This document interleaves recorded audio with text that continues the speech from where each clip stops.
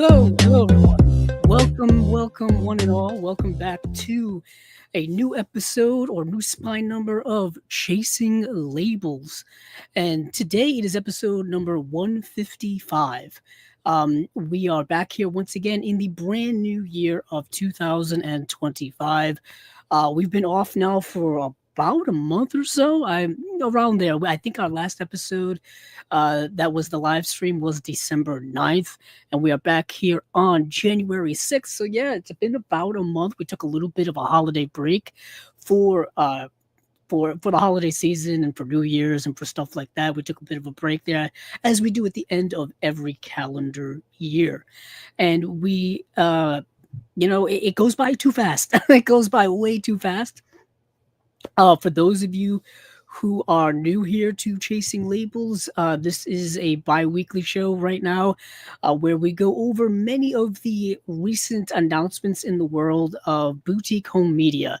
And we go over a lot of the things that I find interesting, the things I want to add to my collection, things you may want to add to your collection. We don't go over everything because it is overwhelming.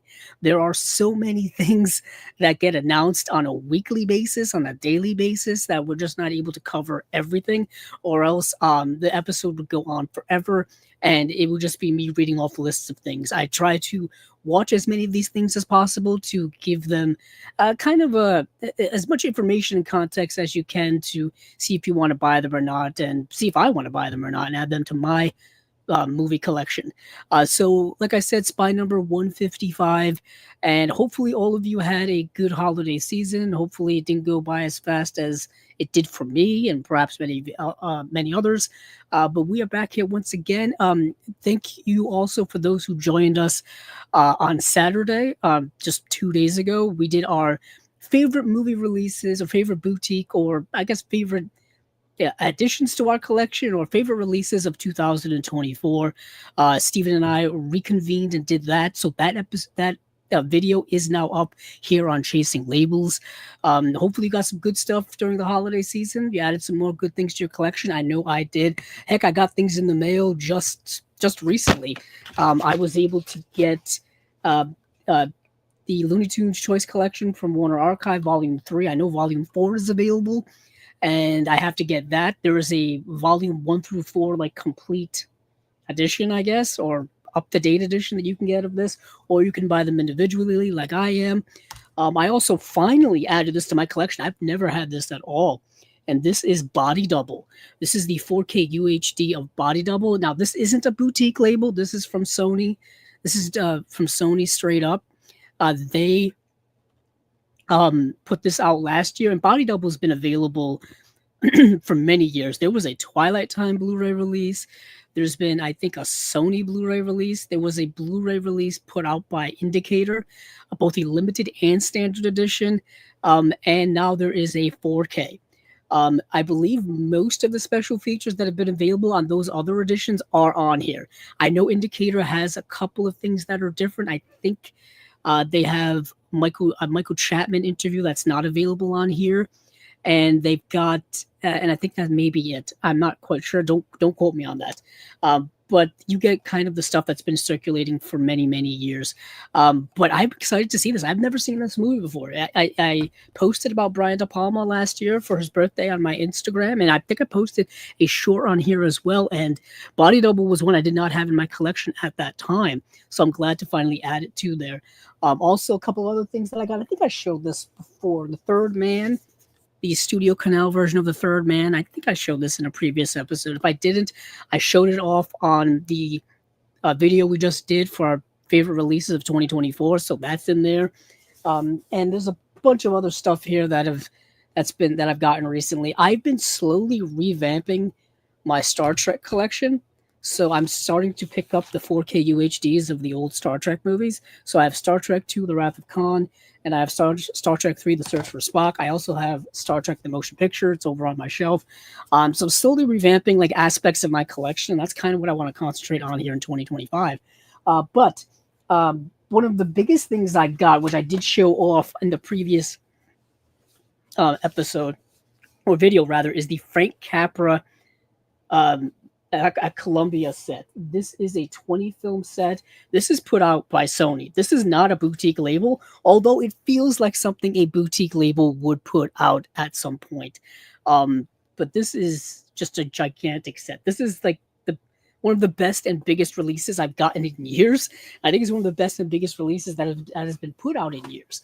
So a little bit of a recap here, but some things we do want to go over here. There's a bunch of things. I got so many things in my notes.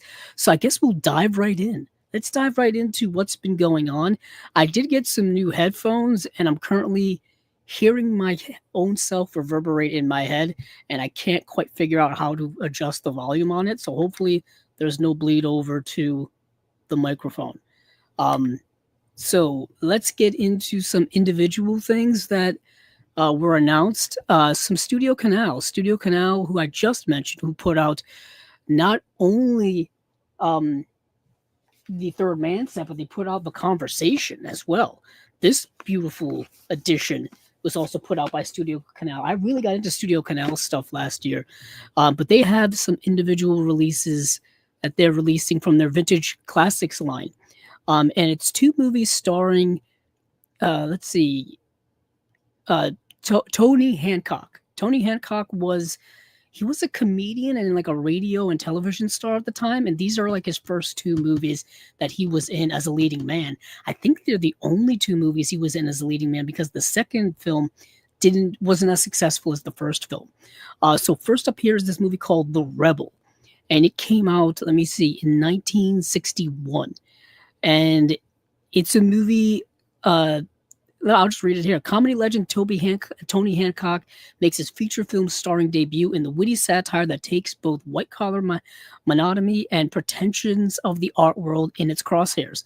So Tony Hancock plays this guy who's like, he's kind of just like kind of done with his life. Not done, but he's frustrated with his life. He's kind of like in middle management, or he's got like a regular steady job, and he's kind of just has no interest in it anymore.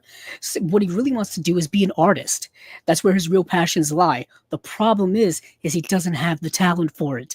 When you're an artist, you kind of need to have some talent to go with it, or else you're not going to be successful. And unfortunately, he does not have the talent. And that is kind of the gist of the comedy, is that he makes this very rudimentary, almost childlike pictures of things, like stick figures and stuff like that. He's trying to like pass it off as like high art, but what ends up happening is he ends up meeting up with an actual real artist, like somebody who has talent but just can't break through in the art world, can't be successful, can't get people to buy his work, see his work, can't get commissions at art galleries or anything like that. And he ends up like kind of partnering up with him, but the guy just gets so frustrated that he quits. And what ends up happening, due to a circumstance of miscommunication, the guy who's the real artist leaves Tony Hancock's characters all of his artwork because he has no use for it anymore. So Tony Hancock ends up passing it off as his own, and the art world loves it. And he's got to pretend that this is his artwork, or else he's going to get in trouble or something and whatnot. So he's trying to pretend that that's his artwork when it's not. And that's the gist of the comedy. And also, it's satirical, it's light, it's fun. The movie moves. And I rather enjoyed it a lot. I had never seen this actor before, Tony Hancock, and I thought he was really funny. And George Sanders is in this film as well. George Sanders is probably one of my favorite character actors of all time. He's always great when he shows up in any movies. He showed up in Rebecca. He showed up in so many other films that I can't even remember off the top of my head. And he's one of the best ever. He won an Oscar for his work. In one film that for some reason I can't remember, even though I'm looking at it right now, but I can't see the title. He's a great actor, George Sanders.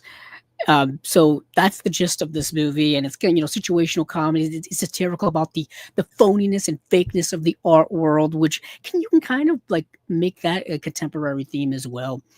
That's really fun. It's getting a new restoration. There's a new and irrepressible streak. Paul Merton on The Rebel. Definitive comedian Diane Morgan on Tony Hancock. There's a commentary here as well. And I believe this is a reissue because I think they had put this out years ago. But the next film is rather different. It's called The Punch and Judy Man. So a Punch and Judy Man is essentially a puppeteer. It's a puppeteer. So the description is content to scratch out a living in the faded seaside town of Piltdown. Puppeteer Wally Penner Hancock is unhappily married to Delia, a gift shop owner with social pretensions. When Wally is invited to perform at the town's anniversary gala reception, however, Delia sense a once in a lifetime opportunity to raise the couple's social standing, starring Tony Hancock, Sylvia Sims, Barbara Murray, and Ronald Fraser. This movie is way more serious. It's not a breezy satirical comedy like The Rebel is. It's a movie that's way more of a dramedy, if you will.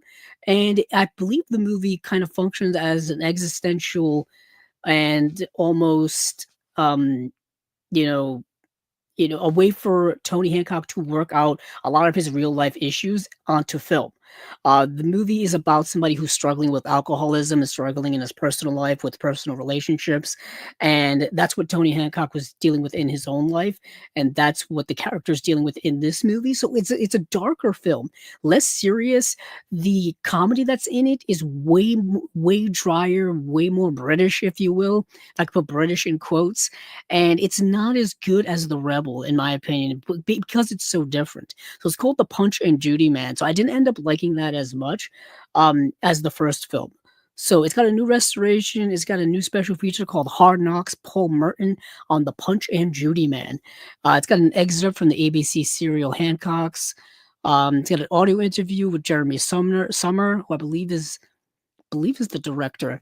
And then it's got some behind the scenes stills gallery and stuff. So this is The Rebel and Punch and Judy Man from Studio Canal. And let's see what else I've got here. I wasn't able to pull up a lot of this, so please excuse me as I've got to scroll through my ever-ending list of notes I've got here. So let me go over actually to Severin, because I can pull them up really quickly. So Severin is actually doing a bit of a reissue. And I wanted to make sure to point this out. It's called Fear in the Philippines: The Complete Blood Island Films. This is 4 feature films on 2 discs, and they had released this in like a super deluxe edition back in 2018 that I think is long out of print. So Fear in the Philippines: The Complete Island Films, 2-disc Blu-ray collection. It's up for pre-order now on their website. It says 4 features on 2 discs, restored with improved color and audio. I think that's the thing as well, is that these do look better than the previous edition that Severin had put out. So you've got Terror is a Man and Brides of Blood on disc 1. You have Mad Doctor of Blood Island and Beast of Blood on the second disc. And all of these come with special features. They all have audio. Each movie has audio commentary. Well, actually, the first film doesn't.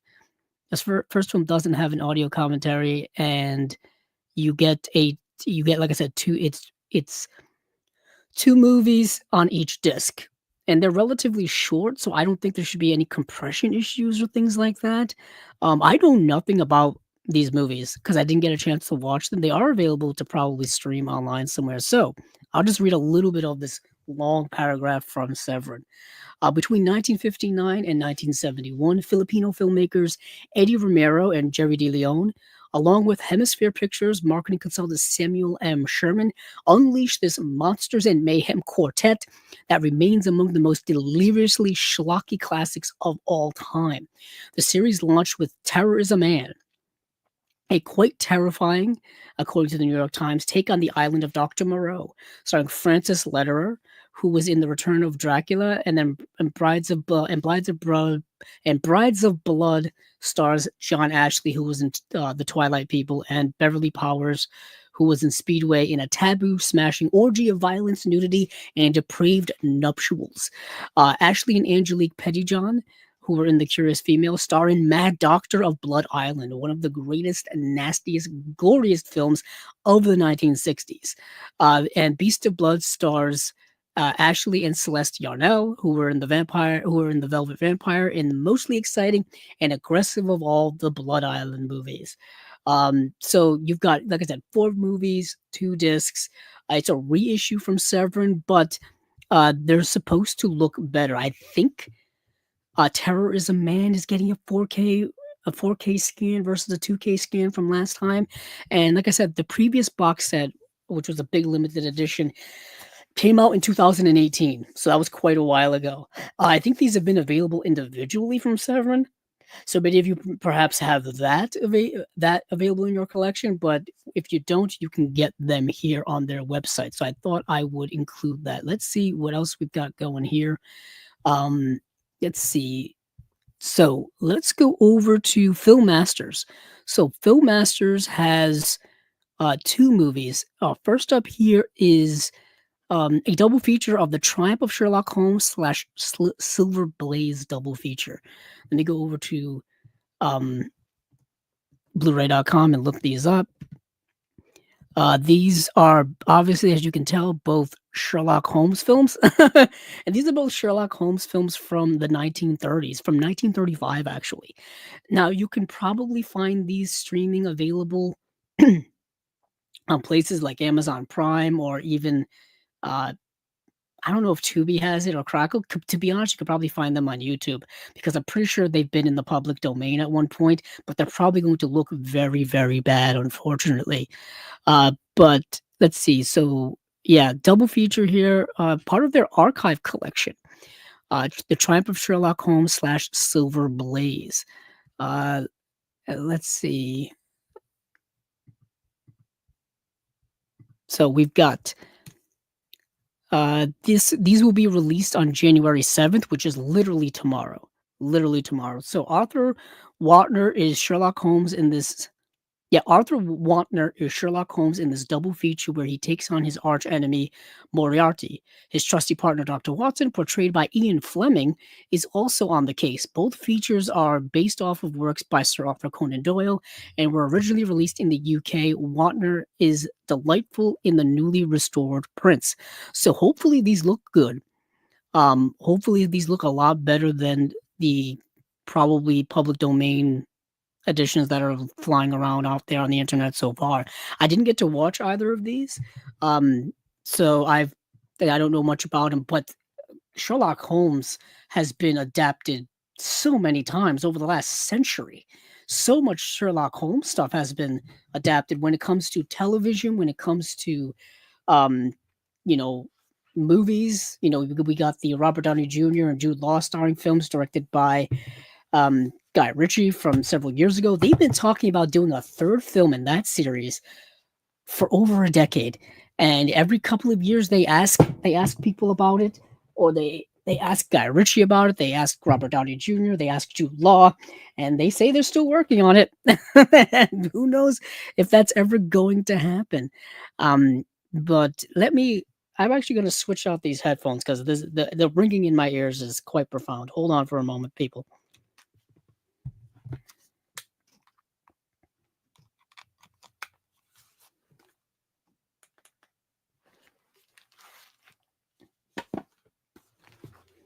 So yeah, I put on my old headphones, a little ratty. The ears are a little beat up, but it's so much better than the other ones. For some reason, the new headphones that I just got, these things, the voice in my head is too high. It's the voice is too high, so it's like it's like ringing in my head the whole time. It's giving me a headache. But we do have some comments here. Adam Schofield says Downey now costs too much. You're probably right. You're probably damn right. At this point, I would have to assume Downey's commanding probably 20 million a movie. I that has to be it. And I want to say that original Sherlock Holmes film came out 2010. So that was right in the wake of Iron Man, where Iron Man became a big success and all that, but you could probably still afford to get Robert Downey Jr.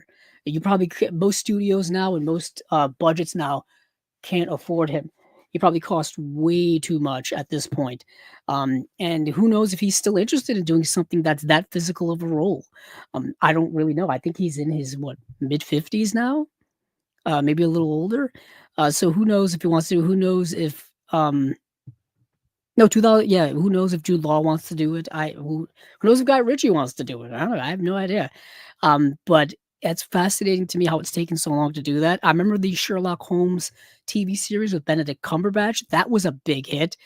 Yeah, good evening, Jeff. Welcome back, Jeff. I know you were here when we did our favorite releases of 2024 just the other night, so welcome back. Adam Schofield plus percentage. Yeah, I'm pretty sure he would want back end points off of the box office of that. I know that was what he was doing with Iron Man. I think that's what he did with Iron Man like 3 as well, which was a massive box office hit. So yeah, he's not hurting for money, Robert Downey Jr. Not at this point. Not at this point. But where was I? Oh yeah, I was talking about Film Masters. And let me pull up some other stuff here. So next up, we've got let's see. I keep my this is too much to go over here. Let's see. I went over Studio Canal, I went over Film Masters, I went over Severin. Let me see if I can pull up these second run releases. So Second Run is this small label from the UK which has put out some really good stuff. And they're one of the under hidden gem labels of the boutique world, in my opinion. They had a really good 2024. And one of these films here is actually a film we've talked about here on Chasing Labels before in the past. This is the movie Golem from 1980. Now, Golem is the film by Peter Zulkin. Now, Peter Zulkin has had his films released twice that we've covered here on Chasing Labels. He had a box set put out, his work had a box set put out by Vinegar Syndrome and had a box set put out by Radiance. Now, the Radiance box set did not have the movie Golem in it. And at the time, I was wondering, why don't you just include the movie Golem in it? Because it had the it had like his next 3 movies in there. So I'm like, oh, it's missing Golem. But the Vinegar Syndrome edition had the movie Golem in it, plus the same other feature films that the Radiant set had. And lo and behold, I guess Golem, the rights are with Second Run, and the rights were not with Radiance. So that answered like a 2-year-old question I had, is why Radiance didn't include Golem in their box set, because they don't have the UK rights to it. Second Run does. And this movie is incredibly dystopian, super avant-garde. It is a it's a fantastic film. I think you can watch it now on YouTube. Don't quote me on that. I think that's where I watched it.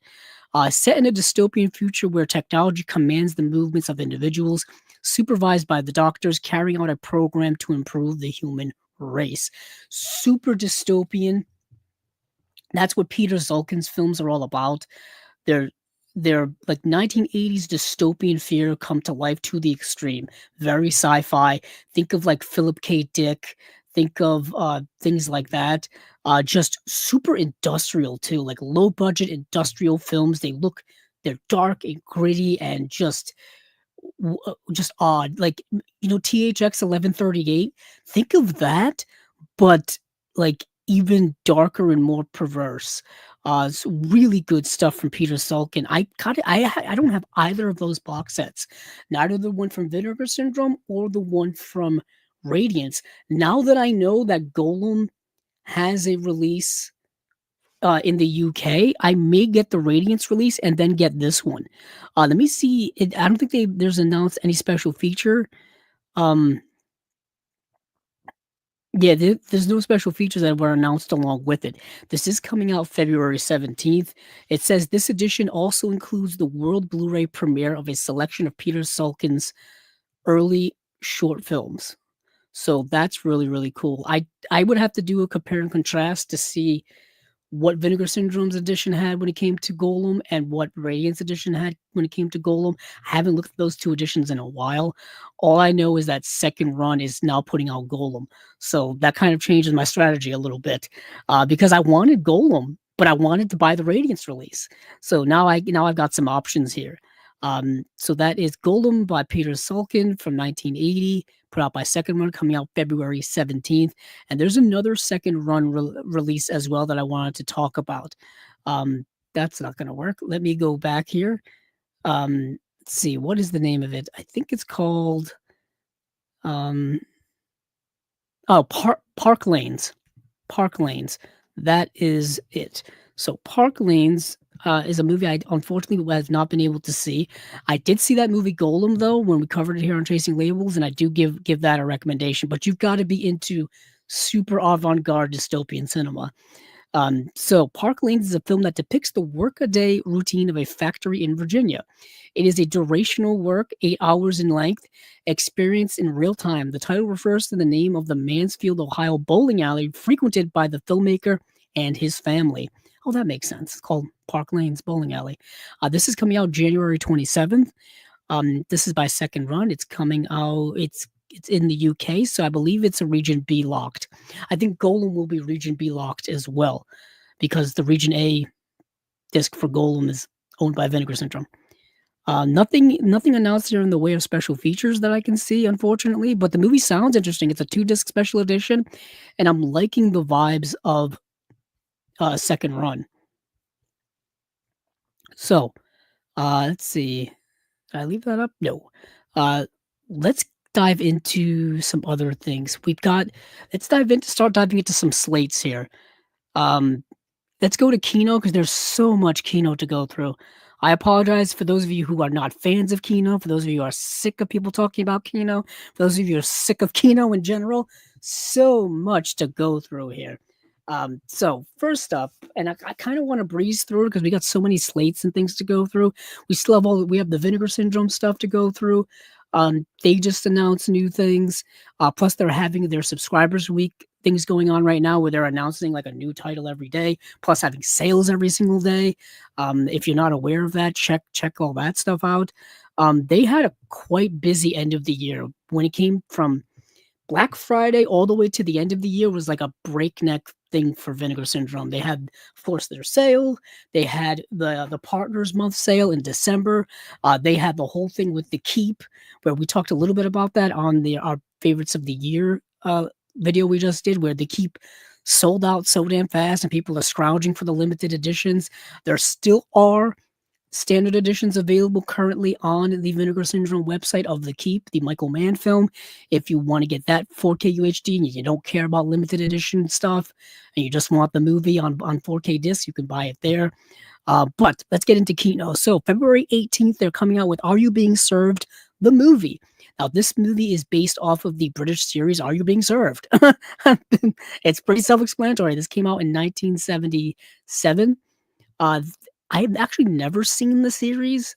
I've seen clips of it. And sometimes, ironically, I'll catch it on TV, flipping channels and whatnot. And I know it was a very classic, very long-running British series. It ran from 1972 to 1985. That is a significant amount of time. It's the misadventures of the staff of a retail floor of a major department store. So a situational, workplace comedy in Great Britain in the 70s and into the 80s. That's Are You Being Served? It looks like Judi Dench was on the show at one point. It looks like these are probably recognizable names for people who are fan of British television and whatnot. I don't know any of them, unfortunately. But apparently they did a movie version. They did a movie version in 1977, so right in the middle of the run of that series. And I'm assuming it's more workplace shenanigans going on. That's my gist. This edition is coming with an audio commentary by authors and comedy historians Gemma and Robert Ross. And that's it. February 18th, Are You Being Served? The movie. So if you're a fan of that series, you may want to check it out. Coming also February 18th is Kino is putting out the Jessica Lange film Frances. Now, Frances is a really good film. Frances is a film that's already been released, I believe, by Imprint. I think I have it. Hold on here for a moment, because I have the Jessica Lange. Where are you? Oh, I have to dig deep. Here we go. I have the Jessica Lange box set from Imprint. I have this here, and it has Francis in it. So, for those of you listening at home, I'm holding up the Film Focus box set from Imprint, the Jessica Lange one that has. Let's see. It's got Francis. It has Crimes of the Heart, Music Box, and Losing Isaiah. So let's see if I can pull out the Francis disc here. Nope, of course it's the first one. Here it is right here. For those of you at home, it's this coincidentally Kino is using the same exact disc art. Or the same exact cover art rather. They are yeah, it's just the movie poster. It's just the movie poster. And I don't think there's any, there's no reversible art inside or anything like that. There's actually just artwork inside. I don't know if I may have covered this here when we did a review of several of the Imprint releases, but yeah, there's a picture of Jessica Lange inside. Let's see what we got here in terms of special features on the back. So there's an audio commentary by director Graham Clifford and David Gregory. There's an audio commentary by film historian and critic Matthew Asprey Gear. Reflecting on Francis, interview with producer Jonathan Sanger. Goodnight Francis, interview with director Graham Clifford. Deco Dreams, the art and style of Francis, interview with art director Ida Random. A Hollywood Life, Remembering Francis featurette. Now, that is the Imprint release. That's the Imprint release from a few years ago. Let's see what the Kino release has. It just says new commentary by film historian David Del Val and film historian / producer Dan Marino. Audio commentary by director Graham Clifford, moderated by David Gregory. I think that's the same. That's the same commentary that's on here. Yes, it is. And then it's got Hollywood Life, Remembering Francis, which was also on here as well. So you get a little more on this release, but you also get an exclusive commentary on the Kino release. So either way, you get some of the same things, and then you also are missing things. So it all depends on which one you want. I'm not sure if this box set is still in print or not because it's from a couple of years ago. But either way, the movie is very good. Jessica Lange is a great actress, probably one of the best of our times, and it's a movie that I haven't seen. Like I haven't seen since we talked about it here on Chasing Labels. Let me see if I can find a synopsis of it. Of course, if you type in Francis on IMDb, you're going to get, people's names. You're not going to get the movie. Let's see, 1982 is when it came out.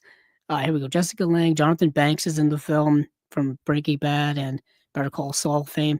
A story of Frances Farmer's meteoric rise to fame in Hollywood and the tragic turn her life took when she was blacklisted. Oh yes. So it is a bit of a biopic film. Yeah, I would definitely recommend this movie. So that is Francis from 1982, starring Jessica Lange.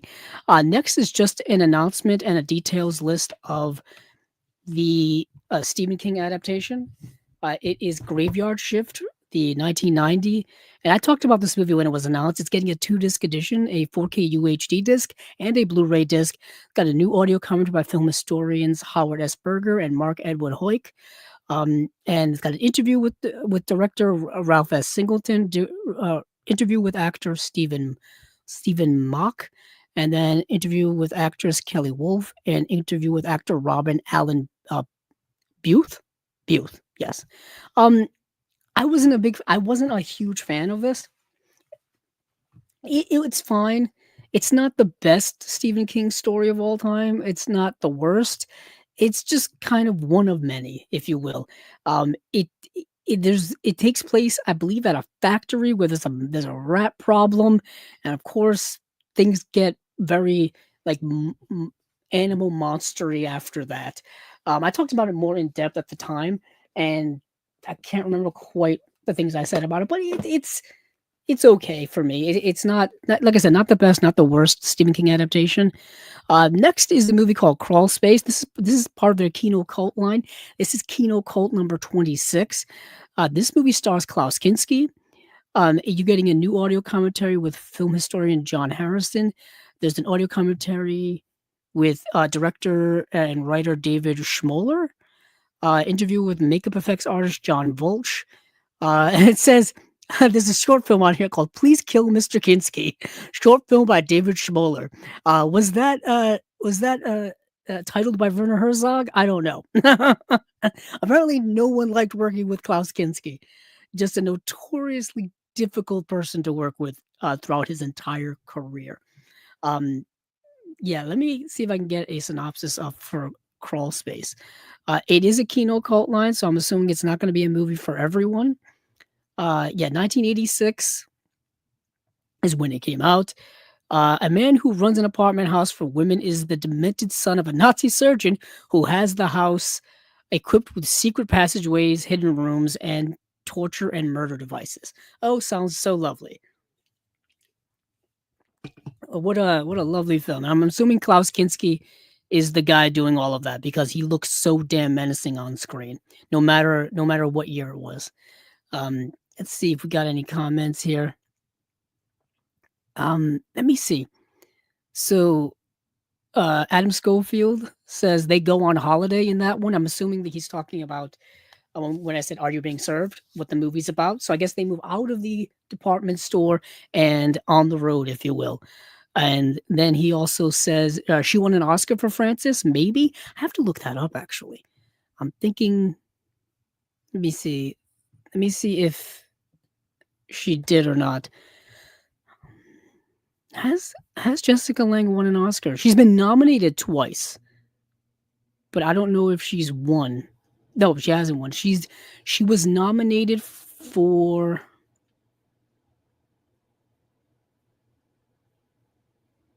Let's see.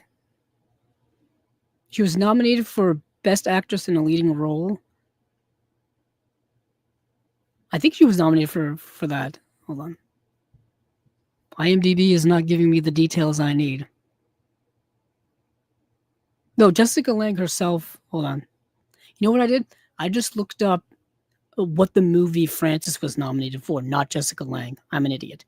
So Jessica Lange has been nominated several times. Jessica Lange has been nominated 1, 2, 3, 4, 5, 6 times, and she's won 2 Oscars. She won in 1983 for Tootsie. She was also nominated in that same year for Frances, and she was nominated in 1985 for the movie Country. She was nominated in 1986 for the movie Sweet Dreams. She was nominated in 1990 for the movie Music Box, and she was nominated in 1995 for the movie Blue Sky. Okay, so you were right. She was nominated. Let me see. Yeah, or at least nominated. Yep, you were right, Adam. So where was I? Oh, yeah, I'm still on the Kino train of just a Crawlspace, which is Kino Cult number 26. That's coming out February 18th. I'm just going to mention this briefly because I talked about it when it was announced. The movie The Conqueror from 1956 is getting a release, and it's from Kino, and it's coming out February 25th. This is The Conqueror starring John Wayne as Genghis Khan from 1956, a notorious movie for everyone getting sick from the making of this movie because they shot this movie downwind of like a nuclear testing site. So everyone got like radiation sickness from this movie. Many people who worked on the movie ended up getting cancer later in their lives, perhaps due to being exposed to the radiation, being downwind from it. And the movie itself is notoriously not very good. I can say after watching it, and then we talked about it here, the large action sequences are great, but the movie is so odd. It's so odd seeing John Wayne as Genghis Khan saying some of the lines he's saying, dressed as he is, doing the things that he's doing. It just doesn't fit at all. It makes it almost comedic in retrospective. And I know this movie's notorious for that. But this is getting a new commentary by film historians David Del Val and film historian / producer Dan Marino. So that is The Conqueror coming out February 25th, the John Wayne as Genghis Khan movie. Let's see. We have The Sands of the Kalahiri, a brand new HD master with 4K scan of a 35mm original camera negative. This just says coming soon on Blu-ray. Doesn't give us a date here. This is a movie that's I did actually look this up because I wanted to watch it, and I didn't get a chance to because I just didn't have time. But it seems like something I would have enjoyed, at least just from the premise. Sands of the Kalahiri is a movie that is about. It says after a small aircraft crashes in the Kalahiri Desert, one of the 7 passengers decides that his survival chances would increase if he eliminates the other men in the group. Okay. Initially, I thought it was one of those where people crash land in the desert and have to survive, like a survival movie, something like Flight of the Phoenix, or a movie of somebody crashes in the mountains and they have to survive, or somebody like is stranded at sea and has to survive. But I guess there's a little bit of a twist here, where someone thinks their chances of living are more likely if they start eliminating people. So you get a little bit of a twist there. This came out in 1965, so I believe it's shot in. I think it was shot in CinemaScope. It seems like CinemaScope era. Let me see actually. Because whenever I think desert, I think of wide landscapes. When I think wide landscapes, I think CinemaScope. Yep, 235 to 1 aspect ratio. So that makes sense. Let's move along now.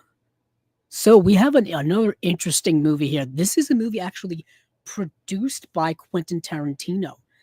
This is a movie that's coming on 4K UHD from a brand new HDR/Dolby Vision Master from a 4K scan of a 35 millimeter original camera negative. This is a movie called Curdled. And like I said, it's a movie produced by Quentin Tarantino. And if you've seen the film or if you hear the premise, you'll be like, that sounds like somewhat of a Tarantino-esque film. So Curdled, it stars William Baldwin, so one of the Baldwin brothers. Angela Jones is in the film as well. Kelly Preston is in the film in a cameo form. And this movie is set in the world of From Dusk Till Dawn. That's the other connection to Quentin Tarantino, to that Robert Rodriguez film. Quentin Tarantino wrote and produced From Dusk Till Dawn, so he produced this movie. So they are connected within it, and the way in which they're connected, there's a mention of the Gecko brothers. I won't say how, I won't say when, but there's a mention of the Gecko brothers, who of course were George Clooney and Quentin Tarantino in From Dusk Till Dawn. So that's why it's set in the same world. And this is like dark and twisted, almost darkly comedic type of film. So Billy Baldwin, or William Baldwin, plays this serial killer. And he's this serial killer. Oh, what's he called? He's called like, let me see if I can find the name here. Yeah, the Blue Blood Killer, because apparently his MO is killing rich women and decapitating them. That's his MO. And there's this young woman, Gabriella, who she quits her job at a bakery and she takes a job up as crime scene cleaners. You know, the people who come in after a violent crime has been committed, a murder pretty much, and they clean up the scene. You know, they clean up all the stuff. But the thing is, she is fascinated from an investigation perspective of crime stories, of like serial killers and true crime and all that kind of stuff. So this movie is rather relevant to recent times, where there's been a huge craze of like true crime stories over the last several years, where people are just falling in love with them and just completely can't get enough of them, whether it be in podcast form, whether it's those documentaries you see on Netflix, or unsolved mysteries, or all of that stuff. People cannot get enough of these. And what is interesting to me is that this movie came out in 1996, so it was way before any of that. The internet was very much in its infancy when you can find out about information like that. And I really liked this movie. I thought it was interesting. I thought it was fast and breezy. The movie is only an hour and 28 minutes long. So you got this young woman who is fascinated with crime, working on cleaning up these crime scenes. And when she's doing it, like in her mind, she's like trying to figure out what happened. Like she's trying to play detective. She's like, oh, that blood splatter over there, that must have happened. Or that something over there, that's where that happened. And the people who she works with are just like we're just here to clean this stuff up. Just do your job and move on. It's like stop overthinking this situation. But she can't help herself. But she stumbles upon the crime scene of this blue blood killer, and things kind of escalate from there. I won't say what happens, and I won't say what else, but let's just say she ends up being at the wrong place at the wrong time, and whatnot, and things take a little bit of a turn. So that is the movie Curdled. I had never heard of it until now. Next is, let's see, scrolling upwards. We have another film noir box set.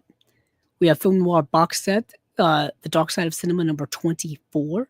And these are movies that have HD masters from 2020, 2021, and 2018 by Paramount Pictures from 4K scans. The movies are Union Station, Jennifer, and what's it? The Crooked Circle. Yes, the Crooked Circle. Each of the films come on their own disc, in their own case. It's basically 3 Kino editions in a box set. And there's now 24 of these, and I think there's more to come. And each movie has an audio commentary. Let's see, Union Station has an audio commentary from film historian Alan K. Rody.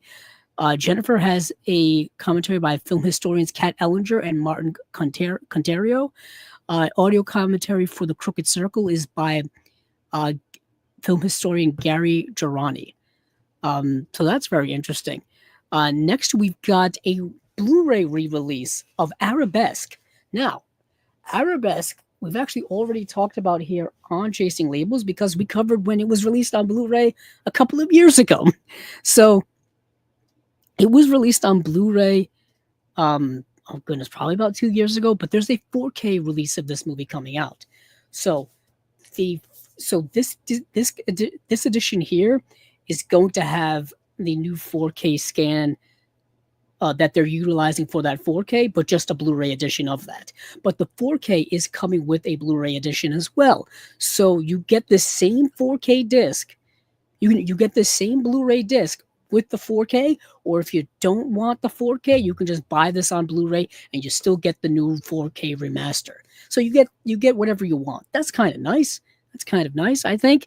2024 4K restoration by Universal Pictures, and you get that on this Blu-ray disc. There's an audio commentary by Howard S. Berger, Steve Mitchell, and Nathaniel Thompson. Music by Mancini, archival featurette with Henry Mancini and nationally syndicated columnist Leonard Feather that runs about 9.5 minutes long. That's good stuff. I like this movie. This is an espionage crime caper starring Gregory Peck and Sophia Loren. You can't ask for more. You can't ask for more. It's a Stanley Donen film, so that's just cherry on top of the sundae, really. Let's see what else we've got here in terms of comments. Adam Schofield says Kalahiri is okay. British thesps fighting of baboons. Interesting. Let's see. Good cast. Not sure what that was in reference to. I'm assuming that's for Kalahiri. Oh, it is a survival movie. Talking about the Kalahiri film. I kind of assumed it was. It just has that added twist of murder. Murder is always the added twist to these things. So let's move on from Arabesque to a 4K double feature. Now here we go. Now we're talking here. So coming March 4th on 4K UHD. And I do want to mention that Arabesque is coming out March 4th as well. So March 4th is a 4K double feature. It's called Peril and Distress, and it's the movies Endless Night and Picture Mommy Dead. Audio commentary on both films by film historians Howard S. Berger and Nathaniel Thompson. Theatrical trailer for Endless Night. I guess no theatrical trailer for Picture Mommy Dead. Okay, little bias there, I guess. And this is available now to pre-order from their website, or is available to pre-order. I think Amazon has it available to pre-order. Let me go over to my Letterboxd. I had this on my watch list on Letterboxd. I think both of these movies are available to stream on Tubi, or at least one is. Or I think what's the movie called? I think Picture Mommy Dead is available on Canopy. Let me go over to my watch list on Letterboxd and see what I have here for synopsis. The ones on Letterboxd are better than IMDb, I find. So, Picture Mommy Dead is actually came out first, directed by Burt I. Gordon. Came out in 1966. Susan Shelley is released from an asylum where she's been confined to after the shock suffered over the fiery death of her mother. Her father has a new wife who has only married him for the money left to him by his dead wife. Susan is still haunted by her mother's memory, and her stepmother is conspiring with her lover to get the troubled girl to lead them to her mother's missing diamond necklace. Okay, a lot of moving parts there. A lot of moving parts there. Donna Mishi is in the film. Donna Mishi was in The Heaven Can Wait, which is, I think, the last film from Ernst Lubitsch. I think it was an unfinished film from Ernst Lubitsch. I remember him being in that. He's also in the movie Cocoon as well from 1985. Yeah, so that is Picture Mommy Dead, and let me look at the synopsis for Endless Night. Endless Night can also be found on Canopy. Came out in 1972, directed by Cindy Gilliat. Shiftless dreamer Michael Rogers fantasizes about a lifestyle above his means and marries a wealthy young girl who just came of age. They hire a famous architect to build their dream home amidst a series of suspicious incidents. The spouse has dark intentions toward his naive, inexperienced bride. Secrets from his past and sinister ties to their house guest Greta lead to a terrible turn of unexpected events. This movie stars Haley Mills from Parent Trap fame, but she was in other films. I just feel like Parent Trap is the one she's most known for. Coincidentally, she was just in the movie Trap, the new M. Night Shyamalan film. She plays like the detective who's going after the killer in that movie. What a crazy, crazy modern day connection. Yeah, she's in the movie Twisted Nerve as well. And she's in the movie The Trouble with Angela. So that is Haley Mills, who's in that. Britt Eklund is in the film as well. Britt Eklund, who was in, oh goodness, she was in The Wicker Man. She was in The Man with the Golden Gun. She was the Bond girl in The Man with the Golden Gun. She's in Get Carter, the Michael Caine film, which I have the BFI 4K release of that. I'm looking at it over that. It's either 4K or Blu-ray. That's a great addition. Yeah, Britt Eklund was also in The Prize, which is the Paul Newman film based off of a play. I'm thinking of Sweet Bird of Youth. The Prize is something else. But that is Endless Night. So that is the 4K double feature called Peril and Distress. I think this is a volume 2. I think we had a volume 1 of Peril and Distress. But this is Endless Night and Picture Mommy Dead. And that's from a 2020 UHD SDR Masters by Studio Canal. So Studio Canal has put these out before. We've got on March 11th, the 4K UHD of Daylight's coming out, which is the Sylvester Stallone film. I talked about this when this was announced. It's that 90s disaster film starring Sylvester Stallone where there's this flood happening in this this tunnel collapses and Stallone goes in to try to save the people. That's Daylight. I thought it was actually rather good for what it is. I found the distress and the suspense to be very, very good. I thought Stallone was also very good in it. This is a 4K UHD release. There's a 4K UHD disc and a Blu-ray disc. You got an audio commentary by director Rob Cohen. And I think that's it in terms of special features. Nope, there's other stuff here on the Blu-ray. There's an EPK featurette. There's a making of Daylight, which is 33 minutes long. Hello. Whenever There Is Love, a music video by Donna Summer and Bruce Roberts. The Daylight Archives, which is a slideshow that runs 76 minutes long. Holy heck. Is that just a slideshow of like pictures and things that runs 76 minutes long? That's longer than several feature films I know. But that is Daylight coming out March 11th, the Sylvester Stallone film 4K UHD. Next, we have an interesting film coming soon on Blu-ray, brand new HD master from a 4K scan of a 35mm original camera negative, is a movie called Rustler's Rhapsody, starring Tom Berenger. Andy Griffith is in the film as well. Mary Lou Henner is in the movie as well. It's directed by Hugh Wilson, who directed Police Academy. It's let's see, shot by Jose Luis Al, Al Alcane, who shot Tie Me Up, Tie Me Down, the Pedro Almodovar film. That's of note. That's of note. But this movie is also produced by um oh goodness, why am I blanking? Hold on, I'm gonna look it up right now. It's produced by Walter Hill. Thank goodness. I completely blanked on Walter Hill's name. So Walter Hill produced the movie, which is kind of a fascinating note to me. And it's a movie that it's a satire in the same vein of like a Mel Brooks or uh like Airplane and things like that, but not quite as good. And it has a different tone to it than those. Like those films have a madcap energy to them, and when it comes to the comedy, and this movie doesn't, but it has a similar level of comedy. It's really hard to describe unless you see the movie. The way the jokes are delivered, they're delivered very matter of factly, so there's no like tone to them that leads to the comedy. So it says Rex O'Hurlahan, the great big Western hero, to a lawless it says to a lawless land he brought truth, justice, some fancy riding, and wonderful outfits. A singing cowboy roams the Wild West with his sidekick, dancing horse, and fancy wardrobe. So that's kind of what the movie's about, kind of not. So the movie is very self aware, and the movie is kind of like what happens a if a if a singing dancing cowboy was in a modern western, or at least a modern western from a 1985 perspective.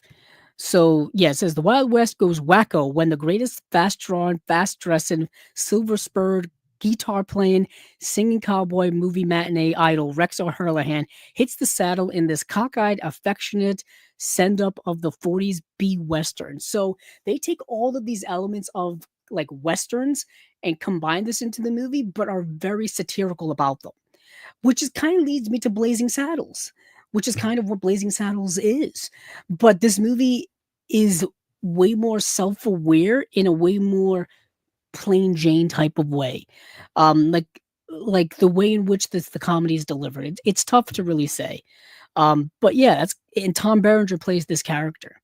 So for example, the bad guys go and they meet with bad guys from a spaghetti western movie, and the bad guys from a spaghetti western movie have like their dialogue is dubbed, because in spaghetti westerns all the dialogue is dubbed over in English, you know, and they look different. They look like like more gritty type of bad guys. You know what I mean? When Tom Berenger is talking to like the town drunk, he's like, every town gets a railroad. Every town gets a town drunk. Every town has a saloon with a barmaid in it who's a little scantily clad or whatever. And it's like, and so he's pointing out all of these facts about Western films, but like doing it to be comedic. So that's where the satire of it comes along. It's fine. It's a fine movie. If you understand what it's going for, I think you'll be entertained by it at the very least.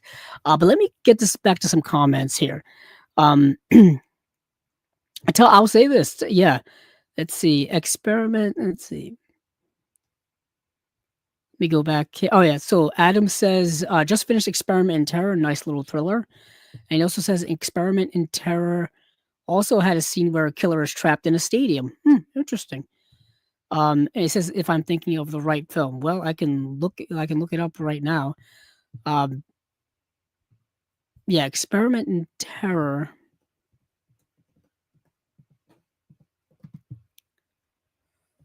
Yeah. Yeah, that was the one starring Lee Remick. Yeah, a man with an asthmatic voice telephones and assaults clerk Kelly Sherwood at home and coerces her into helping him steal a large sum from her bank. That's interesting. Yeah, that also has music by Henry Mancini as well. Yeah, starring Glenn Ford, Lee Remick. Um, want to see. I wonder if I've seen this movie. Let's see. Experiment. Let me check my letterboxd.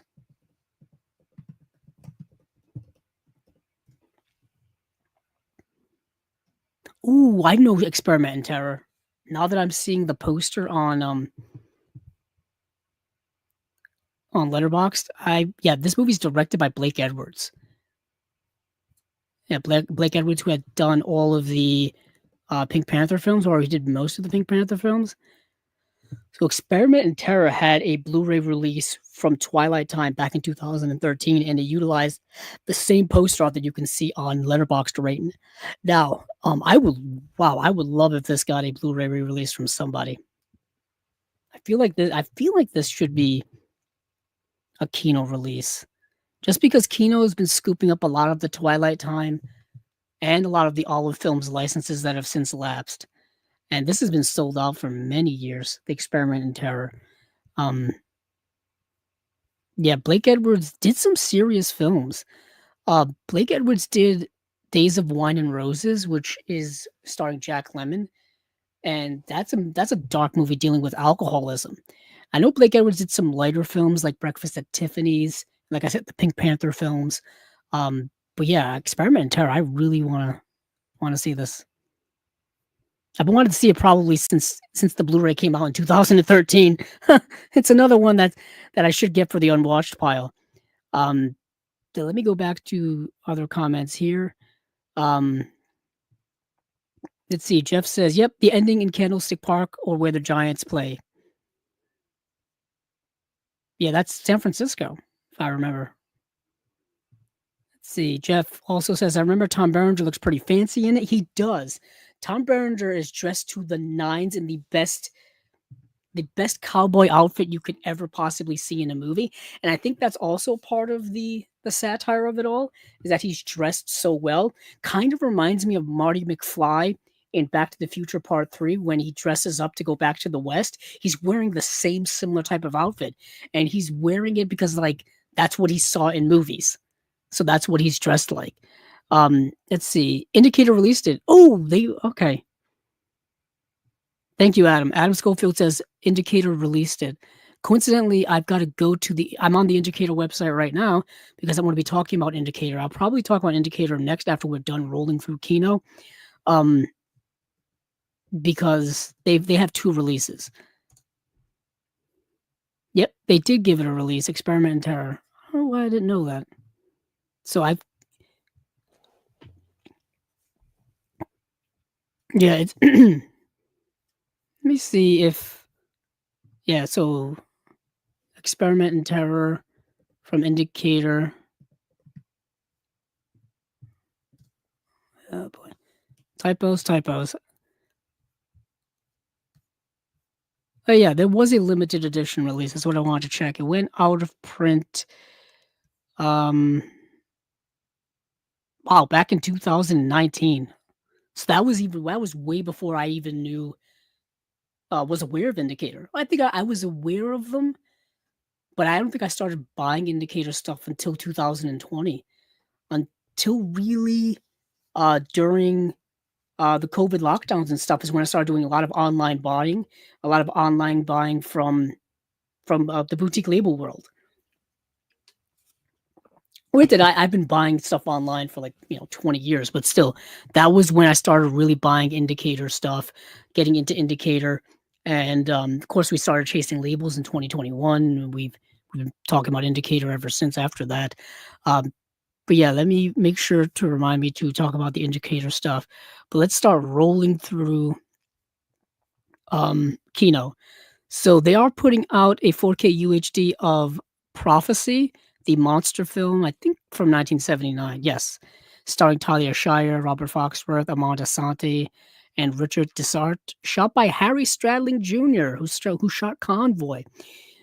Music by Leonard Rosenman, who did the music for Barry Lyndon, written by David Seltzer, who wrote The Omen, and directed by John Frankenheimer, who did The Train, Seconds, and a bunch of other movies that I have in my collection, that you have in your collection, that everybody should have in their collection. 7 Days in May, I believe, was also John Frankenheimer. what a great director John Frankenheimer is and was. But the movie Prophecy is a movie I've known about for years because the poster looks frightening as heck. It's just like a monstrous mutated bear, I believe is the poster. And yeah, it's a movie I've been aware of. Yeah, I've been aware of. Let me see. Let me look it up. Prophecy, and it's not the movie The Prophecy, the one with Christopher Walken. So John Frankenheimer's Prophecy. When a dispute occurs between a logging operation and a nearby Native American tribe, Dr. Robert Verne and his wife Maggie are sent to mediate. Chief John Hawkes insists the loggers are poisoning the water supply, and though company man Isley denies it, the Verns can't ignore the strange mutated wildlife roaming the woods. Robert captures a bear cub for testing and soon finds himself the target of an angry mutant grizzly bear. Now, this is of course part of the horror subgenre of when animals attack. when Whether they're just like larger than life animals, like the alligator in the movie Alligator, or whether they're Jaws, the shark Jaws and Jaws, whether they're the mutated grizzly bear in this movie here, Prophecy, or whatever the case may be. That is a subgenre of horror. I do want to check it out. It's John Frankenheimer, so eventually I'm going to have to get it to add to my John Frankenheimer section, or else it will be incomplete. We can't have that. We just can't have that. So that's the movie Prophecy. Uh, Moving on here is a movie called Best Defense. It's a Dudley Moore comedy from 1984. I have to admit I had not seen it, and it does not get the best reviews on Letterboxd. I know Letterboxd is not the end all be all, but when you start seeing people you know on there, and people who you kind of line up with their movie taste and whatnot, and they're not looking favorable at something, perhaps it's not that favorable of a movie. But it's coming out March 11th. There's a new audio commentary by screenwriter, and producer Alan Spencer and author film historian Justin Humphreys. And this movie is called Best Defense. I assume um it's a Dudley Moore comedy from the 80s. I feel like that's rather self-explanatory, but let me get a little synopsis up here while I'm roaming through Letterboxd. Unfortunately, they're both on our side. An engineer fails to get the bugs out of a tank before an army officer has to use it in Kuwait. Starring Dudley Moore and Eddie Murphy. Not much of a synopsis there. Moving right along, John Travolta and the General's Daughter. In the General's Daughter, that movie's coming out March 18th on 4K UHD.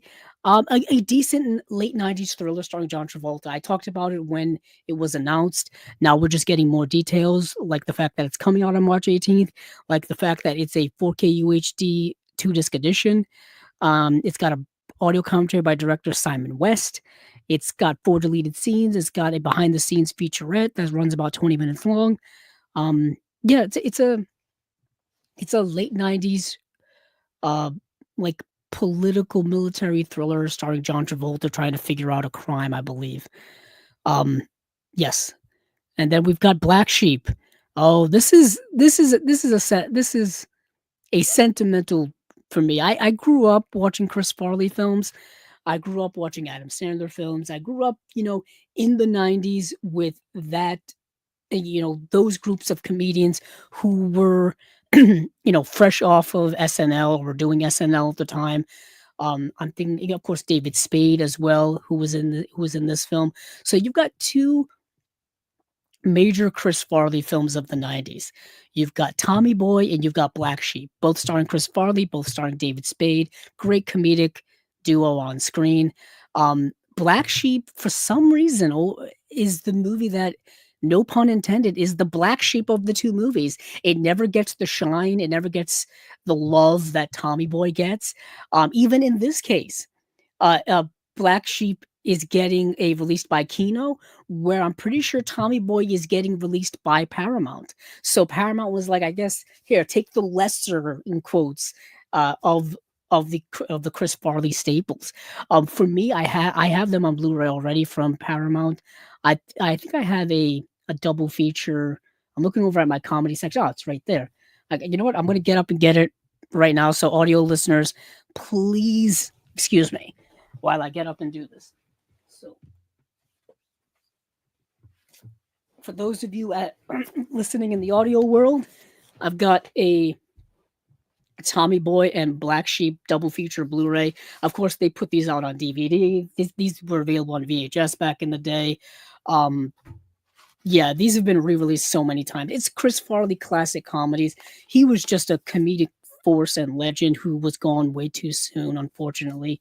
But yeah, this edition here came out many moons ago, and it's literally just both individual Blu-ray releases in a slipcover. That's really it. I'm curious, actually, now that I've got this out, whether Black Sheep is coming with the same special features.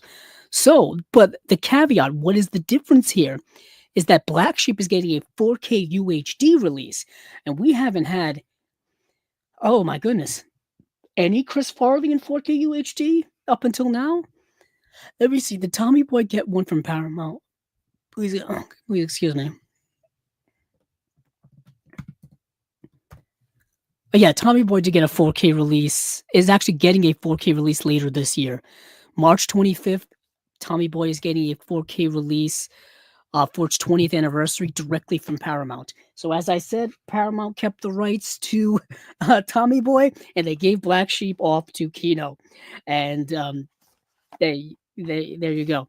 So Black Sheep is, I think, underrated in my opinion.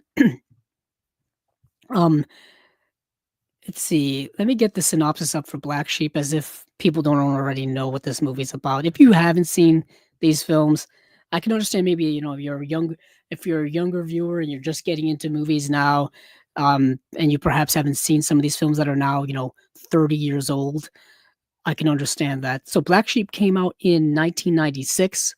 So next year would be the 30th anniversary of Black Sheep. So a gubernatorial candidate hires a wormy special assistant whose only job is to make sure the candidate's well-meaning but incompetent brother doesn't ruin the election. So Chris Farley plays the black sheep of his family. His brother is the good sibling. He's the one he's got a big-time career. He's running for governor. He's popular. He's favorited to win. But they kind of want to keep the Chris Farley Black Sheep brother out of the spotlight so he doesn't ruin everything for him. So they hire like David Spade to basically just entertain him, keep him out of the way.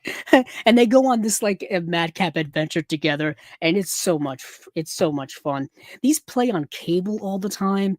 But let me see if this is getting anything new in terms of special features. So it is getting a new commentary. Hold on here. So getting a new commentary by director Penelope Spheris, moderated by film critic and author Simon Abrams. That's awesome. And that is it. So they are not carrying over. Well, by carrying over, I mean this Blu-ray had no special features. So the original Blu-ray from Paramount had no features whatsoever. So we're getting an audio commentary, actually. So that's pretty darn awesome. And then Tommy Boy will be coming from Paramount later this year. You can even tell because Tommy Boy got special features, and Black Sheep didn't. Literally, Black Sheep is the Black Sheep of Chris Farley movies. I'm super excited. They're putting out that, and they're putting out, Billy Madison. I'm excited. That's awesome to see my old favorite, comedy films getting treated so well. So next up is another 4K UHD release. This was announced on Christmas, actually. It's a movie called The Silent Partner. It's directed by Daryl Duke. It's screenplay by Curtis Hanson, who, of course, was the director of LA Confidential. And this is a really good film starring Elliot Gould and Christopher Plummer. This is going straight to 4K with a brand new HDR and Dolby Vision Master. Good film. And I'll tell you what it's about very briefly here. Let me scroll down to my to when I watched it, actually. Let's see. The Silent Partner. Yes. So Elliot Gould works at a bank in a mall in Toronto, Canada. And a few days before Christmas, he finds that there's going to be a burglary that's going to happen there. And he squashes the burglary like prevents it from happening. But the person who wanted to perpetrate this burglary is now pissed off because he wants his damn money. So he starts stalking and calling up Elliot Gould's character at his home, starts stalking him and starts messing with him, basically to convince him that, hey, get my money essentially, or I'm gonna kill you, and Elliot Gould has to kind of go along with it. And the person who is stalking him and bothering him and wanted to commit the crime that he foiled is portrayed by Christopher Plummer. So you got Christopher Plummer as a real bad guy in this. He's like a really scoundrel, scummy guy in this. And he's not only like a bank robber, he's like a criminal bad guy. And so you get this cat and mouse game of wills between Elliot Gould and Christopher Plummer.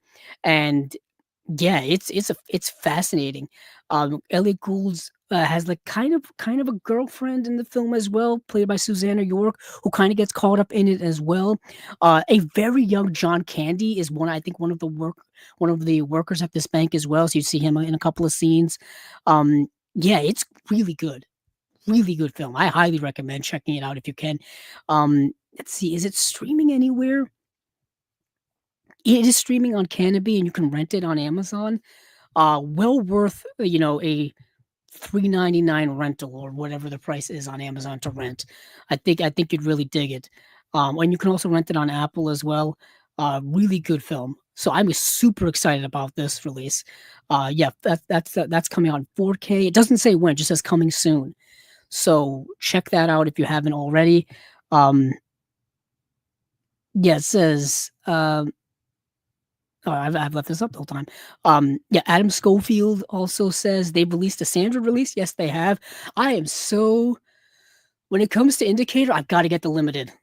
I have such an OCD about limited releases and slipcovers and all that stuff that that I feel there's something that disturbs me to my core if I don't get it.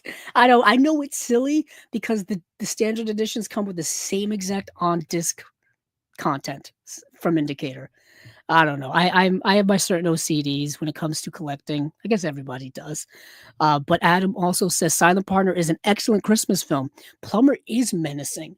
His intro in the movie is really dark, and disturbing. Also, he does something in this film that I think they then had to. I think the director didn't want to do it and kind of disowned himself from the film. I think he may have took himself off the film. So I think Curtis Hanson had to come in and wrap up filming of this movie or wrap up post or something. Because he was so disturbed by what the studio wanted to add in. And I think the cut of the movie that currently exists is not the cut that the director Daryl Duke originally had in mind. I think it's the one that the studio wanted. And I think it's the one that yeah, I think it's the only one that's ever existed. I'm looking quickly over at the trivia. Yeah, here we go. So over on the trivia section for this movie on IMDb, The Silent Partner, it says director Daryl Duke walked off the film due to creative differences. Curtis Hanson, who had originally intended to direct the film, took over the remaining of the shoot as well as the pickup shots and handled all of the post-production on the film. So I think he has an uncredited credit on this movie. So that's fascinating. And yeah, so he has a writing credit and an uncredited directing credit. Actually, I don't think he has uncredited. I think he has credited. If IMDb can be trusted. Yeah, what an interesting.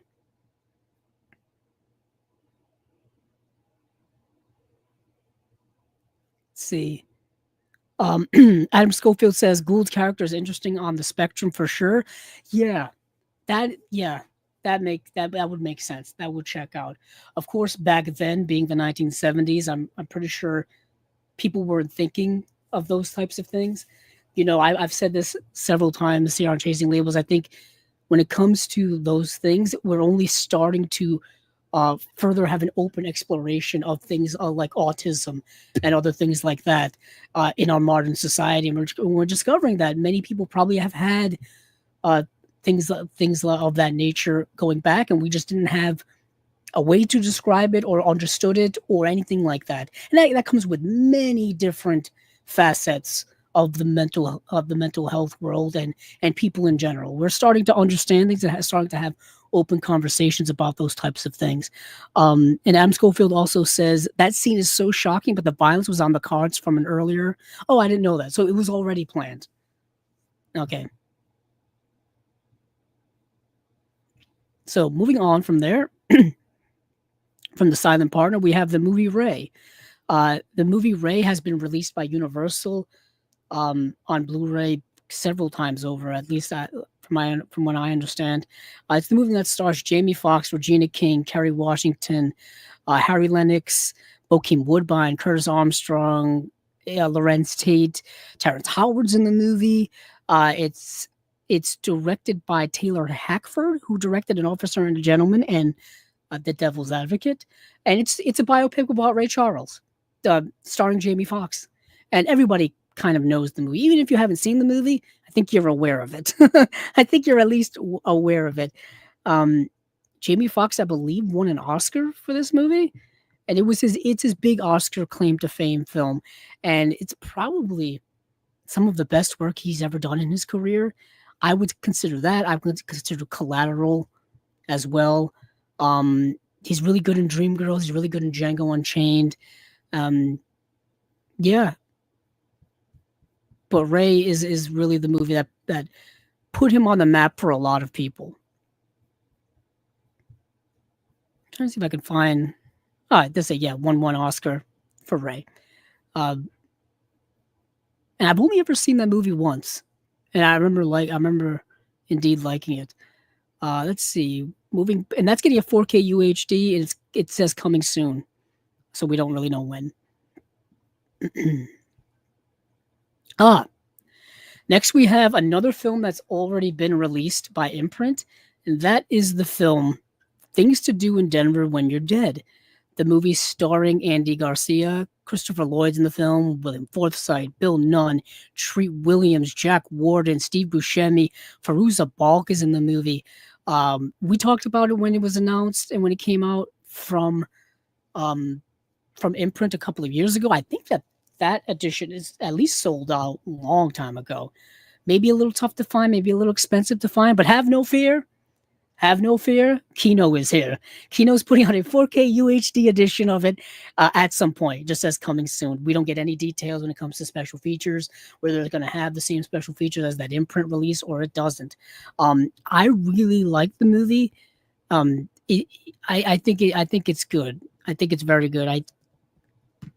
Let's see. Things to Do in Denver Before You're Dead. Long title. 5 different criminals face imminent death after botching a job quite badly. So yes, that's the movie. It's about a job that all these criminals come together to do. It's very much in the vein of like Usual Suspects. Like I feel like it's similar to that, or even similar to Reservoir Dogs. Think of it something like that. I know it's been a popular film for many people for many, many years. I only actually got to see it for the first time over the last few years. Yep. It's the same synopsis on Letterboxd. Let's see. So moving on from there, we have Crack in the World. This is a film starring Dana Andrews. Dana Andrews, who starred in several film noirs of the 1940s, including my favorite of all time in Laura. But this movie came out many years later in 1965, and it's a 1960s sci-fi B movie. That's what it is.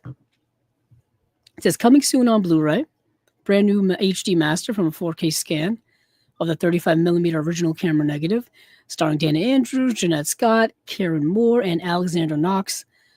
Directed by Andrew Martin. And this is a movie that has a kind of a wild premise. So off the top of my head, Dana Andrews is running this this I think government funded science expedition or project where they're going to harness the energy from the center of the earth. So in the earth, at the center, at the earth's core, or near the earth's core, there's this endothermal energy, or that they can harness if they can just get down there and get at it. The problem is they dug so far down, and they reached a part of the earth's crust where they can't break through. They, no matter what they do, no matter what drill they use, no matter what bomb they use, they can't get through it unless they detonate an atomic bomb. And I can already hear what people are saying. You probably shouldn't detonate an atomic bomb anywhere, let alone near the center of the earth. Bad things are going to happen. And indeed, bad things do happen because of the title of the movie. It starts a crack in the earth, which starts creating earthquakes, which starts creating massive loss of life, and you've got yourself a disaster movie, a sci-fi disaster movie from the 1960s. And now these scientists have to scramble to figure out what to do.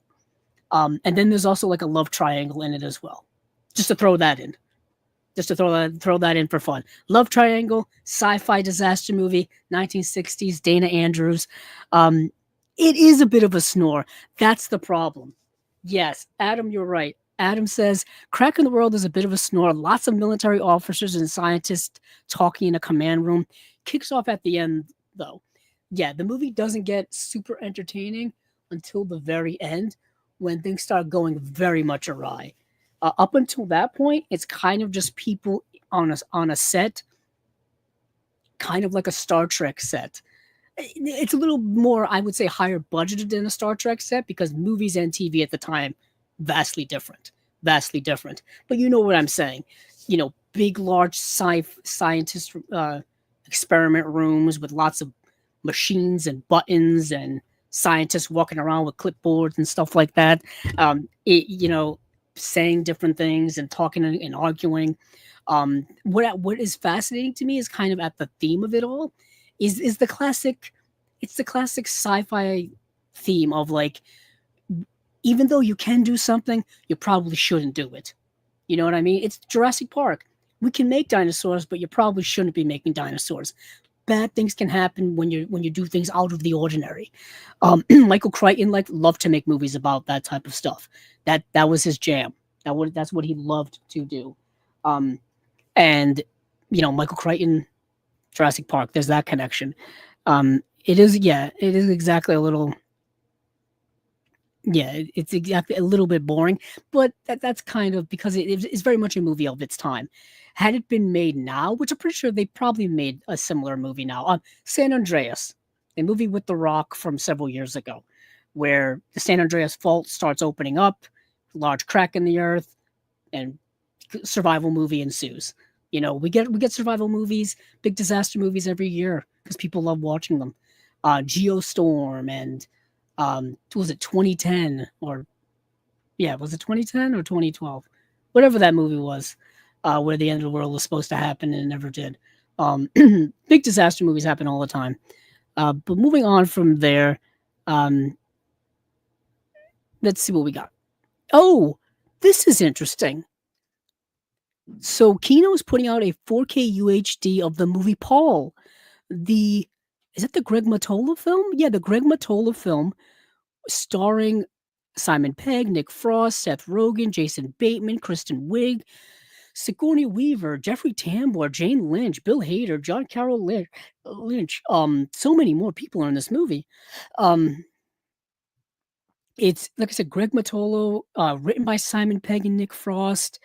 I bought this on Blu-ray forever ago. Let me see if I have it on my shelf. Excuse me. I do have it. Let me see if I can reach over and get it. Let's see, I got two. Here they are. So I've got 2 editions of Paul actually in my collection, because I remember when this came out in the movie theater, and I remember when it came out on Blu-ray. So I've got the UK. This was one of the first movies I ever imported. Is the Steelbook Blu-ray edition of Paul. For those of you who are listening on screen, you can't really see it, but it's a steelbook with the character of Paul on the front. And I don't even Universal put this out in the UK. One of the first things I ever imported was this. And then I've got the regular edition put out by Universal of Paul. And I remember watching this so many times when it came out because it's like a stoner comedy in the same vein of like Superbad and Pineapple Express, but it's an alien film as well. But Paul is voiced by uh, he's voiced by Seth Rogen. Seth Rogen. And it's like Seth Rogen as an alien. That's the movie. It's so much fun. And it's lowbrow humor, which you kind of got to be in the mood for lowbrow humor. Oh my God, this movie came out in 2011. Was it that long ago? Yeah, this movie is 14 years old now, as of this year. Holy heck. I didn't think it was that long ago. So I probably imported this and bought these when they came out. So 2011, 2012. Wow, that's kind of incredible. What a blast from the past. We don't know when this is coming out. This 4K UHD. It just says coming soon. From a 4K scan, 35mm original camera negative. I would assume the original camera negative is around. A mainstream film from a mainstream studio 14 years ago, I would assume it would be around. So that's kind of cool. Yeah, for those of you who don't know Paul, like I said, Seth Rogen as an alien, stoner comedy. The government's after him, and Simon Pegg and Nick Frost basically go on a road trip to save him, or to keep him from getting captured. That's the movie. Let's see. Next, we have the movie called Promise Her Anything, starring Warren Beatty and Leslie Caron. This is coming soon on Blu-ray. Also, we don't know when this is coming out. This movie came out in 1966, directed by Arthur Hiller, who directed The In-Laws. The In-Laws, which is the movie with Peter Falk. And, oh my goodness, I have it around here somewhere. Where are you? I moved things around recently because...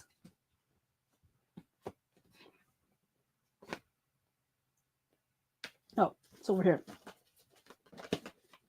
Yep, I found it. Here it is. The In-Laws. So this is the Arthur Hiller film, The In-Laws. But before he did this movie starring, like I said, Peter Falk and the late great Alan Arkin. Sorry, I always get Alan Alda and Alan Arkin confused. They got it's driving me crazy. But he did this movie called Promise Her Anything. And let me get a synopsis of this film up here. I didn't get to watch it, unfortunately, and I really, really wanted to. And I just ran out of time. There were so many movies to watch.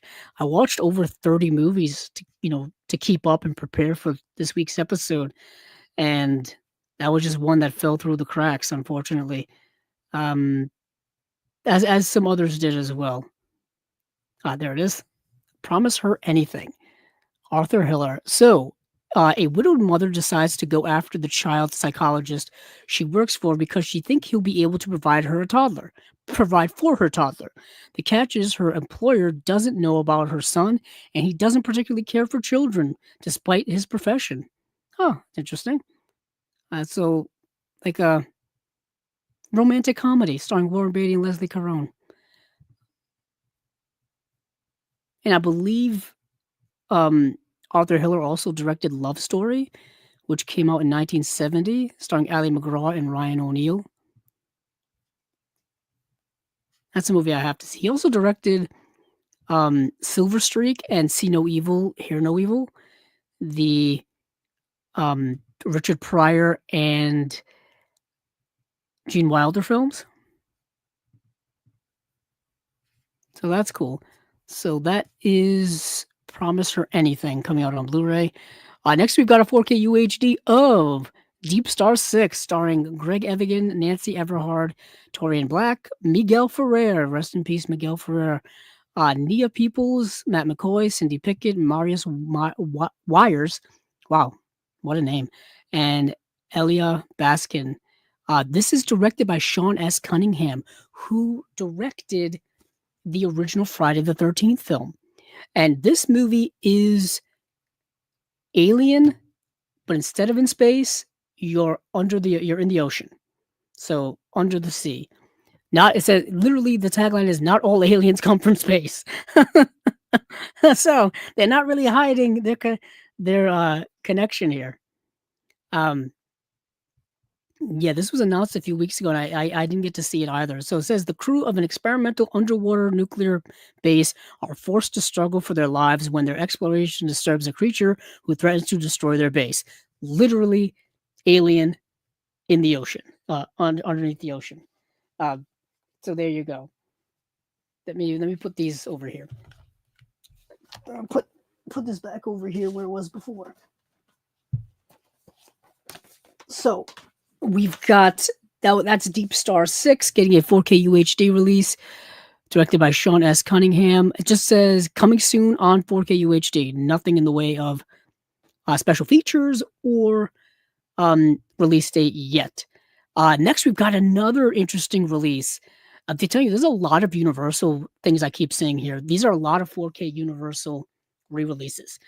Coming soon on 4K UHD, brand new HDR Dolby Vision Master from a 4K scan of the 35mm original camera negative is Spike Lee's Inside Man from 2006. I think this is one of Spike Lee's most underrated and most overlooked films of his career.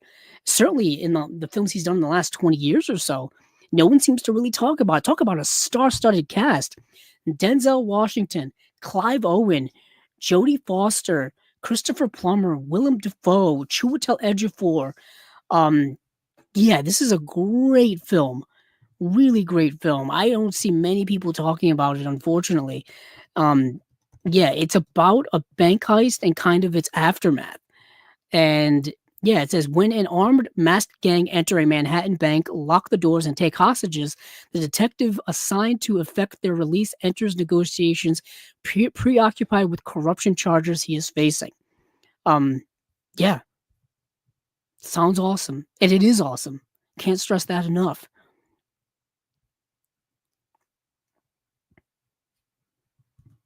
Let's say Jeff K says, yeah, stacks upon stacks. Jeff, I think you're talking about the stacks I have around me. Yeah, it's getting untenable. The thing is, I had to move things around for the best of or favorites of the year video we did a few nights ago because I had to get things in order so I had them nearby me so I could just grab and show it. So I had to move things around and I had to move some Criterions from the Criterion sale. I had to move some things I got over the holidays. I had to move Criterions from 2023 that I bought. So I've got stuff I have to organize. Kino stuff from Kino sales. Kino had a sale last month. Speaking of which, I'm still waiting on my Black Friday sale order from Vinegar Syndrome. That should be coming in, and coincidentally, I think I may place another order because they're having daily deals going on right now, and some of the cinematograph releases are part of those daily deals. So I figured I would snag some of those. So yeah, it's a new year. But things don't really change too much here on Chasing Labels. Still getting stuff for the collection, still working on revamping parts of the collection, still adding, still ever grooving. I consider my collection a garden, whether it's a flower garden or vegetable garden, where you're constantly working at it. You're constantly working on it. You know, you have to cultivate it. You gotta tend to it all the time. You gotta work with it. But yes, also Jeff, Inside Man is great. Super underrated. But moving on from Inside Man, we got another film that I'm so excited is getting a 4K release. Coming soon on 4K, and it's about damn time. A brand new HDR Dolby Vision Master from a 4K scan of the 35mm original camera negative. We've got Hard 8, Paul Thomas Anderson's first film starring Philip Baker Hall, John C. Reilly, Gwyneth Paltrow, Samuel L. Jackson's in the film, Philip Seymour Hoffman's in the movie. Is it really a PTA film if Philip Seymour Hoffman's not making an appearance in it? Um, yeah, written and directed by Paul Thomas Anderson. You know him. You know him. There Will Be Blood, The Master, Phantom Thread, um, Boogie Nights, so much more. He's working on another movie now that I think just got pushed back until next year. But we've got another PTA film coming next year, I think. So he's still working. One of my favorite filmmakers working today. I've always loved his stuff. Coincidentally, I think Phantom Thread was the first film I had seen his in theaters. What a movie that is. But Hard 8. I've owned this movie on a used DVD forever. And I'm so glad that it's finally getting a release here. So, one of Imprint's first releases ever was Hard 8 on Blu-ray. Now, that edition is long out of print because this is going back several years. I think it was re-released in a standard edition from Imprint as well. I just never got it. I never got that limited edition, and I never got that standard edition. I think that was the first. That's what put Imprint on the map for me, was when they were coming out with their earliest stuff, because they came out with that and A Place in the Sun. I think was one of their early releases too. So that got me really excited about Imprint and what they were up to over there. But Hard 8, Philip Baker Hall, super underrated actor. He didn't lead many films, at least towards later on in his career. But this is a film that he very much leads. Let me get the synopsis for those of you who haven't seen it. I thought that this movie, for years now, I'm talking about for a decade, I thought this was going to get a Criterion release. I swear I would have bet money on it that this was going to get a Criterion release. So the synopsis is: professional gambler Sidney teaches John the tricks of the trade. John does well until he falls for cocktail waitress Clementine. So Sidney is Philip Baker Hall, John is John C. Reilly, Clementine is Gwyneth Paltrow. And yeah, oh my goodness. Philip Seymour Hoffman in this movie, when he first appears on screen, he's electric. Oh, he's electric. What a movie. What a movie. And you can see so much in this film that PTA would go on to utilize in other films. Long takes, editing, certain editing flourishes, things like that. Certain characters, certain aesthetics, there's so much in this movie that you would see him go on to do in better ways in his next film, Boogie Nights, and then so on and so on. Magnolia, of course, is another one of his masterworks. This is such a good film. The reason why I thought Criterion was going to release it is Criterion loves to release first films from famous directors. They've made a penchant for doing that for many years. I thought that at the time, and then every year Criterion used to release a collage early on in the year where it would be like a jigsaw puzzle or a collage of hints at what they were going to release during that year. And in one year there was an 8-ball in it. So I'm like, Hard 8. It was a Hard 8, billiards ball. So I'm like, it should be Hard 8. No. Like one year they did like they did raisins, like getting a suntan. So it's like, oh, raisin in the sun. There you go. There you make that connection. I think there was one year where I think there was just there was a bunch of maniacs like in the picture. So it's like, oh, multiple maniacs. You know what I'm saying? And one year there was a flamingo, pink flamingos. It was stuff like that. Let's see. Jeff asks, is Hard 8 a 4K? Yes. That's what got me excited too. It says coming soon on 4K, brand new HDR Dolby Vision Master. So it's going to be a 4K, which is going to be an upgrade over whatever Imprint did. And we don't know what the special features are going to look like yet. We don't even know when this is coming out yet. So hopefully we find that out relatively soon. I hope it doesn't take a year. That's kind of one of my things when it comes to Kino announcing things is sometimes they'll announce something and it won't come out for a year. I've seen that happen a few times. Um, yeah, so Anderson, Jeff also says Anderson has always reminded me of Mamet. Uh, yeah, I don't better director though. Anderson's a better director than Mamet. I'm one of those people who don't think David Mamet's that great of a director, but he is a good writer, like a very good writer. I mean, I think he's won a Pulitzer, so that makes sense. But I've never, although there are a couple of Mamet films that I really like. For example, Homicide is very good. Um, but I think Mamet for me is a better writer than he is a movie director. Whereas Paul Thomas Anderson does both very, very well. To me, and this is not something that's been original as an original idea from my perspective. Ben Affleck said this years ago. Ben Affleck said this uh, when Argo came out and he was winning awards for directing Argo. I think he said this when he won the Golden Globe for directing. Is he said Paul Thomas Anderson is the modern day Orson Welles, and I've always thought that to be true.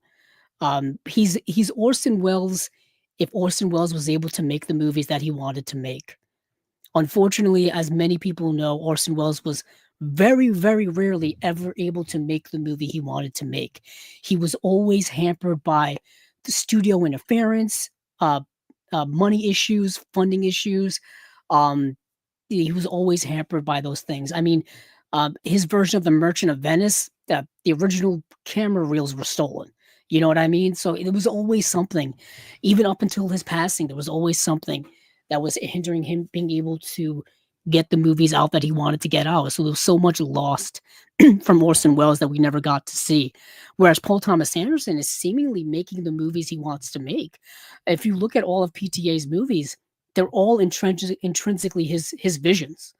You know, they're all intrinsically his. They're not made to be commercial films. They're not made with, with any type of intellectual property involved, for the most part. I know The Master is definitely about Scientology. I don't think you can watch that movie and not think it's about L. Ron Hubbard and Scientology, you know, uh, things like that. But his movies are very original works. That's why I've always commended him for being able to make original works. It's getting harder and harder to do that as we've come to know. It was hard for Martin Scorsese to get his visions out there. The movie Silence was a passion project of his for decades. He just he couldn't get the funding for it. If Martin Scorsese is struggling to get funding, everyone else must be struggling too. So let's see. Let's move on from there. That's the big news. And then something that dropped yesterday or the day before, Repo Men, the Miguel Sapochnik film, which I actually got to watch last night, starring Jude Law, Forrest Whitaker, and Alice Braga, and Liev Schreiber, and RZA's in the film for one scene. RZA from Wu-Tang Clan. This is a movie that is based off of a book. It's a sci-fi film. So what happens is in the future, there's this company that will if you need an organ replacement, let's say you have a bad heart, you have a bad kidney, bad liver, bad whatever, honestly, whatever organ, even like ears and eyes and things like that, they will replace it. And obviously you have to pay for it, but I think they don't really say how expensive it is, but I'm assuming it's absurdly expensive to the point where you need to have a payment plan. Like you've got to pay a certain amount at a certain time, and if you don't, they will repossess it from you. They will send these repo men out and get you. And two of these repo men are Jude Law and Forrest Whitaker. And what they do is they go out and they take your organs back. They take your artificial organs back. And there's a procedure that goes through it. They basically tell you, hey, you want us to call an ambulance? You have that right. All this kind of stuff. You actually have to sign like paperwork. This is the same type of thing as like having a mortgage on a home, or having a loan on a car, or a loan on a boat, or a loan on whatever. Credit cards, the way credit cards work, you've got to pay them, or there are penalties. If you don't pay your car bill they come and take your car. You don't pay your house, the bank will take your house. You know how it works. That's the way the world works. Well, this is involving organs, and it's in the future where that's a thing. But lo and behold, one day Jude Law needs an artificial heart, and he gets it, and he's not able to pay on time, so therefore they come after him. So now the tables have turned, and then that's the premise of the movie. I like the premise. The movie has really good, fun, yeah, action sequences in it. For me, the movie is kind of a little too long, and you get some pacing issues in the middle of this movie. Like the movie comes to like a dead stop where it meanders. It meanders a little bit, and I'm like, we got to pick up the pace here, or else I'm going to fall asleep. you know, it's like they tried to be too serious with this movie, and the sincerity and just doesn't hit. It doesn't hit and doesn't feel genuine. You know what I'm saying? So that kind of loses you as a viewer, and it lost me a little bit. But then you pick up the whole sci-fi aspect of it, and it works. Next is a movie that is notoriously known for being bad, and it's not very good. And this is the movie The Snowman from 2017, starring Michael Fassbender, Rebecca Ferguson, Charlotte Gainsbourg, J.K. Simmons, Val Kilmer, Chloe Sevigny, and Toby Jones. This is directed by Thomas Alfredson, who directed Let the Right One In and Tinker Tailor Soldier Spy. Everything I've said up to this point should lead you to believe that this is going to be a no-brainer hit of a movie, and it is not. It's also based on like a New York Times bestseller. This movie's supposed to be in the same vein as like Girl with the Dragon Tattoo. Like it's that type of thriller, and it is just not good, which is damn unfortunate. And a lot of the reasons why this movie isn't good is production issues. Apparently, about 15% of the movie, or 15% of the script, wasn't able to be filmed, so you're left with a kind of incomplete movie, and it feels incomplete once you get to the end of it. It feels like they're going along, building this movie, and then some pieces are missing, and then we get to an ending. And then once we get to that ending, we're like, oh, that's where we were leading to. It felt like we were leading to something so much more, but there just isn't anything there to put all of the interconnecting pieces together. And it's a damn shame. It's a damn shame because Michael Fassbender is a great actor. The other people in this movie are great actors, and the movie is should have been a hit. It should have been a lot better than what it ended up being, and such a shame. And it's not that it's a bad movie, and it's not that it's unwatchable. It's just it just feels like it's lacking. And the reason why is because they couldn't film like 15% of the script. So the movie's 85% complete. That's what a B in a grade world. Maybe borderline B plus. B. No, it's about a B. About a B. I was gonna say B plus, but no, that's a B. So you got Michael Fassbender, who's Detective Harry Hole investigates the disappearance of a woman whose pink scarf is found wrapped around an ominous-looking snowman. So this is the movie with the snowman, where every time there's a killing, a snowman gets left behind. And then this killer is also taunting the Michael Fassbender character by leaving him notes, a la the Zodiac. So this movie was supposed to be similar to the Zodiac film as well, but it's so incomplete that it doesn't put all of those interesting pieces together in a cohesive way. Also, there's not a lot of character stuff going on in this movie. There's so much depth that they are hinting at for the Michael Fassbender character that they just never go into. So you're left with like shallow characters in an incomplete film. Damn shame, because it's not terrible. The bones are there, but the body's just not in this movie. And I remember when it came out, and I remember when they, and I remember people being excited for it. I remember when the first trailers hit, and I remember a lot of reviewers basically saying those things. Jeff asks, why couldn't they film it all? From what I understand and from what I've read, because I did read up on it, is the way the shooting schedule went was too fast paced for the director, and sometimes those are out of the director's hands. Those are put in place by studios and producers. And sometimes if they don't want to pay for extended time, or if they don't schedule things enough, they to make leeway for certain issues that they're having, they just run out of time to shoot. That's what I think happened. If you look up the Wikipedia production and you read the production about it, or if you go to the IMDb trivia, that's kind of what happened. The production was too rushed. He also said that the pre-production was rushed, the production time was rushed. He didn't have enough time shooting in Norway when they had to get back to London and all this kinds of stuff. And then in post, the editors like struggled to put the movie together because they didn't have the pieces they needed. So that's a problem. Anywho, Thomas Alvarez actually like disowned the movie. He disowned it when they were doing the marketing for it. He's like kind of like distanced himself from it. That's the gist I got. I wish I knew him personally. I could ask him. Not that I think he would divulge anything interesting, but it feels like there was a whole issue with the studio and what they were allowing and scheduling and things like that, which is a damn shame. Like I said, so that is. You know what? I think that's it for Kino, because we've been stuck on Kino for a little while and we got to move on. So that's it for Kino. Let's move over now to Indicator. Like I hinted at before, they only have 2 releases, and these are their March releases, I believe. Let me check to make sure that I'm in the right world here. It says, yes, yep, March. Coming out March 18th. So coming out March 18th, we have a movie called Thirst by Rod Hardy.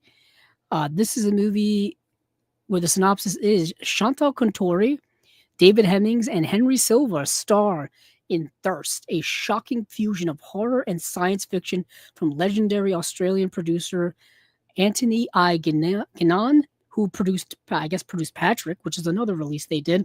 A sinister organization known as the Brotherhood kidnaps Kate, believing her to be the descendant of Countess of Bathory, the Hungarian noblewoman who reputably had vampiric tendencies. A battle of will ensues as the Brotherhood tries to force horrified Kate to join their blood-drinking sacrificial cult. Only Dr. Fraser Hemmings is willing to help her. Directed by Rod Harding and with a score by Brian May, who did the Mad Max score, Thirst is a classic of Ozploitation cinema. Now, I think I watched this for some reason for the podcast, for Chasing Labels, and it may have been an Umbrella release. Let me check, actually. Let me go over to Blu-ray.com and check, because I feel like that's something they would have put out in their Ozploitation line. Yep, Ozploitation Classics number 14 from May of 2022 from Umbrella Entertainment was Thirst. There it is. There's the connection. So, Indicator's putting out their own version of it. It's got a brand new 4K HDR restoration from the original negative by Powerhouse themselves. And yeah, this is coming in both 4K and Blu-ray, so you can buy either one. Let's see, what else we got here for special features. It's presented in Dolby Vision, original mono audio commentary with director Rod Hardy and producer Anthony I. Guinan. Thirst, a contemporary blend, 2022 retrospective interview with Guinan, archival TV interview with actor David Hemmings, archival audio interview with actor Chantal Contori, Not Quite Hollywood interviews, extensive selection of outtakes from Mark Hartley's acclaimed documentary on Australian cinema. That's a great documentary. Watch it if you. I have it actually. It's down here somewhere on one of the stacks. I actually got it from Umbrella. Umbrella actually put it out on Blu-ray, so it was only available on DVD here in the United States, so I decided to get the Blu-ray. It's all about Australian cinema, like the like Ozploitation and all those kinds of things, and they use clips from those interviews in that documentary on a lot of special features. Let's see, appreciation by the academic and Australian cinema specialist Stephen Morgan, and we've got image gallery, TV spots, stuff like that. So world premiere on 4K. World premiere on 4K. Next, we've got the movie Harlequin. What an odd movie. So, Harlequin coming out March 18th as well.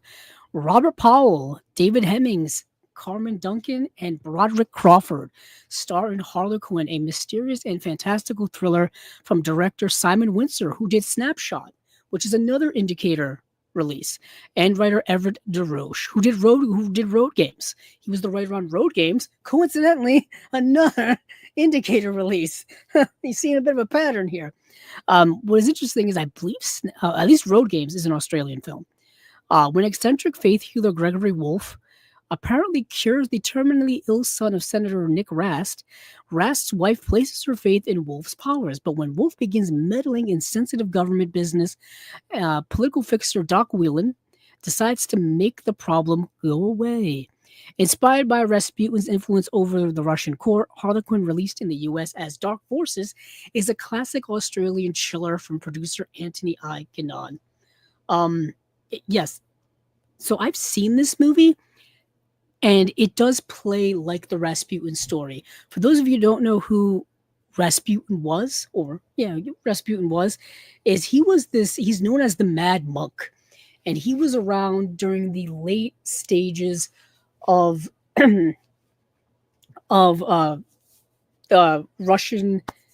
Russian royal history, the Romanovs. So the Romanovs ruled Russia for 300 years, from the 1600s to 1917. And then the Russian Revolution happened with like Stalin and Lenin and all that stuff. And then you get, communism then ruled Russia all the way up until, it ended in late 80s, early 90s, you know what I'm saying, the fall of the Berlin Wall, all that stuff. And then you got Russia as we know it now. But towards the late stages of the royalty of the Romanovs, there was this guy called Rasputin, who was known as the Mad Monk. And he was able to infiltrate the lives of the Tsar and his wife and his child. And people were very suspicious of him and his intentions. There was all kinds of rumors that he was romantically involved with the Tsar's wife and stuff like that. And I think he was also taking care of the Tsar Nicholas's son, who was very ill. I think I forgot what he had. I think it was anemia or something like that, where, at the time they didn't really know how to treat things like that. But anywho, the people didn't trust him and trust the fact that he has such a close relationship with the royal family. Lo and behold, spoiler alert, can't really spoil our history, but they ended up killing him, or they ended up executing him. But by that point, it was too late, and the people already didn't trust the royalty. And then a coup happens, and the Russian Revolution happens. Whatever, that's history. But this movie is kind of loosely based off of that whole Rasputin story, and how he was. But in the place of the royal family is you have a senator and his family. So there's the senator's son is sick with leukemia, and he's very close to dying, and he's very, very sick. And one day this guy shows up out of nowhere and apparently cures him. And the young boy starts getting better and better. So the family is, of course, thrilled about it. The mother is, of course, beside herself. But he starts kind of manipulating things and doing things behind the scenes and getting closer to them and making the power players around the senator very uncomfortable. Very uncomfortable. So they decide to kind of do things about it, or try to do something about it. And that's the movie. The issue I have with the movie is that things don't become clear as to where this guy came from, or motivations as to why, or any of that. And it's supposed to be like sinister, like movie, but to me it didn't come off like that. It came off rather confusing, actually, as to what the motivations were for this random guy who showed up. Like, did he have some type of vendetta against the senator or against politics in general? What's going on in this movie? The movie never really delves into all of those intrinsic details that would have made things more clear.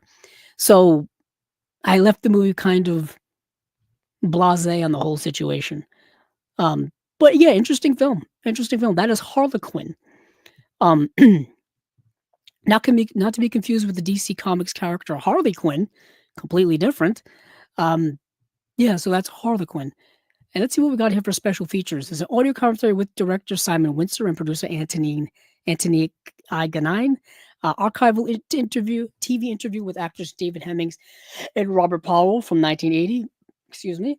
Archival audio interview with Simon Windsor from 1979. Archival audio interview with associate producer Jane Scott, 1979. Archival audio interview with production designer Bernard Hills, 1979. Not Quite Hollywood. You got some stuff and some interviews from there. Appreciation by the academic and Australian cinema specialist Stephen Morgan. That's brand new from 2024. Destruction from Down Under. Kim Newman revisits the Australian genre film boom of the 1970s and 1980s. And that's the kind of the heart of the Ozploitation era, and when Australian film really had their boom in a new age was the 70s and 80s. Very interesting things going on back then. So this is the world premiere on 4K UHD. And like I said, this comes in both 4K and Blu-ray as well, so you can get that. So we've got 2 films coming out March 18th from our friends over at Indicator, Thirst and Harlequin. So that is it from them. Let's see now. Let me go take a look at my notes to see what we've got cooking next. Okay. Hold on. Let me go back to my notes. There they are. So let's see. We just did Indicator. Now let's go to Umbrella. Let's see. Do I have? Yes, I'm on the Umbrella website. So the Umbrella had a few releases. Let me go over actually to their Facebook page so I can confirm the titles that I have. It used to be so much easier. Now it's a little more difficult to look this stuff up, because if you go to the Umbrella website, it's a little chaotic. I mostly go there to get the special features listings, but they always have like a lot of things going on over there that confuse me, and I'm not able to make it all super concise for people that are listening or for people that are watching. So let me scroll all the way back down to, here we go. So we have 1, 2, 3, 4, 5, 6 releases from Umbrella. We have the movie Daybreakers. That's getting a 4K UHD release. We have the movie Grafted, which is just getting a Blu-ray release. We have the movie Control, which is getting a Blu-ray release. We have the movie Black Death, which is getting a Blu-ray release. We have the movie The Thicket, just getting a Blu-ray release. And we've got the movie You Should Have Been There Yesterday. That's getting a Blu-ray release. Daybreakers is probably one that people are familiar with, at the very least. It's a modern day vampire film starring people you know. So let's see. In Daybreakers, society is on the brink of collapse in a dystopian future where nearly the entire human population has been turned into vampires. The remaining humans are hunted for their blood, and the world is running out of resources to feed the growing vampire population.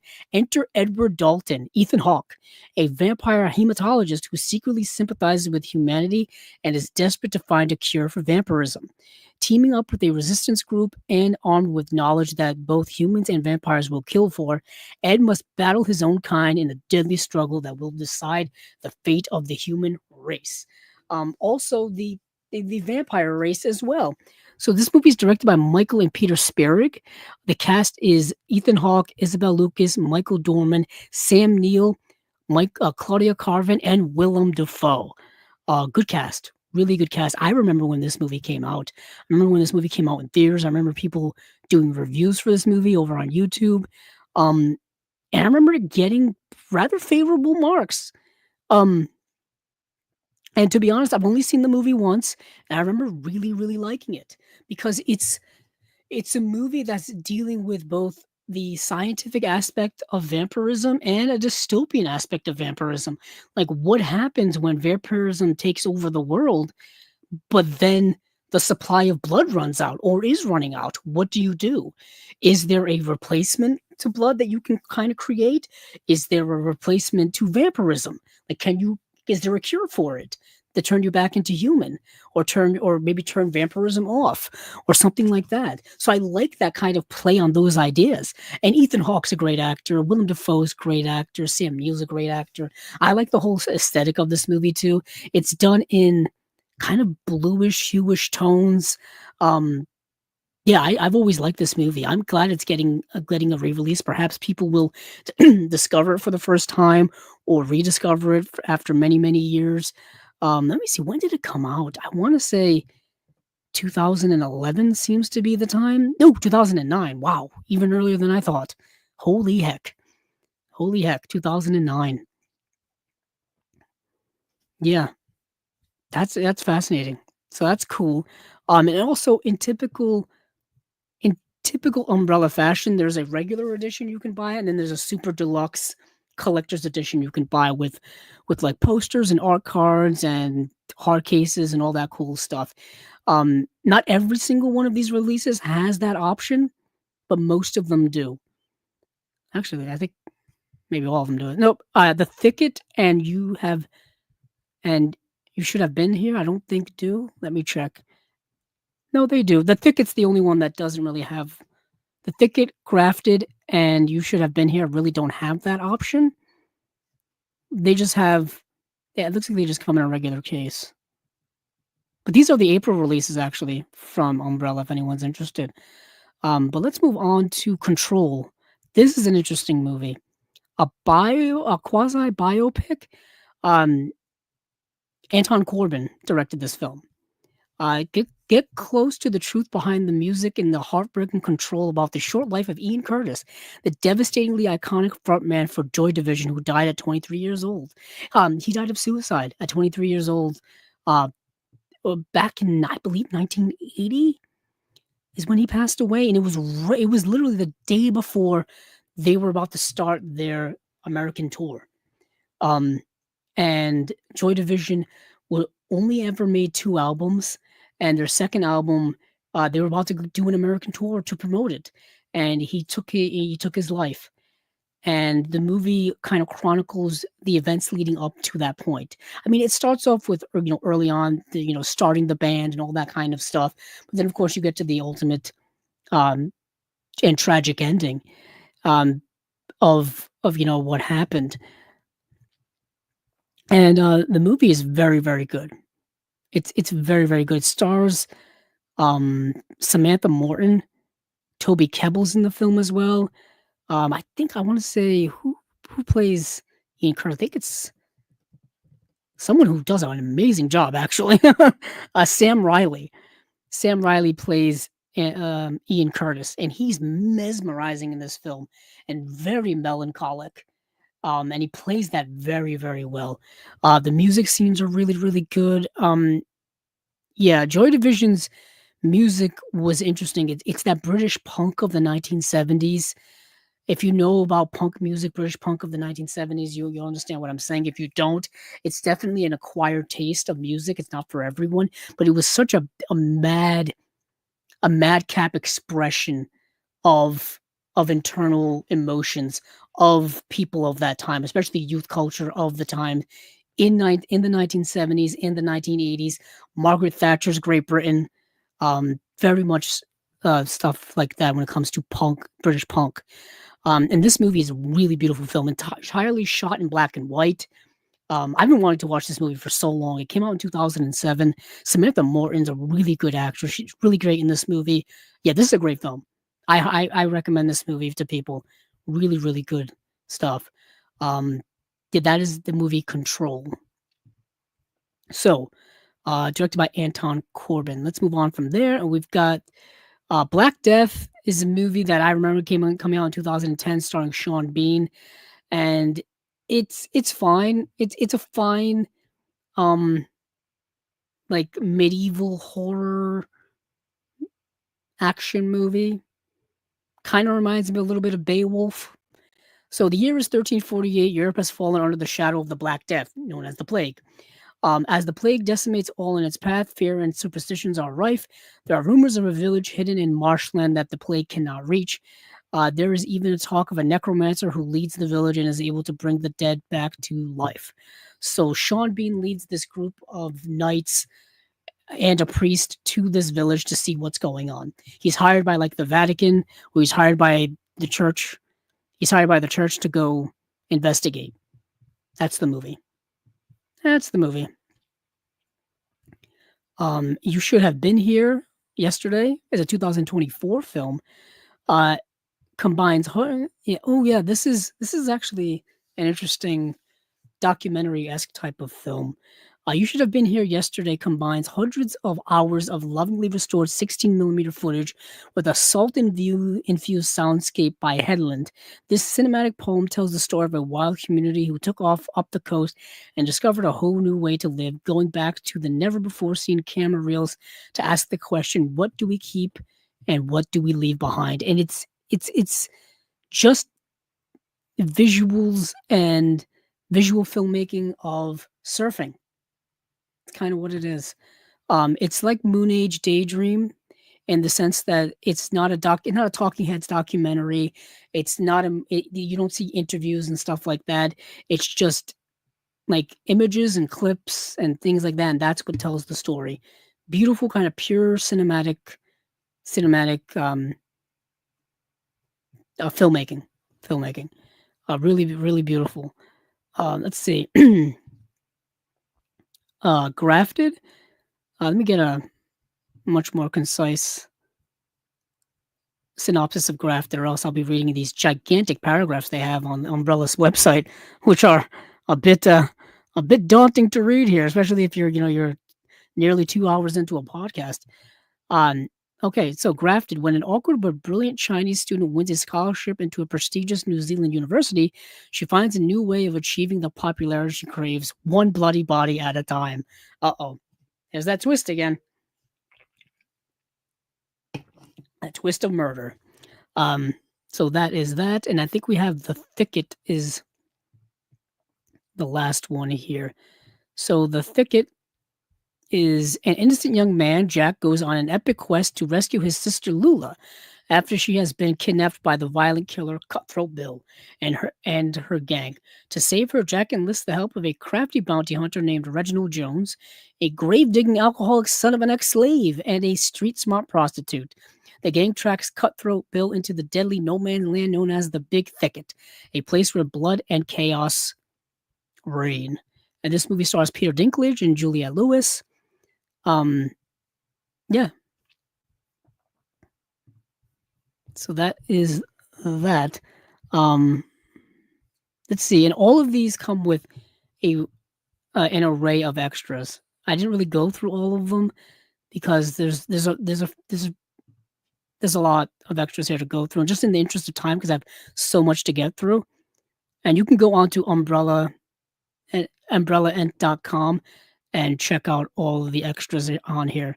Especially with Control, there's a couple of new special features. Control is the one that I'm really looking at the most, that intrigues me the most, because it's such a good film, and that would be the one I would definitely get. That and maybe Daybreakers too.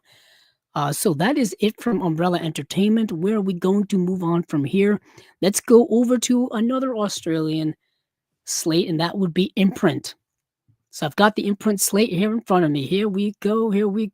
And this is their March slate. We've got Factory Girl. We've got The Weight of Water. We've got In the Bedroom. And we've got Shattered Glass, Savior, and Man Bites Dog. What a great group of films. This is an excellent group of films. Specifically, the biggest thing for me is In the Bedroom getting a Blu-ray release. In the Bedroom, I believe, has never had a Blu-ray release anywhere. And this is the movie that was nominated for Best Picture back in 2001. I think along with Fellowship of the Ring. Yeah, I remember that. That was nominated along with Fellowship of the Ring. This is the movie that stars Tom Wilkinson, Sissy Spacek, Nick Stahl, Marissa Tomei. I have championed this movie for years. I think it's super underrated. So underrated. This is the movie that made me not only aware of, but a huge fan of Tom Wilkinson.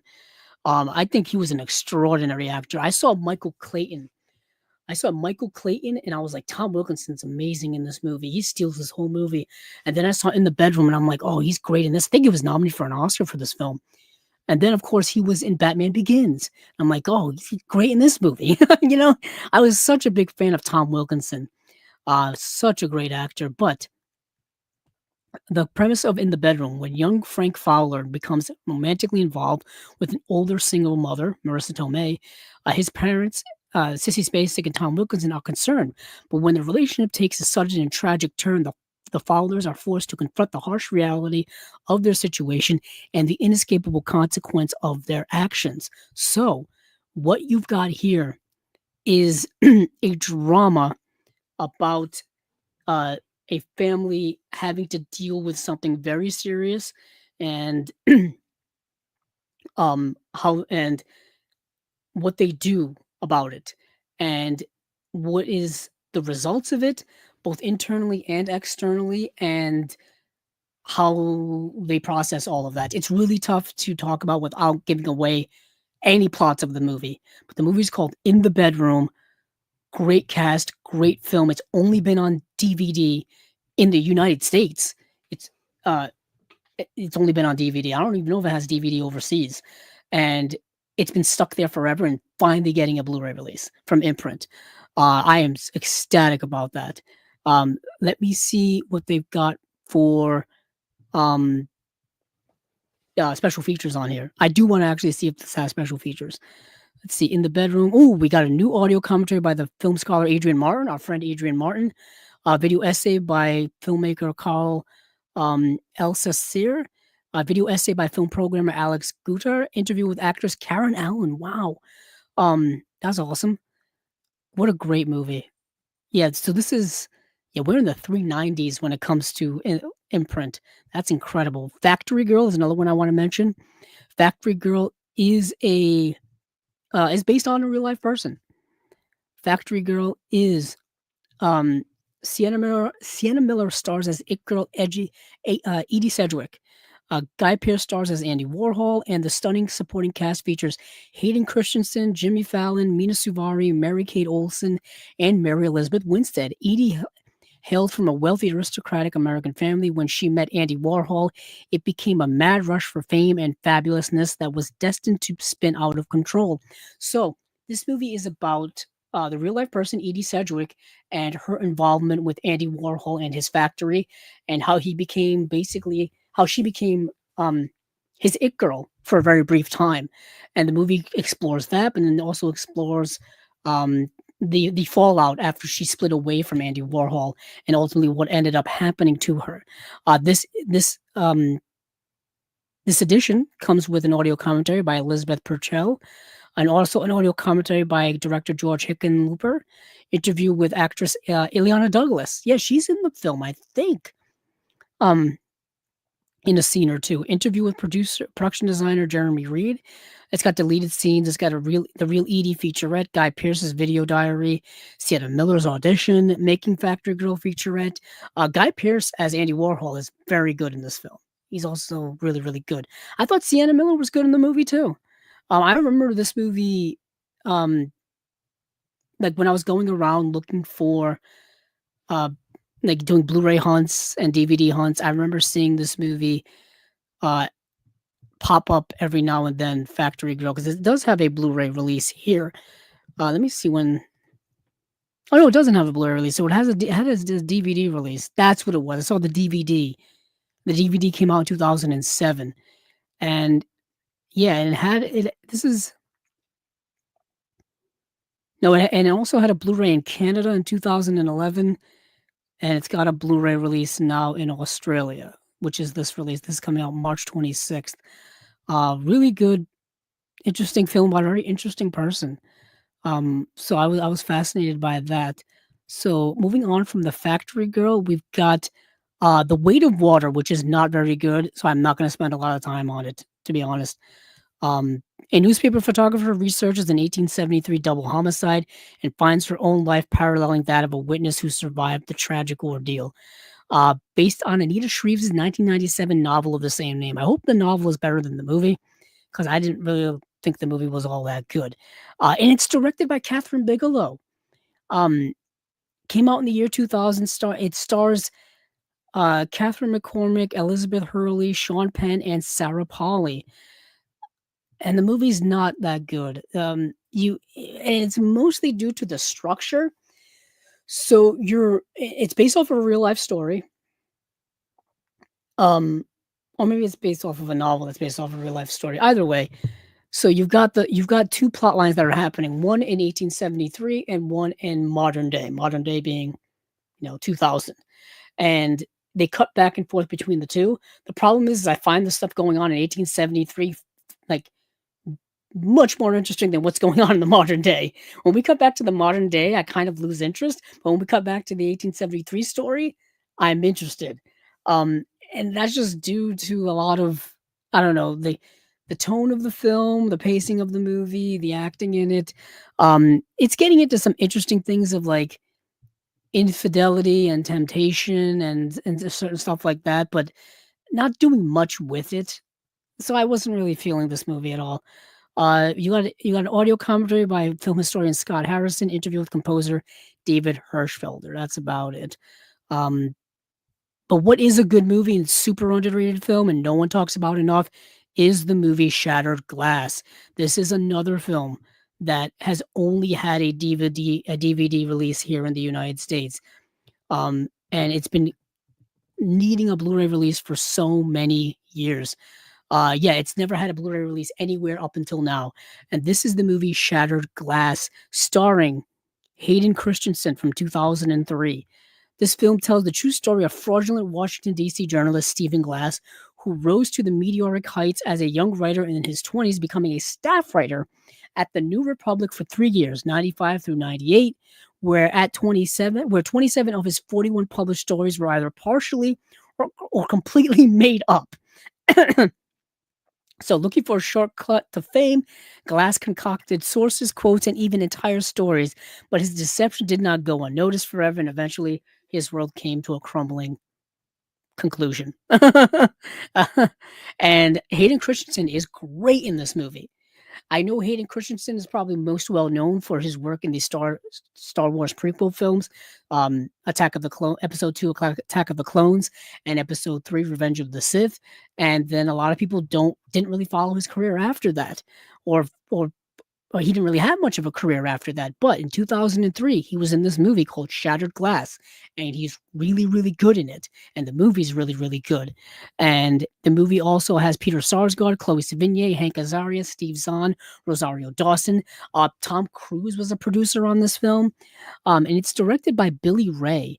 And that's a director who I don't remember much about. Let me see. Billy Ray. I remember the name, but I don't remember. Oh, okay, he was a writer on Captain Phillips. Yeah, he was more of a writer than director.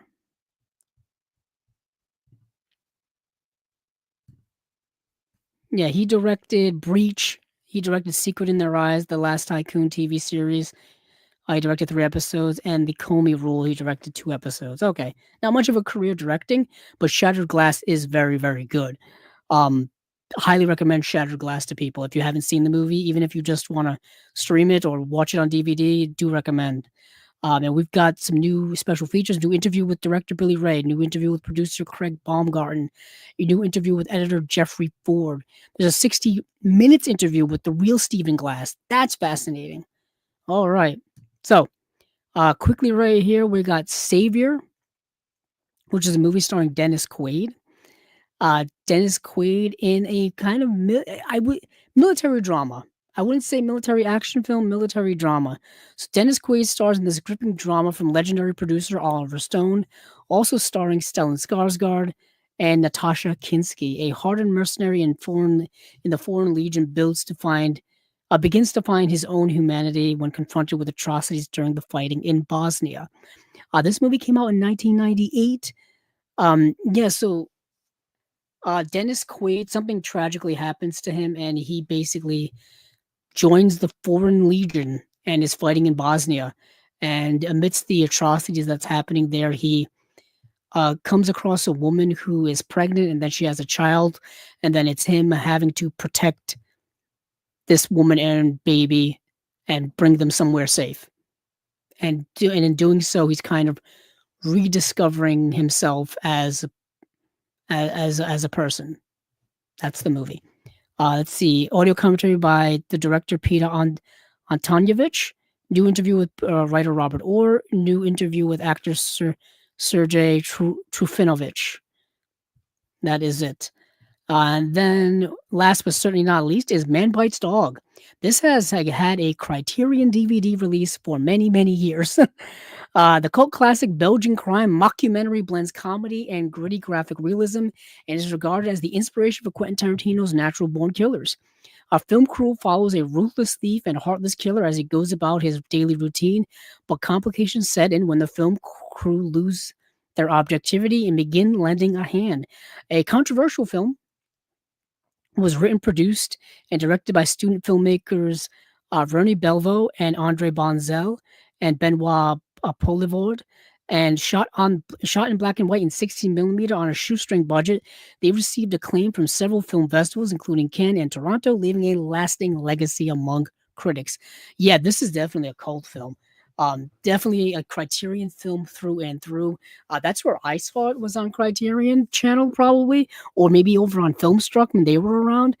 This has a new interview, new audio commentary by film historian Sam Deegan, new Man with a Movie Camera, the found footage legacy of Man Bites Dog.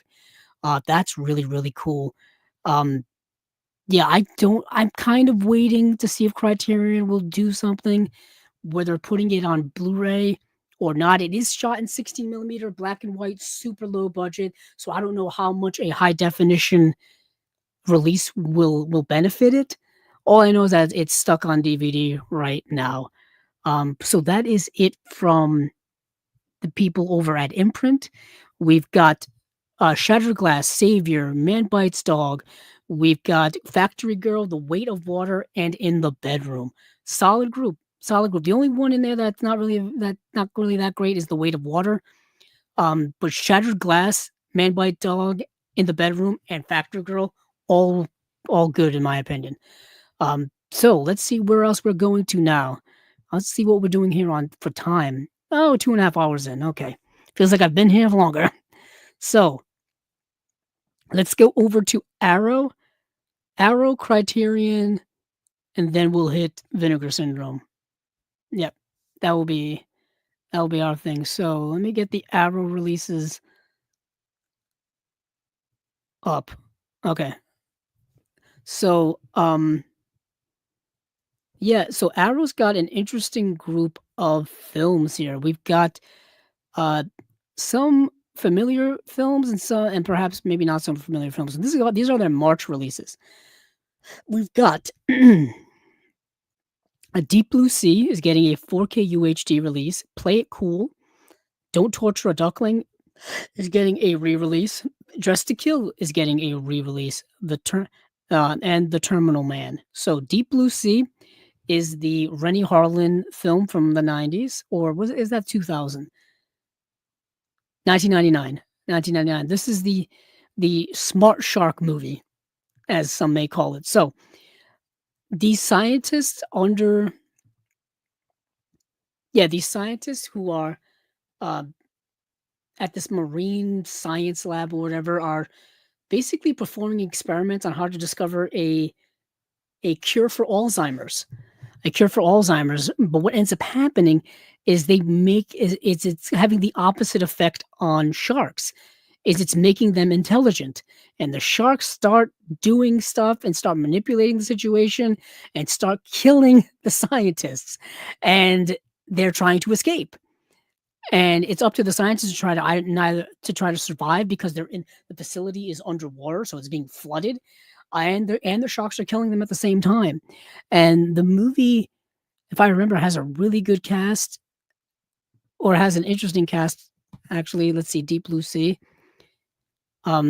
This is kind of a cult classic of a film. I wouldn't call it a great movie, but I think it's a lot better than people remember it for being. It very much fits the time in which it was made. it holds up if you remember it when it came out. If you're a fan of the movie, I think you'll be happy with rewatching it. And yeah, so the movie stars Thomas Jane, Saffron Burrows, Samuel L. Jackson, Jacqueline McKenzie, Michael Rappaport, Stellan Skarsgård. Ada Totoro was in the film. She was in um, The Sopranos. LL Cool J is like the chef who works on this base because I guess they have a chef on the base as well. Um, yeah, and all these people have to survive. So it's a fun thriller from the 90s. It's exactly what you think it is, with three intelligent sharks doing stuff. It's an hour and 45 minutes. It's a breeze of a film. I enjoy it. I enjoy the movie for exactly what it is. Let's see what we got here for special features. Yeah, it's new 4K restoration of the film from the original camera negative by Arrow themselves. Approved by director Rennie Harlan. Brand new audio commentary from screenwriter Duncan Kennedy. Brand new audio commentary from filmmaker and critic Rebecca McKendry. Archive audio commentary by director Rennie Harlan and Samuel L. Jackson. That's pretty cool. From the frying pan into the studio tank, a new interview with production designer William Sandel. Beneath the surface, a new visual essay by critic Trace Thurman. When Sharks Attack, the making of Deep Blue Sea, an archive featurette. 60-page perfect bound books. Obviously, if you get that limited edition, you get the book that comes with it with essays, and you got double-sided fold-out postcards as well. And of course, there's a Blu-ray edition too. Play It Cool is a chic and erotically charged drama starring popular Japanese singer of the day, Maria Tsumi, as a college girl negotiating her way through the male-dominated hierarchies of Tokyo's seductive but treacherous nightclub scene. Yumi is a pretty actually, let me check. Because this is like a paragraph long. Let me check. Let me check. Letterboxd. See if I can get a more concise one, or else I'll be reading an entire book here. I unfortunately did not get to see this. So this Japanese melodrama chronicles the exploits of Geisha's beautiful daughter. The daughter is the Geisha's pride, and she spares nothing to ensure that she has a bright future, but the hardworking young woman's dreams of becoming a dressmaker are shattered. She then becomes a nightclub hostess who plays cards with male patrons using her body as the prize. So, yeah, I think that tells you everything you need to know about the movie. I believe this is only getting a Blu-ray release. It's coming out March 4th. Deep Blue Sea is March 18th for those here in the US. Brand new audio commentary with critic and Japanese cinema specialist Jasper Sharp and professor and Japanese literature specialist Ann McKnight. Too Cool for School, brand new video essay on Play It Cool in the career of writer-director Yasuzo Masumura by Japanese film scholar Mark Roberts. And that's it. Don't Torture a Duckling. Now, Don't Torture a Duckling, I believe, has been released already on Blu-ray by them, because this is the 4K release. When the sleepy rural village of Asandura is rocked by a series of murders the murders of young boys, the superstitious locals are quick to apportion blame with the suspects, including the local witch, Makiara. With the bodies piling up and the community gripped by panic and thirst for bloody vengeance, two outsiders, city journalist Andrea and spoiled rich girl Patrizia, the red team up to crack the case. But before the mystery is solved, more blood will have been spilled, and not all of it belongs to innocence. So this is a giallo film from 1972. So it's a Lucio Fulci film. Yeah, it's a Lucio Fulci film. I'm pretty sure many of you know it already. pretty sure many of you know it. Many of you probably have it. I think they've released it at least once or twice already. Probably in those essential giallo sets that they've been putting out. You know, the ones that are color coded: red, white, black, yellow, whatever. So this is getting a 4K restoration from the Techniscope camera negative by Arrow Films, Dolby Vision HDR, newly restored original lossless mono with the Italian and English soundtracks. You got subtitles, obviously. Audio commentary by Troy Haworths. author of So Deadly, So Perverse, 50 Years of Italian Giallo Films. Giallo alla Campagna, a video discussion with Michele J. Coven, author of La Dolce Morte, Vernacular Cinema, and the Italian Giallo Film. Hell is Already in Us, a video essay by our friend and the awesome Kat Ellinger. Lucio Fulci remembers which is a rare 1988 audio interview with the filmmaker. Who Killed Donald Duck? An interview with actress Barbara Boucher.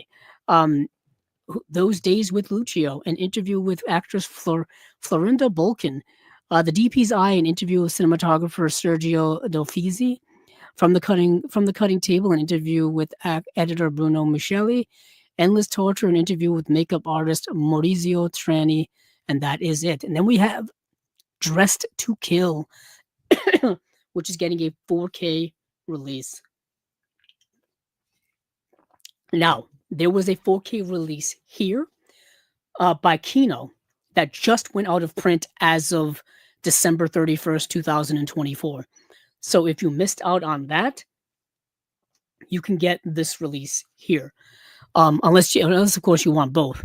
Now, I know here in the US, Criterion has the Blu-ray rights to Dressed to Kill, and I think Dressed to Kill has a Blu-ray release in in the UK by Arrow. So this is them re-releasing Dressed to Kill.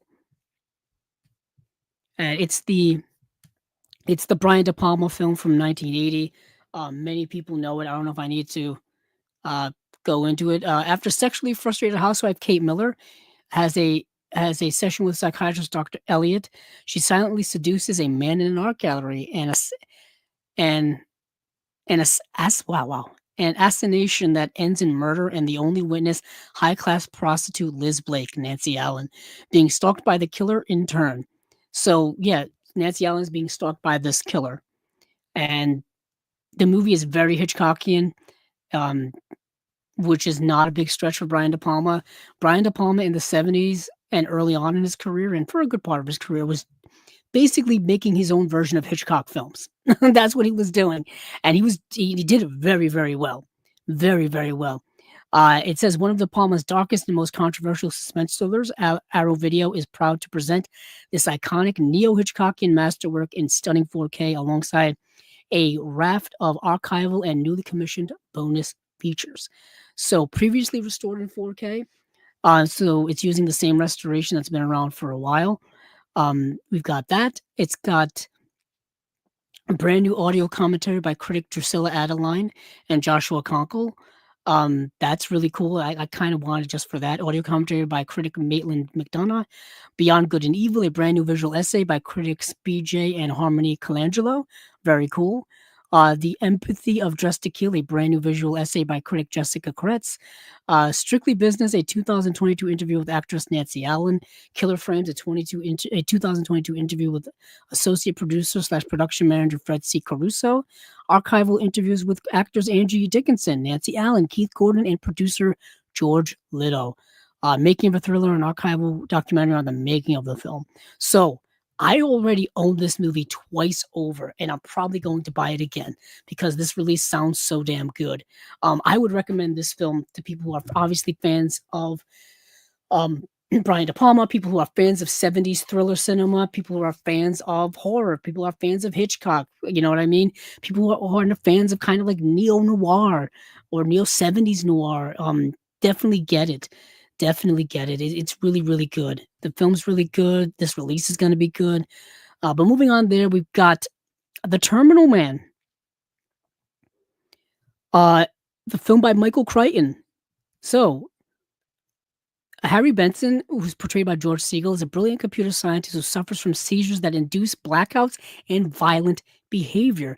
Undergoing experimental surgery, electrodes are implanted in his brain to detect oncoming seizures and stop them with an electrical impulse, but the pleasure center of his brain becomes addicted to the stimulus, triggering seizures at shorter and shorter intervals. If they become continuous, the blackouts will be permanent and be Benson a homicidal killer. So you've got this movie that is, once again, it's science run amok, which is what Michael Crichton loves.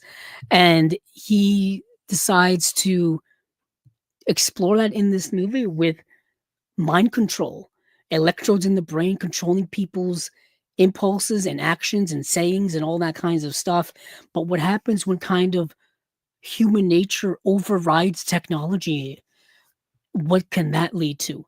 And also, and also dealing with, what if that human nature is a violent, evil nature? What does that lead to? And is it controllable? Is it not controllable? Is human nature um, inherently violent? It's asking a lot of questions. But here we've got a brand new audio commentary by film historians Howard S. Berger and Stephen Mitchell, a misunderstood modernist masterpiece, a new visual essay by film scholar Josh Nelson. Who Am I, If Not Myself, a new visual essay by Howard S. Berger.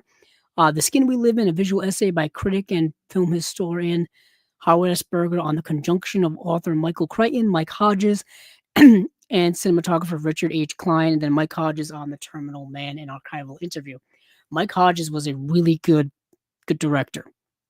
He directed Get Carter.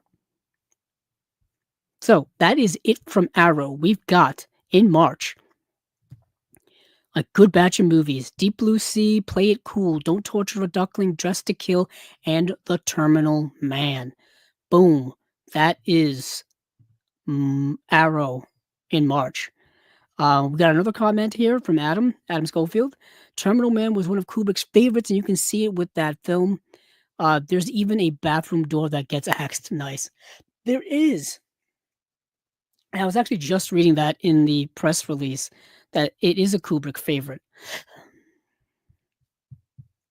Or was a Kubrick favorite. It says, much admired by Terrence Malick and Stanley Kubrick. Mike Hodges' film of Michael Crichton's novel is an unnerving, slow-burn masterpiece long overdue for reevaluation. Yeah, I think it fits. It does fit the kind of modern thinking of, mental manipulation and mind control. That stuff seems to never go out of fashion. Because if we think about it now, we're influenced and stimulated by so much around us, technologically wise, that we are mind controlled. Really, think about it. Just think about social media in general. You know what I mean? Our social media addiction, our addiction to our phones and technology and computers and all that kind of stuff. I mean, that's something right out of today. So let's move on. What else do I've got here? Oh, we want to go to Criterion. There we go. Yeah, we're in we'll Criterion, then Vinegar Syndrome, and then that'll be the end of Chasing Labels number 155. So we are in March for Criterion as well, and we've got an eclectic group of films, a varying group of films here. So we've got Night Moves, we have Night Moves, Choose Me, A Woman in Paris, Godzilla vs. Biollante, and then we've got Thief getting a 4K re-release, and we've got The Wages of Fear getting a 4K re-release as well. Now, let's start at the top. Wages of Fear, in my opinion, one of the greatest films ever made, one of the greatest films Criterion's ever put out. They put it out on DVD, they put it out on Blu-ray, now they're putting it out in 4K. I like the new cover art that they've got here. I'm glad they switched up the cover art from the old DVD and Blu-ray. The old DVD and Blu-ray cover art was just a screenshot of a scene in the movie. So I'm glad they went with some original artwork here. But this is, in my opinion, one of the greatest films ever made. Based off of the book called The Wages of Fear. The book would be adapted into obviously this version done by Henri Georges Clouzot, then would be done by William Friedkin in the movie Sorcerer that he did in the late 70s, which is a great film as well. Check that out if you haven't already. There's a Blu-ray of that put out by Warner Brothers, so definitely check that out. But with The Wages of Fear, Henri Georges Clouzot, in a squalid South American oil town, four desperate men sign on for a suicide mission to drive trucks loaded with nitroglycerin over a treacherous mountain road as they ferry their explosive cargo to a faraway oil fire. Each bump and jolt test their courage, their friendship, and their nerves. The result is one of the greatest thrillers ever committed to celluloid, a white-knuckled ride from France's legendary master of suspense, Henri Georges Clouzot, who is known to many as the French Hitchcock. because his films are very Hitchcockian. You have this movie here that he did. You have Diabolique, plus a bunch of others. But this movie is incredible, incredible film. Uh, let's see, we have interviews with the assistant director Michel Romanoff, and Mark Godin, biographer of Henry Georges Clouzot. Interview with actor Yves Montand from 1988. Henri Georges Clouzot, The Enlightened Tyrant, a 2004 documentary on the director's career, censored an analysis of cuts made to the film for its 1955 US release, program on the film's 4K restoration. So I believe it's all the same things that have been available on the Blu-ray for years. Once again, nothing really earth-shatteringly new when it comes to this upgrade from Criterion. Let's see. Oh, Adam, what's the? I'm gonna look it up. Adam says there's another Wages film has been done 3 times, and he said that he forgot what the name of it was. I forget what it was when it was made. Probably could look that up on Wikipedia. Um, yeah, like I said, it's been adapted these 2 times specifically. Um, that's that's probably the most famous ones. Um, let's see, Wages of Fear. Just gonna give me the 19. Let's see, thriller film directed. Yeah, yeah, it's based off of a French novel. So the movie, yeah, it's been restored a few times. It's been available on VHS. I'm assuming Laserdisc as well, and obviously it's. I'm just looking up here. Yeah, it was restored in 4K in 2017. Um, and it's yeah, like I said, it's one of the greatest films ever made. Um, and to my opinion, and I know that's just my opinion, and my opinion is my own. Um,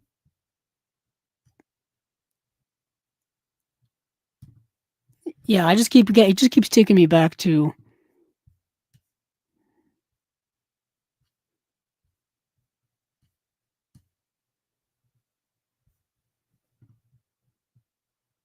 Yeah, I'm looking around for.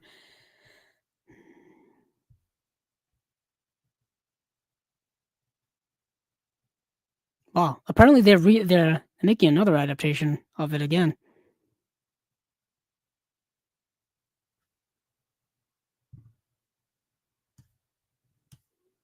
Let's see. So they've adapted this a few times. Yeah, the 1950. This is the 1953 film, and there's the one, yeah, Sorcerer, 1977.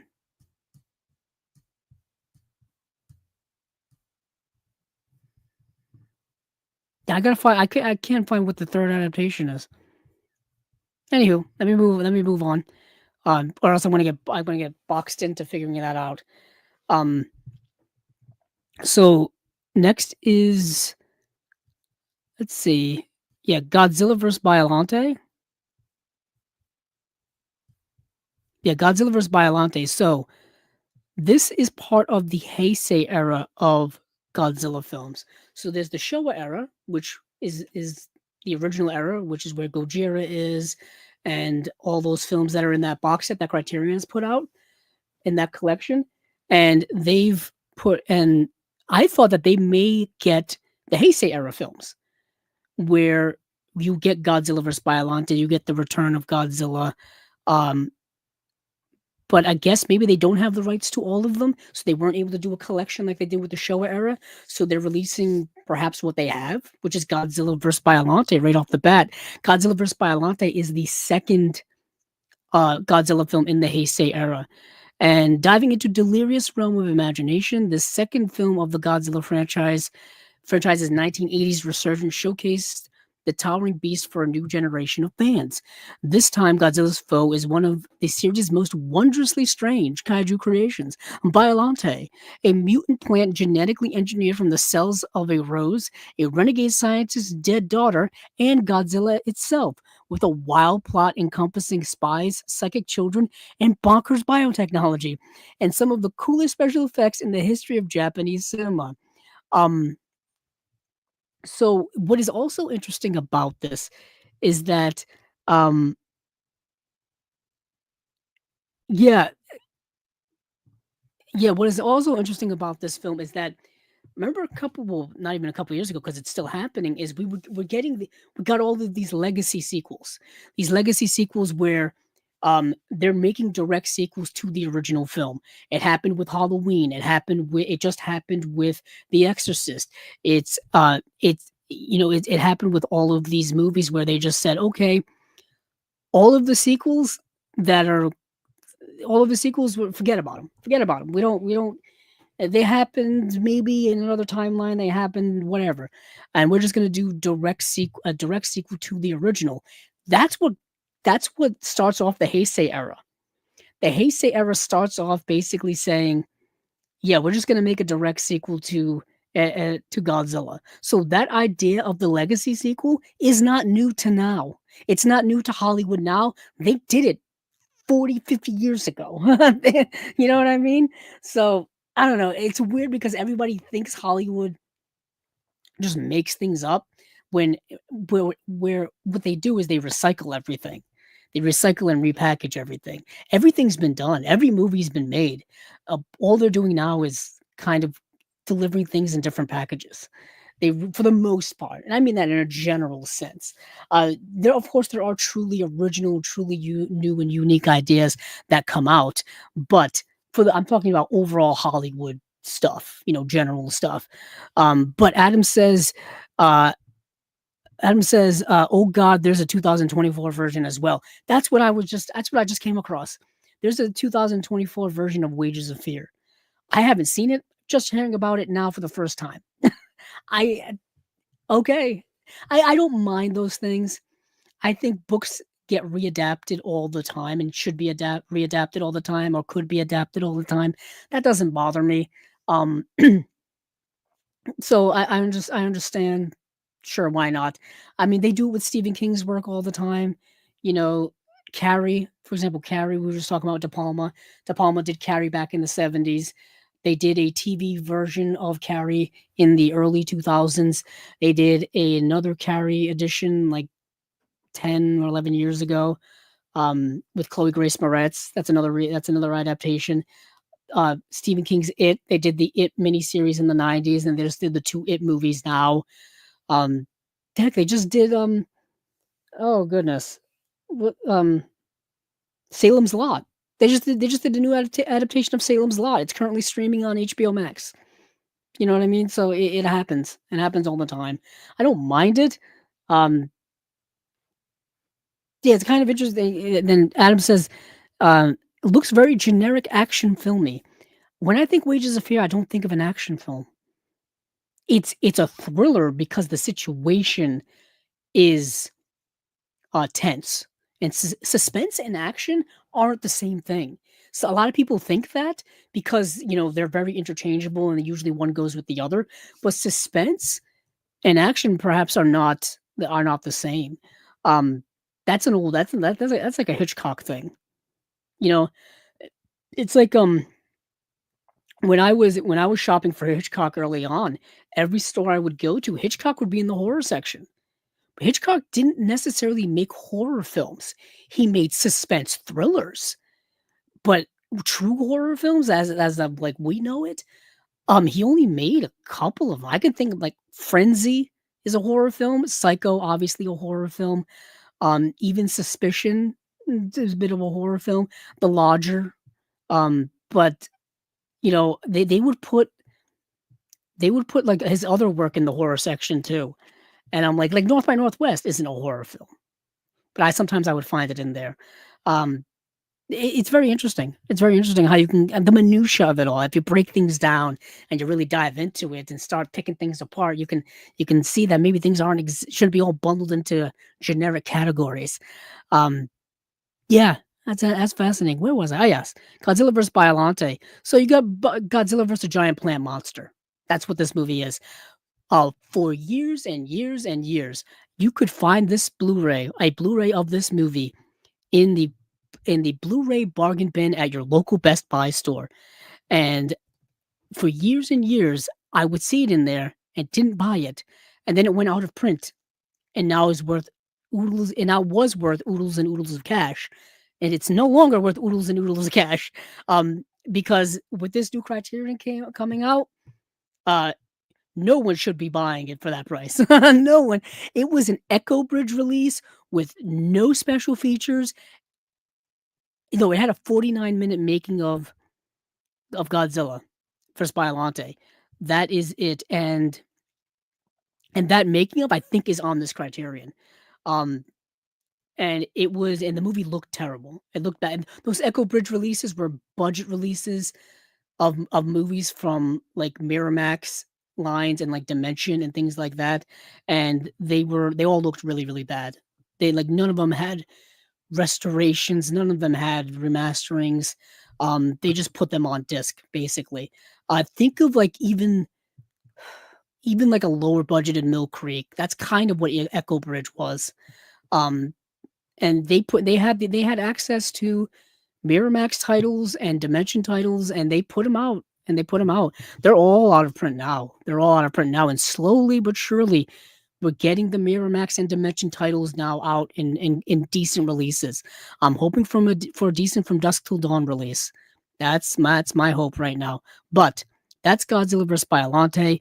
There's a new audio commentary featuring film historian Sam Deegan, host of the podcast Eros and Massacre, and coder of the book Revolution in 35mm, making a program from '93.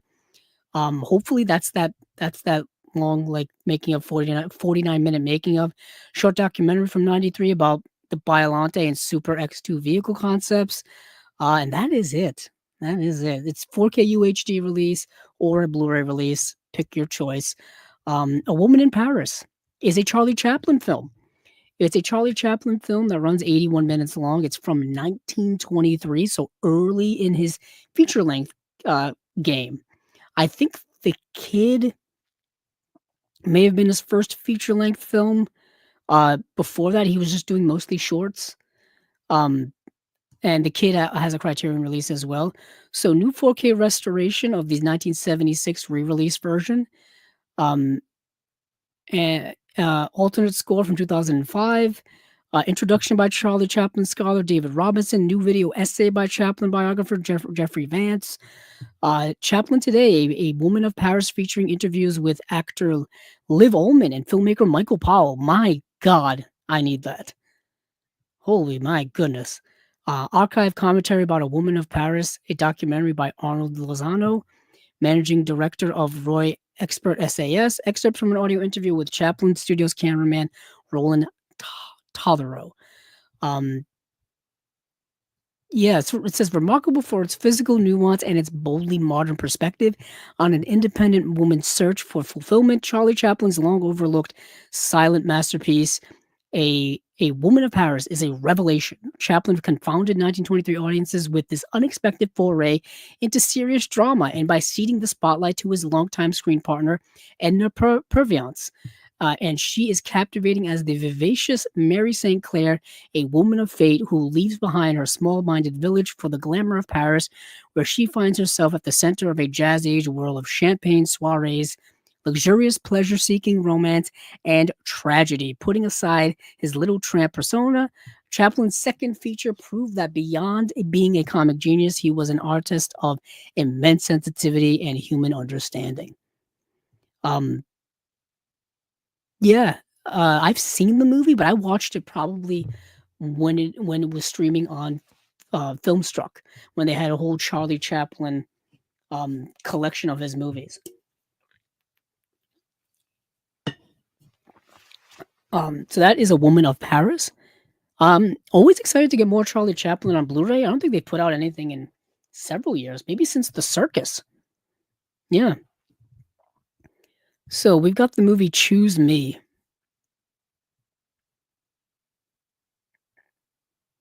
An achingly romantic neon dream, Alan Rudolph's comic and cutting exploration of the mysteries of human desire establishes as one of the most boldly idiosyncratic independent authors of the 1980s. At the Smoky Dive Eve's Lounge, a collection of strangers, including an insecure radio sexpert, Genevieve Bujold, a commitment-phobic former sex worker, Leslie Ann Warren, a globe-trotting mystery man, Keith Carradine, become entangled in a web of passion, jealousy, and self-discovery. Grooving to the rhythms of Teddy Pendergrass's sexy slow jams, Choose Me exists on its own offbeat wavelength, naughty, surprising, and deeply tender in its vision of lost souls, wounded by love, yet still reaching out for human connection. That is a very poetic way to put this movie. About people who yearn for love and can't quite find it, or if they do find it, they find it in unexpected ways, or they find it in ways that they don't really believe is true or believe is real. They're skeptical of it. The movie this is a very interesting, very good movie.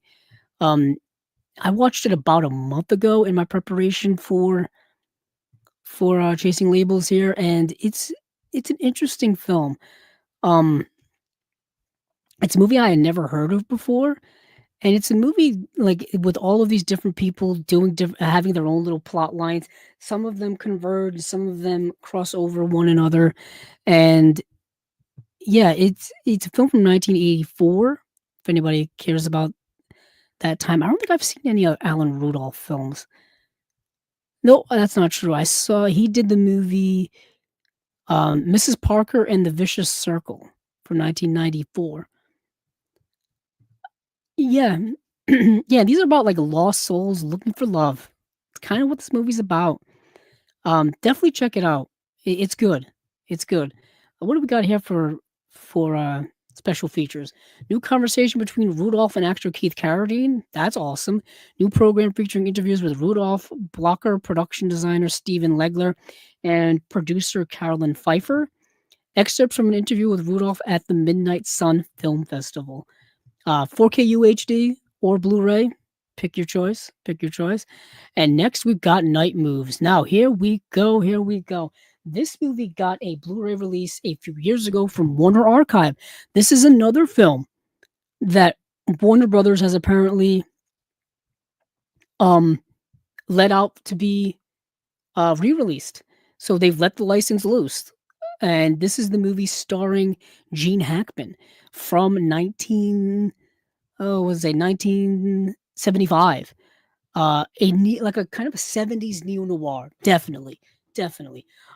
Directed by Arthur Penn. Arthur Penn's haunting neo-noir reimagines the hard-boiled detective film from the disillusioned paranoid 1970s in one of his greatest performances.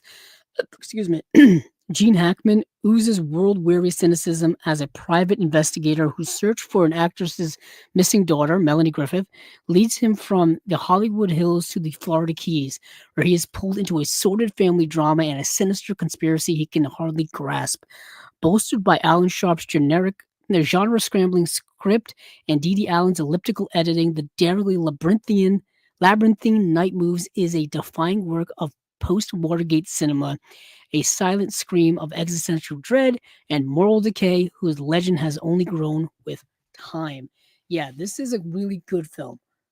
This is 1970s neo-noir, paranoia, societal themes, stuff going on in here.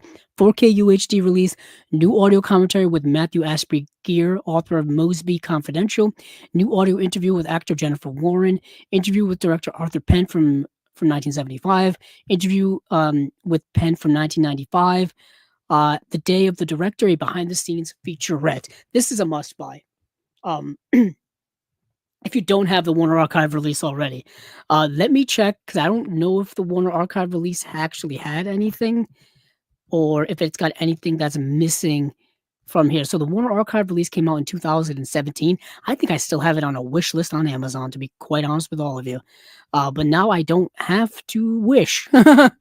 So The only extra on the Warner Archive Blu-ray from 2017 is called Day of the Director.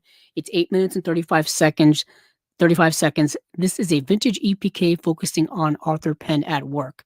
Now, I don't know if that's the same thing that's already on that they're putting on the Criterion. So, if you missed out on the Warner Archive Blu-ray, or if you were planning on getting the Warner Archive Blu-ray, don't, because this has more special features and it's in 4K.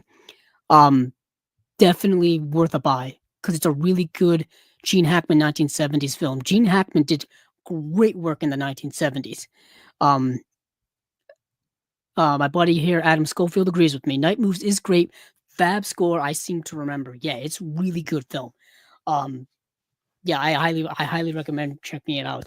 Like I said, Gene Hackman did great work in the 70s. He did great work that's not even the stuff he's well known for. Like, I know he was in The Conversation, and I know he was in The French Connection, but he did so much other stuff that's really, really good in the 70s and even into the 80s as well. Like, he was a great actor. I know he's long been retired now. He's been retired now for, oh goodness, over 20 years. Welcome to Mooseport is his last movie, which I think I have floating around on DVD here somewhere.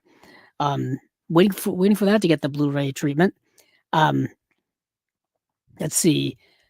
That is it for Criterion, and then that is it for the main bulk of the show. And then now we will make our way over to. There is actually one more. Now see, things flood through my mind. I'm gonna go check this right now to see if I can find it. I know of our friends over at Fun City Editions are putting out a movie. I don't think they even have it on their website yet. Oh no, they don't. Let me see if I have it in my letterbox. I can pick it out because I know they're putting something out, but I don't think they've even announced it yet officially. But I saw people talking about it. Let me see. Because I always like to shout out their work. They're one of my favorite labels. We know the person who runs it, and he does such a great job putting out so many great films. Let's see. La la la. Yeah, this was just me catching up on a lot of stuff on my letterbox. If you go to my letterbox, the mad dash for last year was insane. Just watching as many movies as I could to. The movie's called Baby It's You. Baby It's You is getting a Blu-ray release from Fun City, and that's the John Sayles film. That's important to mention. John Sayles, incredible writer, director John Sayles. His stuff right now is starting to get more and more love when it comes to Blu-ray and even 4K. About damn time. It's about damn time. I got my 2 John Sayles films right here in Mate One and Lone Star, the 2 Criterions. But more of his stuff is now getting done. So I wanted to make a quick mention of Baby It's You. In 1996 New Jersey, in the 1966 New Jersey high school, Jill and new student Sheik from the other side of the tracks make their way in a first love romance. So what you have here is Rosanna Arquette and Vincent Spano are these 2 teenagers who are from different sides of the track. You know what I mean? One is from a wealthy family, one is from not a wealthy family, one is a like getting into her dream school, college, wanting to go to college type of person. The other one is someone who gets kicked out of every school he goes to, doesn't give a damn. So you've got a bad boy and a good girl having a romance, and the movie is really, really good. Rosanna Arquette, I think it kind of carries the movie. It's mostly about her. But Vincent Spano is just a powerhouse of emotion in this film. Really good stuff. And Fun City's putting that out on Blu-ray this year. And I wanted to make sure to mention that. Let's see. We got some more comments here. Oh yeah. So Illuminated Pro. What's up, man? Just saw Nosferatu. Awesome. Did you like Nosferatu? Because it was in my top 10 favorites of last year. I did. If you look on my Letterboxd, which is, what is my Letterboxd? For those of you who don't know, my letterbox is Cabzilla06, and on my list, I did my favorite, favorites of 2024. Nosferatu was up there for me. Um, I think Robert Eggers is a masterful filmmaker. Like his films are masterfully put together. Just incredible tight editing, aesthetics, tone. What he's trying to do in his films, he does very, very well. Um, yeah, I really like Nosferatu. It's if you know the original Nosferatu film, and if you know other Dracula adaptations, the story is not going to be anything you haven't really seen before, but it's the way in which uh, Eggers is able to express that story and build on that story and express those certain themes that he's going with in that film is really, really well done. I thought the acting was really good too. Um, yeah, I can't wait to see. I can't wait to see what type of special edition actually is going to come out with that movie. It also reminds me I need to get The Northman, which I don't think I have. I got to get The Northman. I have the Lighthouse, but I've always wanted to get the limited edition Lighthouse from Arrow. I've always wanted to get that. That reminds me, I gotta look into those things. It may be a little tough at this point because I think that's a long out of print and probably going on the third party market for a hefty amount of cash. But I will take a gander to see what I can find online and anywhere. But let me know, and if anybody else out there has seen Nosferatu, let me know what you think of it. I know it was definitely highly anticipated, and a lot of people are talking about it online. Um, let's see. Illuminated Pro says he has many thoughts on Nosferatu. Well, share them. Oh, you did share them. Cinematography and atmosphere was great, but I think the characters weren't greatly anchored. Too much of an ensemble, maybe. Overall, it was solid, which is still my fave. I can understand that. I don't disagree with what you're saying. Um, there is a balancing act of story and character in that film of Nosferatu, and they're all different yet all loosely connected through Count Orlok.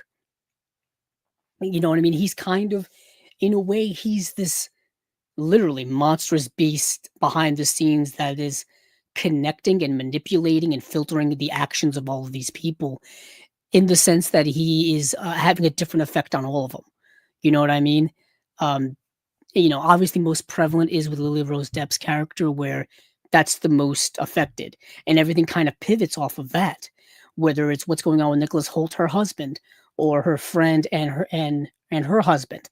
All of that is pivoting off of that relationship and what's going on there.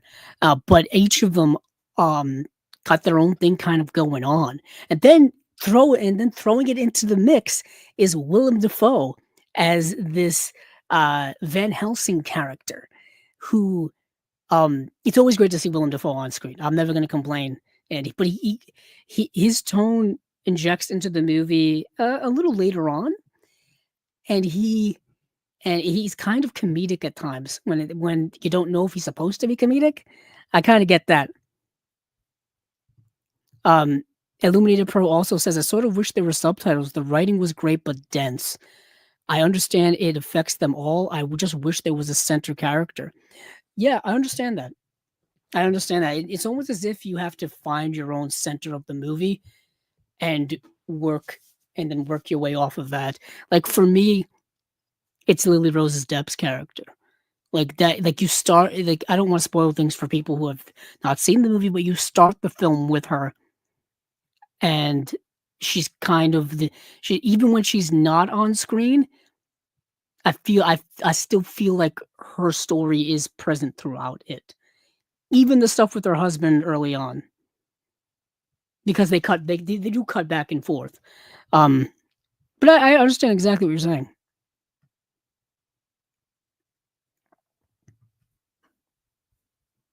But let's see. I'm speaking of like more of the darker, sinister stuff. I'm on to Vinegar Syndrome. So Vinegar Syndrome had their they're having their subscriber week thing going on right now. Obviously, if you're listening to this in the future, this doesn't mean anything to you. But basically, January 1st through January 7th is their subscriber week. January I think January 1st or 3rd, they dropped not only their titles for Vinegar Syndrome, but the OCN partner labels dropped their titles as well. And they um and then they've been adding like one title every day. Plus, they've been having daily deals. This is the time of year where you can subscribe to their year-long subscription service if you want to. It is rather expensive, and it's never really been something I've done, just because I'm very picky when it comes to my collection, and I like to pick and choose certain things that I want for my collection. I mentioned it earlier. I very much like to cultivate it like a garden.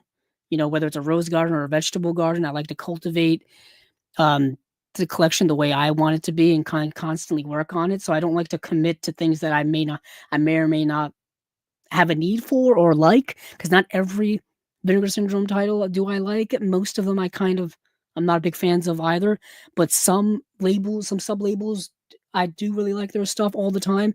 Some partner label stuff I like all the time, and we'll get into it now. Let's get into it. So today there was a cinematograph release of Child's Play. Now, this is a film I have seen. This is a film that I believe was in the Sidney Lumet collection from Imprint. I think that's where I watched it, where Beau Bridges plays a former he's a former student who goes back to um this all boys school and becomes a teacher there. And two of the teachers that he used to be a student of are still working there. And these two particular teachers have this kind of professional and personal rivalry going on, and he kind of gets caught up in it, and he gets caught up in the politics of all of that. Um, and one is portrayed by Robert Preston, and the other one is portrayed by James Mason. And yeah, they're in a bitter rivalry, and he gets caught up in the middle of it, and you see kind of it play out from his perspective. I thought this is a really good release. It's directed by Sidney Lumet. It's from 1972. Own it any way you can, in my opinion. To me, I want every Sidney Lumet film, so I gotta get it. I've got to get it. James Mason, Robert Preston, Beau Bridges. It's a new audio commentary by our friend Adrian Martin. Play to Strength, Sidney Lumet, Stagecraft, and Cinemacraft, a new video essay by film historian Daniel Kramer. Designing Lumet, an interview with production designer Philip Rosenberg. One Stop on the Road to Serpico, a new documentary short by Daniel Griffith. Sidney Lumet on Charlie Rose, a 42-minute interview with him on Charlie Rose. One Step Further, Becoming Lumet, an hour-long documentary chronicling the first half of Sidney Lumet's career. New essays by film critic Mitchell Beaupre. We know Mitchell Beaupre. Yeah. And co-writers Patrick Dahl and Madeline Sutton. So this is a great release. All the cinematograph releases are great. I don't think they've really missed so far. Let's see. Let me just list off all of these and then get into a couple of them that I want to talk about. So the Terrornauts was announced yesterday. That's from Vinegar Syndrome Labs.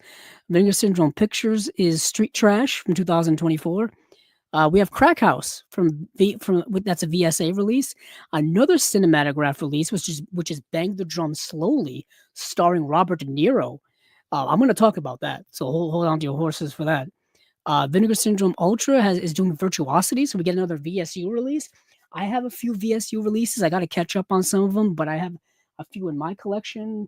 Oh, I don't know. I've got a few over here. Actually, yeah. Cloak and Dagger I've got around here. Actually, I can bring out Cloak and Dagger right here. That's the easiest one I can find here on my couch is Cloak and Dagger. Cloak and Dagger is one of the VSU releases with their metal clasp here and their great cover art and great edition. You get, 4K UHD release. It's really kind of Vinegar Syndrome's most deluxe release, I would say. It's their most deluxe release, probably their most expensive too. Cinematograph is probably their second most deluxe release, in my opinion, in terms of their sub-labels. So that's Virtuosity. Then a 4K UHD release of the movie Deranged. Then we've got a triple feature of Curse of the Devil, The Vampire Night Orgy, and Demon Witch Child. And then We got a double feature of The Seventh Curse and Witch from Nepal, and I think that's it because the rest are all like T-shirts and um, a hockey puck, and putting out a Vinegar Syndrome hockey puck. That's kind of awesome. Sold out already too. So let me get into a couple of these before we move on to the partner labels. So Bang the Drum Slowly. This movie I don't think has ever had a Blu-ray release, at least not in Region A land, not in my neck of the woods. And I've heard about this movie forever ago. Um, and I've been wanting to see it for like 20 years. So Bang the Drum Slowly, yeah, no Blu-ray release anywhere ever. And this is the movie, like I said, starring Robert De Niro, but it also stars Michael Moriarty, Vincent Gardenia is in the film, and Wedgeworth. Danny Aiello is in the film as well. Directed by John D. Hancock. A story of the friendship between a star pitcher, wise to the world, and a half-wit catcher as they cope with the catcher's terminal illness through a baseball season. So you've got Moriarty is the star pitcher, and Robert De Niro is the terminally ill, kind of, they said half-wit catcher, which is kind of mean to say. But yeah, he's the kind of a naive type of person. And it's about like this star pitcher is kind of taking care of him for his last season. Like he goes to renew his contract with this team, and he says, I'll renew my contract, but one of the clauses I want is that the Robert De Niro character can't be, that if I get traded, he comes with me, that he stays on the team no matter what, stuff like that. And he's also like helping him when it comes to the baseball game and stuff like that, in terms of uh, working on his swing and working on his catching ability and all that kind of stuff. But they're trying to keep it relatively under wraps because if the team finds out that he's sick, they're gonna cut him and he's never gonna be able to play baseball again. And it's a fictional team, like it's called the New York Monmouths or something. Yeah, but they're supposed to be like the New York Giants essentially. I kind of think they're more like the New York Yankees. Like they literally wear New York Yankee um, uniforms in the movie, the pinstripes. That's kind of what they wear. Um, yeah, the New York Mammoths. That's what it's called, Mammoths. Um, and it's one of those kind of feel good movies. It reminds me a lot of Brian's Song, that movie, and with Billy D. Williams. And it's a good movie. It's based on a novel. I can't really say a lot about it. It's kind of exactly what I just told you. If you've seen movies like this before. This is a 2-disc edition. It's got a new audio commentary with John Hancock, moderated by Cinematograph's Justin LaLiberty. New audio commentary with film historian Jim Hemphill. Death at the Box Office, a new video interview with director John Hancock. New video essay by our friend here, Chris O'Neill. A lot of people are making resurgence here on Chasing Labels episode number 155. A lot of people we know, a lot of people we've interviewed here, a lot of people whose work we've seen over and over again in the boutique label world. Good to see them getting work. Next is the VSU release of Virtuosity. This is the Denzel Washington dystopian future film. Produced during the height of the tech-themed sci-fi and action films, basically known as the 90s, Virtuosity remains one of the subgenre's most creative and thrill-packed examples. Elevated by director Brett Leonard's highly stylized action and stunt sequences, this powerhouse blockbuster stars Denzel Washington and Russell Crowe. And one of his first and most unhinged American roles as the deranged Sid 6.7, further distinguished by Leonard's then groundbreaking integration of live-action film photography and cutting-edge digital effects. Keep in mind, this is 1995 we're talking about here, so don't expect any modern-day CGI. It's very dated, very dated. Virtuosity remains a cornerstone of 90s cyberpunk cinema and last comes to 4K UHD from Vinegar Syndrome Ultra, newly restored from its original camera negative and featuring revealing interviews with its cast and crew. So 2-disc edition, 4K UHD disc, of course. Commentary track with director and Jim Branscombe from Cinematic Void. Here's another one. We know Jim Branscombe. He's been on Chasing Labels once as well. Commentary track with writer and film historian Walter Chaw. Democratizing virtual reality, an interview with director Brett Leonard on the making of the movie. Ahead of the time, a 14-minute interview with Gary Lucchesi on the development and legacy of Virtuosity. A virtual reunion, 38 minutes. A featurette with Brett Leonard, Kelly Durkin, George Berger, the pioneers behind the interactive screens of Virtuosity. God Complex, an interview with author Eric Berndt on writing Virtuosity.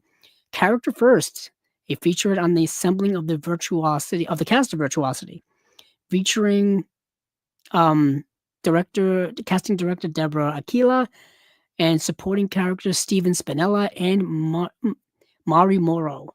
40-page perfect bound book as well. And yeah, Virtuosity is a cult favorite for many people. I've only ever seen the movie once. I mean, I was around in 95, but I was 8 years old. I didn't see the movie till I was well an adult, like a few years ago. But I know a lot of people have been waiting for Virtuosity to get a decent release, so I'm happy for them. I'm happy for them. Um, let's see.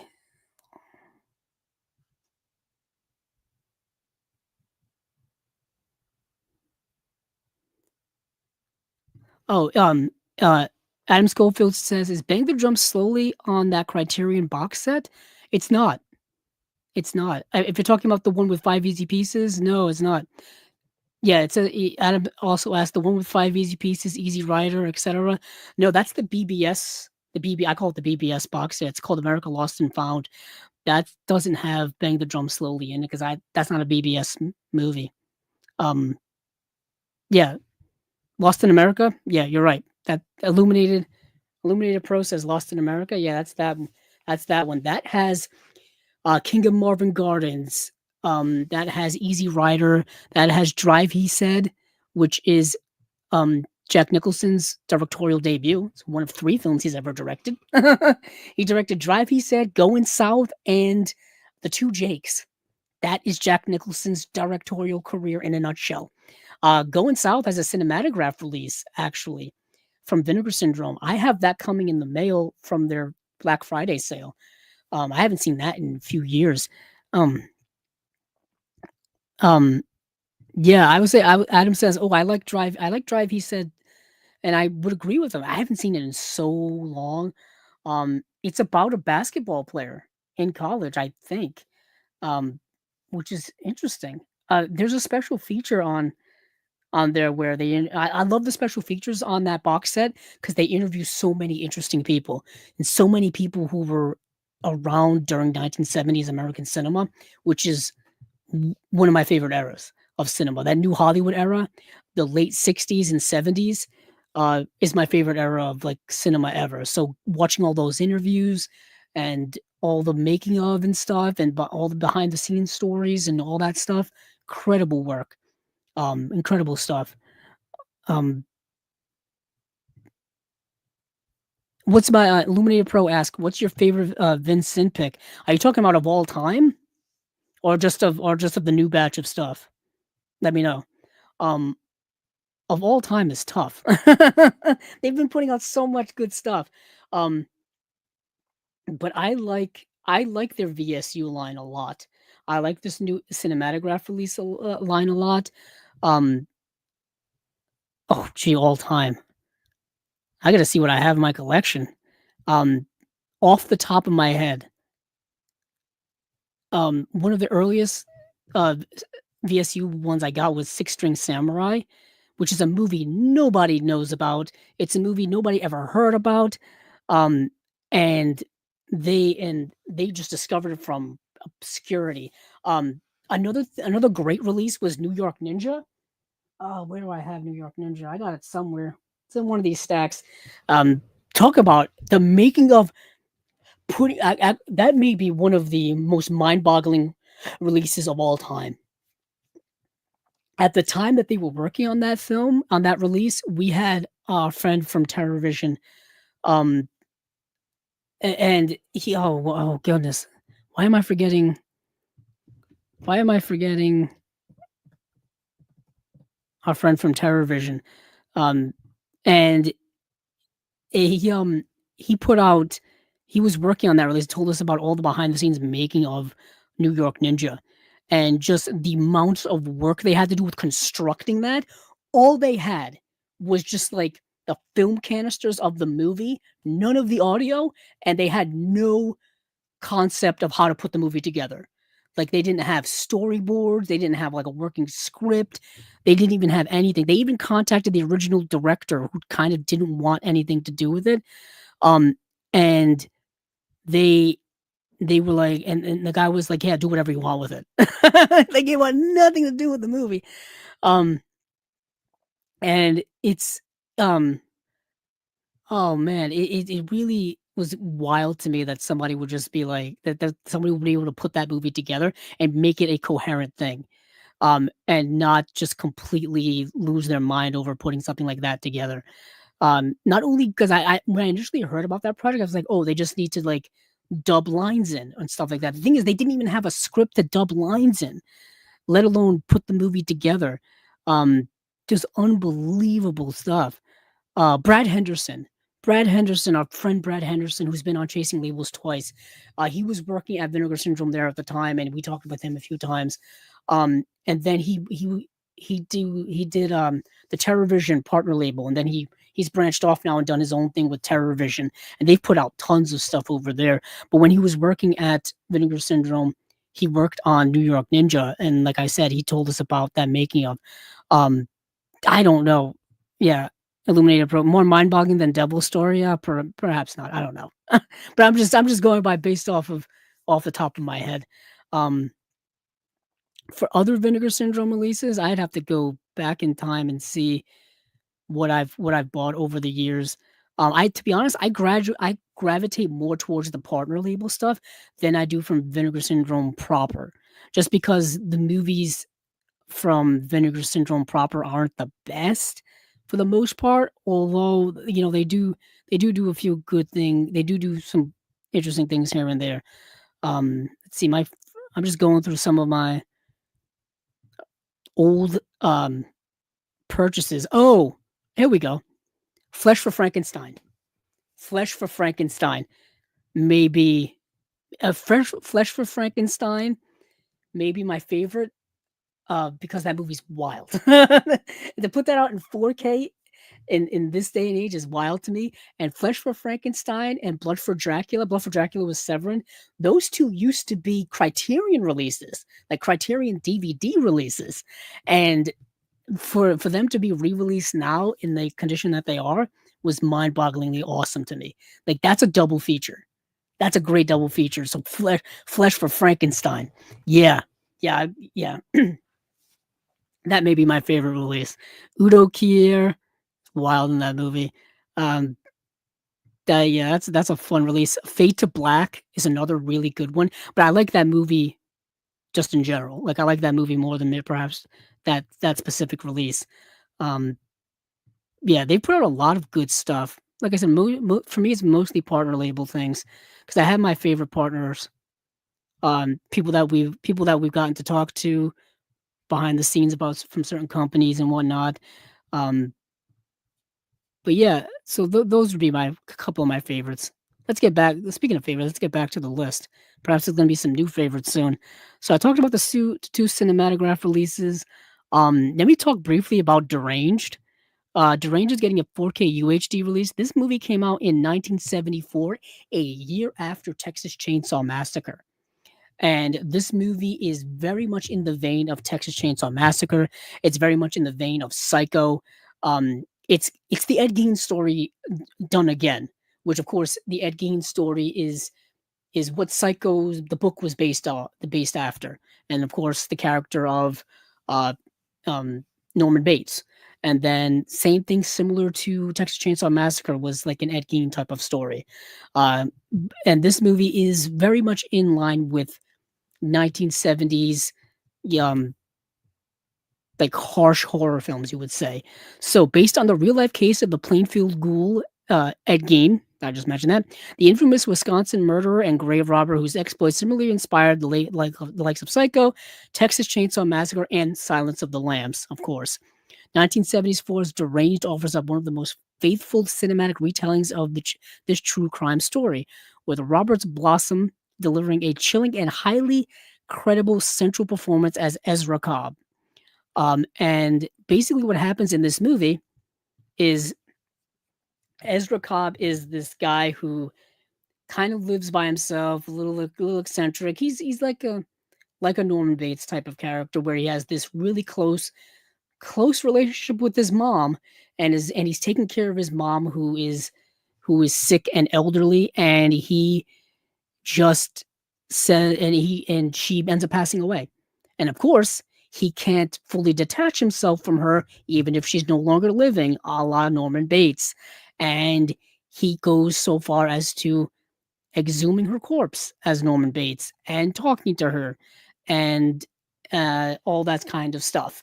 But what ends up happening is he ends up taking it even further, where he starts exhuming other corpses and taxidermying them, and then he wants to go even further than that, where he wants to start, committing murders and things like that. And that's when things, go go far, as if they weren't going far enough. But yeah, the movie is exactly what I just said.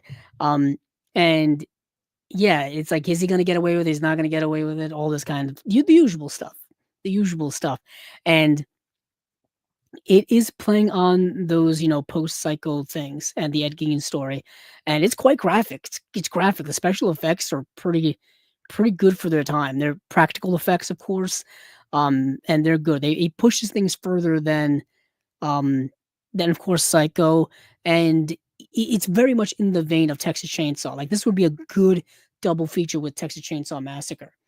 Uh, Definitely check that out if that's your thing.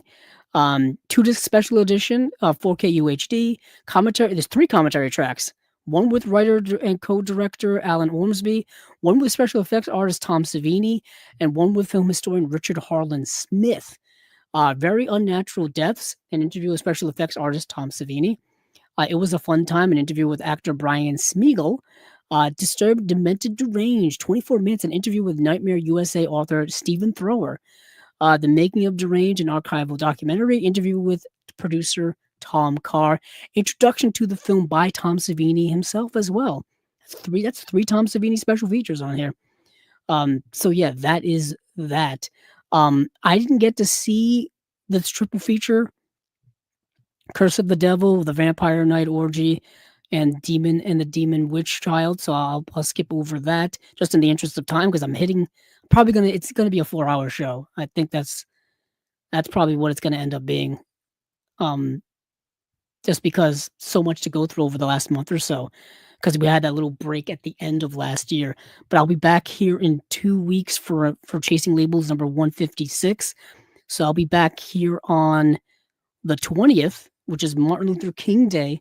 So that will be episode number 156.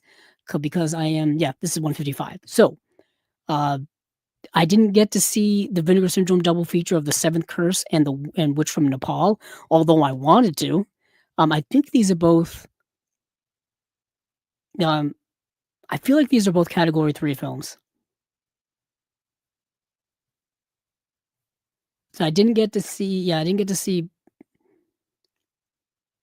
either of these films. I'm just looking over at them briefly. 2-disc edition, obviously, 3 audio commentaries, all brand new tracks.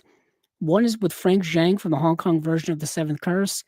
The other one is from film historian and author Sam Deegan and author podcaster Mike White for the Hong Kong version of The Seventh Curse. And then the third one here is from martial arts film expert Frank Zhang for Witch from Nepal. Lam Gai Kai, Hong Kong's Master of Fantasy, a video essay by film historian Sam Deegan. So that is The Seventh Curse and Witch from Nepal. So just in the interest of time, let me move over to the partner labels, and then that's what we wrap up the show with. So partner labels, I'll run them down, and I'll pick out the ones that I want to talk about. So we have The Canyons, put out by IFC Films. Bleeding Skull, put out by Disembodied. No, we have Disembodied, put out by Bleeding Skull. We have Dream Team put out by Yellow Veil Pictures. We have Huckle put out by Decanalog. We have Influencer put out by Shudder. We have Jacker and Jacker 2 Descent to Hell put out by Saturn's Core.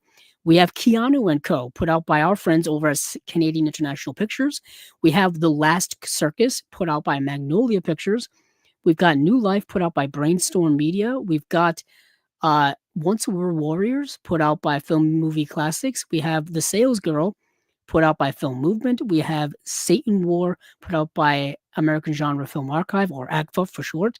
We have Smiley Face put out by Darkstar. We have The Special People put out by Art Label. We have Video Man put out by ETR Media, and we have Wonderful People. We have Wonderful Paradise put out by Canny or Connie. I still don't know how to pronounce it after all these years.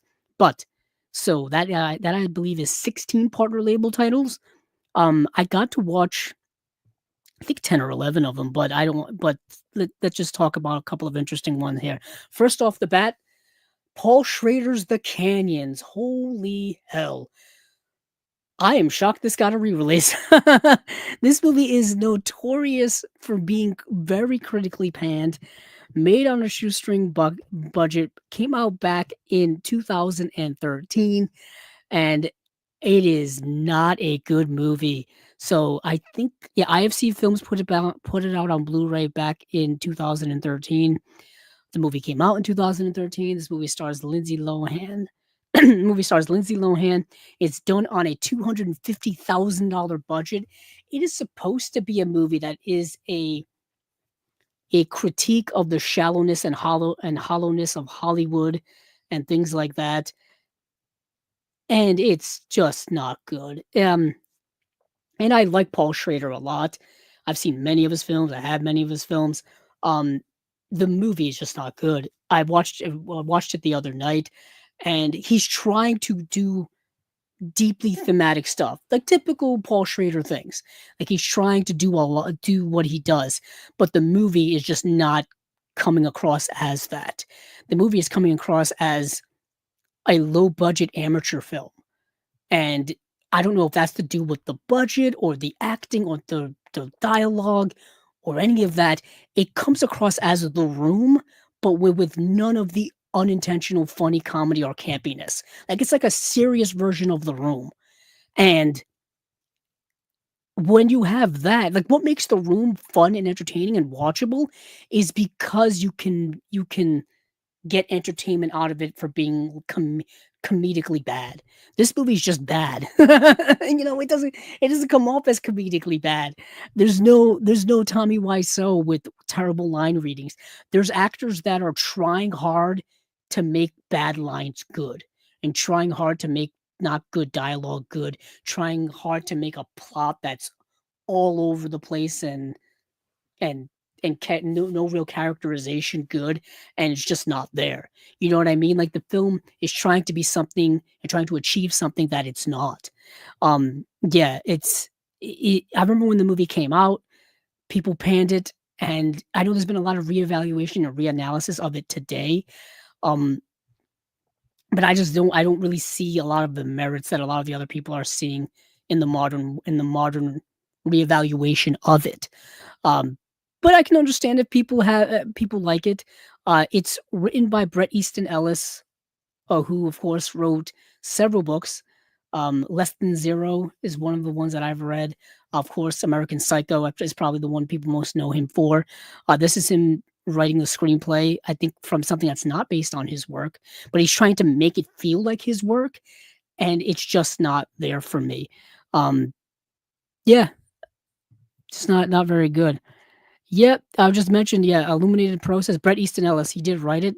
I remember him when he was on social media at the time, he was on Twitter at the time, and I think he was bashing the movie so bad when it came out. I think in years since, he's softened up on it a lot, and I think he's even praised it now, to be honest, on his podcast and things like that. But I still think it's not very good, even though it tries to be. And I still watch it with almost a curiosity of what this movie was supposed to be versus what it actually is. Because I believe the production of it had some issues. specifically with working with Lindsay Lohan at the time was a tough task for Paul Schrader, and I think Lindsay Lohan at the time was going through a lot of personal things and whatnot, but also the funding for the movie fell apart at the last second. So I feel like they were struggling to find any type of funding to make this movie, and what they ended up getting was only $250,000, which is not a lot of money to make a movie, not a Paul Schrader movie, even though his movies are typically more low key and more, dialogue heavy and things like that. I'm thinking of, oh God, uh, Blue Collar. I'm thinking of Mishima, Life in Four Chapters. I'm thinking of American Gigolo. I'm thinking of Light Sleeper, which is really really good. Um, and yeah, this movie also has a really ugly aesthetic to it too. Uh, yeah, and I think that's due for budgetary reasons too. Um, yeah, and not that Paul Schrader's films are not aesthetically amazing, other than like Mishima, Life in Four Chapters, which is a visually sumptuous film. Um, but yeah, I not a big fan of the canyons. Let me see what we got here for special features just quickly. New audio commentary from film historian Adrian Martin, our friend here. New interview with director Paul Schrader. That's got to be fascinating. Creating the Canyons featurette, and that is it. Moving on from there, another film, Disembodied by Bleeding Skull. I just got to mention it. This movie is unhinged as hell. This is a 4K release of a wild body horror film. This movie is made on the budget of nothing. Hopes and dreams, prayers, maybe like maybe several of dollars. And but the special effects in it, the body horror special effects in this movie are like Cronenberg level great. Which is mind-boggling to me. Disembodied, what a squeamish movie. If you like body horror, like early David Cronenberg, Videodrome, and oh goodness, even his earlier stuff. Videodrome is just in my head right now. The Brood, something like Existence, um, even more graphic than that. You've got this movie here. So yeah, this movie is wild. Um, so this movie says indebted to David Lynch's Eraserhead, Ed Wood's Plan for Nine from Outer Space, and Frank Henenlotter's Brain Damage. Those are all apropos. Those are all apropos here. Disembodied is a cinematic acid trip, blurs the line between horror and experimental art. The story follows Connie Sprouts, a gothed out scientist who checks into the decrepit Grand Hotel to continue her experiments and turn people into slime before eating them. Shot in Reno by director William Kirsten on gritty 16 millimeter. Oh, it's so gritty. It's so gritty. The DIY passion project is filled with stop motion effects, gory body horror, and surrealist visuals. Yeah, the visuals in this movie, it's everything from body horror to um body horror to like body gore effects. It's wild. Um I don't know if I've seen the Illuminated Pro says, have you seen The Informers? Is that the hold on, let me check.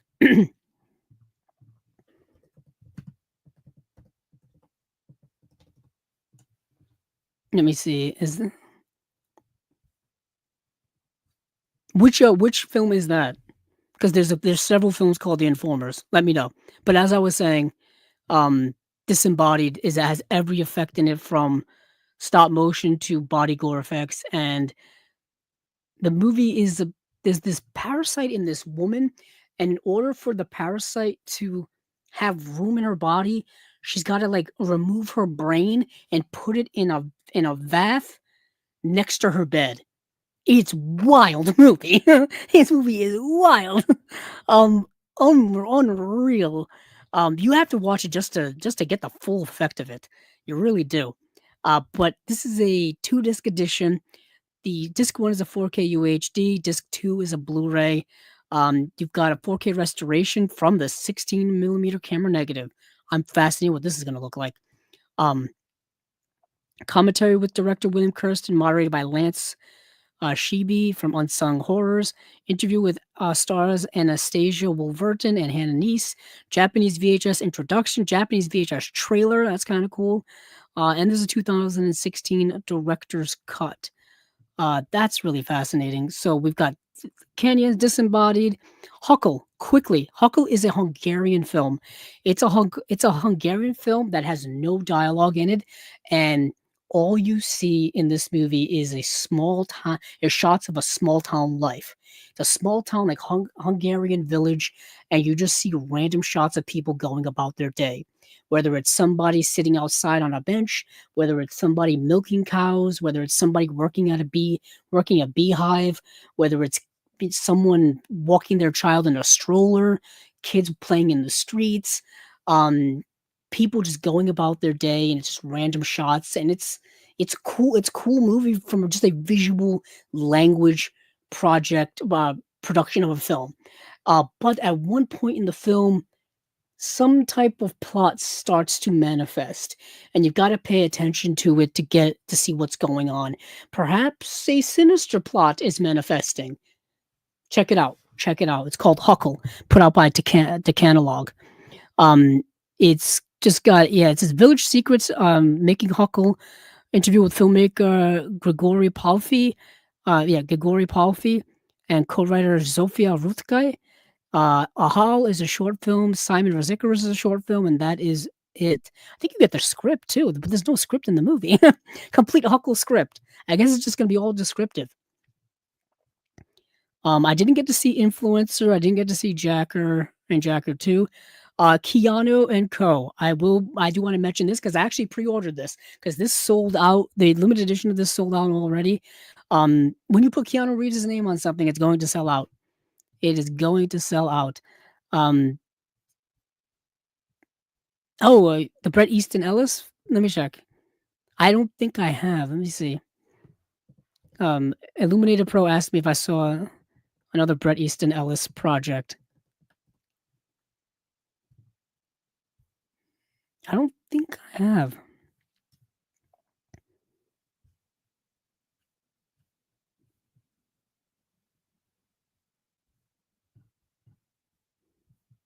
Oh no, I haven't. From the one from 2008, I have not seen that film. Check. Nope, I've not seen it because I'm checking my checking my letterbox. No, I will add it to my list though. I'm kind of curious about it.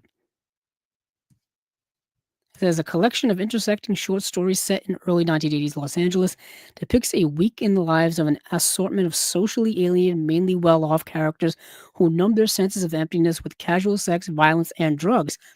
Kind of reminds me of a lot of uh, his literary work. A lot of his early literary work is about that. Um, it's about people, nihilistic people living, um, like kind of nowhere going lives, where they're just like life is just nothing to them. So therefore, they just kind of drift from pleasure to pleasure, if you will. Um, yeah, I'm interested in it because it's playing out a lot of interesting existential things. Illuminator Pro says fascinating release, not exactly amazing, but interesting. Um, yeah, I'm very much interested in that. I've only read like one or two Bret Easton Ellis books, and I think one of them was Less Than Zero. Um, and I'm fascinated to read um more of his stuff. Ironically, is I think American Psycho is getting readapted again. We were talking about readaptations earlier, but it's getting a readaptation once again. Let's see, work. I'll go to his bibliography. Yeah, Less Than Zero, which was his first book. That's the one I have. The Rules of Attraction, American Psycho, The Informers. So 1994. So this would be an adaptation of that. And then he did Giamorama, Lunar Park, Imperial Bedrooms. I remember when that came out, 2010. And then The Shards is his newest release in book of his literary work. Let's see, where was I? Oh yeah, Keanu and Co. So when you put Keanu in anything, you're gonna get people automatically wanting it. So this movie So this is a collection here. So first up here, Keanu Reeves gave his first lead performance in 1985's One Step Away, establishing the charm vulnerability of his beloved screen persona while exploring the pitfalls of juvenile delinquency. So this is a like a 30-minute after school special PSA about juvenile delinquency. This came out in 1985, directed by Robert Fortier, who was a documentarian at the time. And then the next film in here is Out of a Job. This is also like a half an hour long. It's starring Dan Lett, who plays a young engineer who returns to the home of his parents and computer with his brother after his promising career abruptly falls apart. Um, yeah, and I think there's a bunch of short films on here as well. Yeah, let me get to the special features. So we've got these are all like Canadian funded productions. That's why. So you've got scanned and restored in 2K from the 16 millimeter interpositives by the National Film Board of Canada. New audio commentary featuring Paul Korup of Canucksploitation.com and film historian Jason Petonsky. An Excellent Adventure, which is a new interview with One Step Away star Diana Belshaw. And then there's Unsettled on the Set, new interview with Running Scared star Stephen Mendel. An Actor Remembers, which is Mendel reflects on his body of work. Job Well Done, which is a 14-minute interview with Out of Job star Dan Lett. On the Job, Lett reflects on his body of work. A Single Regret, which is another family crisis series short directed by Fortier. That's from 1983. A Gift for Kate, a family crisis short directed by John N. Smith. Uh, from 1986, The Painted Door, short film by One Step Away screenwriter Joe Weisenfeld and directed by Bruce Pittman. That's 24 minutes long. Going to War, written by Weisenfeld, based on a short story by Timothy Finley. That's 24 minutes long as well. End of a Summer Day, 1971, 9-minute Fortier's directorial debut. One Step Away in standard definition. 1985, 29-minute Reeves' debut as seen in the VHS era. You can watch that on YouTube right now, because that's what I did. That's what I did in preparation for the show, is I watched that on YouTube, and Keanu Reeves is so young, but he still has that good looks and great charm. uh, and yeah, so Canadian International Pictures puts out great stuff. They've been a friend here for Chasing Labels for quite some time, and I've always tried to get a few of their stuff when I can from here and there. There's a lot of their stuff I still actually want to get. So that is Keanu and Co. Next is The Last Circus by Magnolia Pictures. Um, this is an Alex de la Iglesia film. Alex de la Iglesia is the director of um, um, oh, good. I'm going to look him up because my mind at the 4 hour mark is completely gone. So I am running on nothing but fumes right now. I am worn out. So Alex de la Iglesia, I know many of you know him. He directed The Day of the Beast. He directed a few other films that you'll know of as well. Let me see. Let me go back to his 90s work specifically. So Day of the Beast, Mutant Action or Accio Mutante. And he also directed Perdita Durango. Those are his three kind of films that are his claim to fame. Accio Mutante, Day of the Beast, Perdita Durango. They've all been released by Severin on both DVD and both Blu-ray and 4K. They just got a 4K and Blu-ray box set of those films from Arrow Video as well. So people probably know him in the boutique collecting space. It's not something that I need to be too specific about, but this release here, The Last Circus, is a movie that he did in 2010, and it takes place um, both in the late 1930s during the Spanish Civil War, and takes place in the early 1970s, 1973 to be specific. It's about this this clown, well, the son of a clown, Javier. Javier, he's the son of a clown who dies during the Spanish Civil War, or who is imprisoned during the Spanish Civil War and executed. And then he grows up to also become a clown, and he becomes the sad clown versus someone who is the happy clown in the circus, and he ends up falling for one of the other women working in the circus, but she happens to be in a relationship with the happy clown character, and the happy clown character is a like narcissist woman beating piece of trash, and he's very much the opposite of that, but he is not as attractive as him. So there's this love triangle going on, and things escalate from there. It gets very weird. It gets very body horror violent-esque at times. um yeah, and it goes from there in wild ways. If you know Alex de la Iglesia, he doesn't hold back. He doesn't hold back. Um, and yeah, the movie gets goes off the rails. It goes off the rails. I'll be honest with all of you. We've got a new transfer here from the original HD cam source. New audio commentary by Shalag Rowan Leg, author of the Spanish Fantastic, contemporary filmmaking and horror, fantasy, and sci-fi. Podcaster slash writer Joe Lipset. New video essay by film historian academic Alexandra Helen Nicholas, a friend of the show here as well. Making of the Last Circus, and then some other special features here. New Life by Brainstorm Media is a fascinating film. A mysterious woman on the run and the resourceful fixer designed to bring her in. Their unique stories intricately link as the stakes of the pursuit rise to apocalyptic proportions. I won't say anything other than that. There's this young woman played by Haley Aaron, who is on the run in this movie, and she's pursued by Sonia Walger. Sonia Walger, many of you probably know, she's Penny in the show Lost. Um, Great actress. I think she's very good. She hasn't been in a lot of things that probably people well know of, but good actress.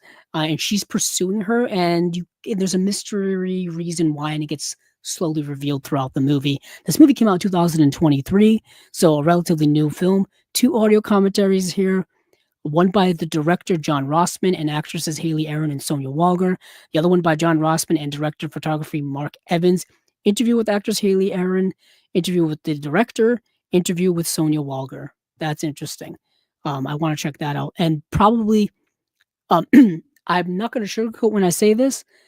This next release or this next movie here may be one of the greatest films that any partner label has ever released since we've been covering them here on Chasing Labels over the last 3 years or so.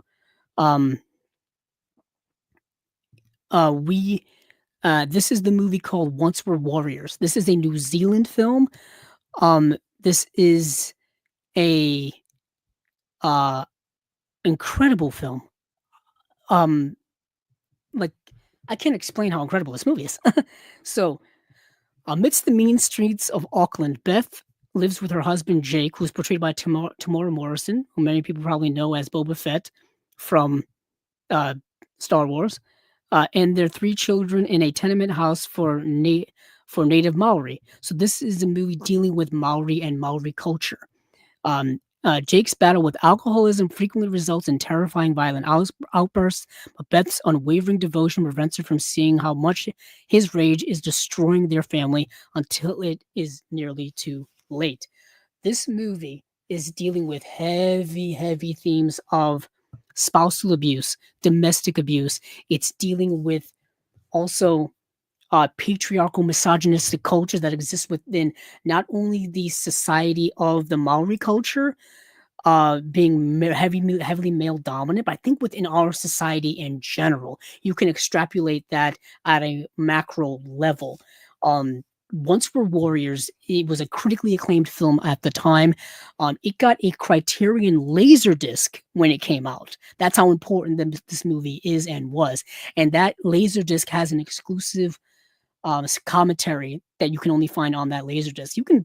If you're interested, you can buy that Laserdisc on eBay for like 10 to 20 bucks. It's not super hard to get, but if you don't have a Laserdisc player, it's more of a collector's item.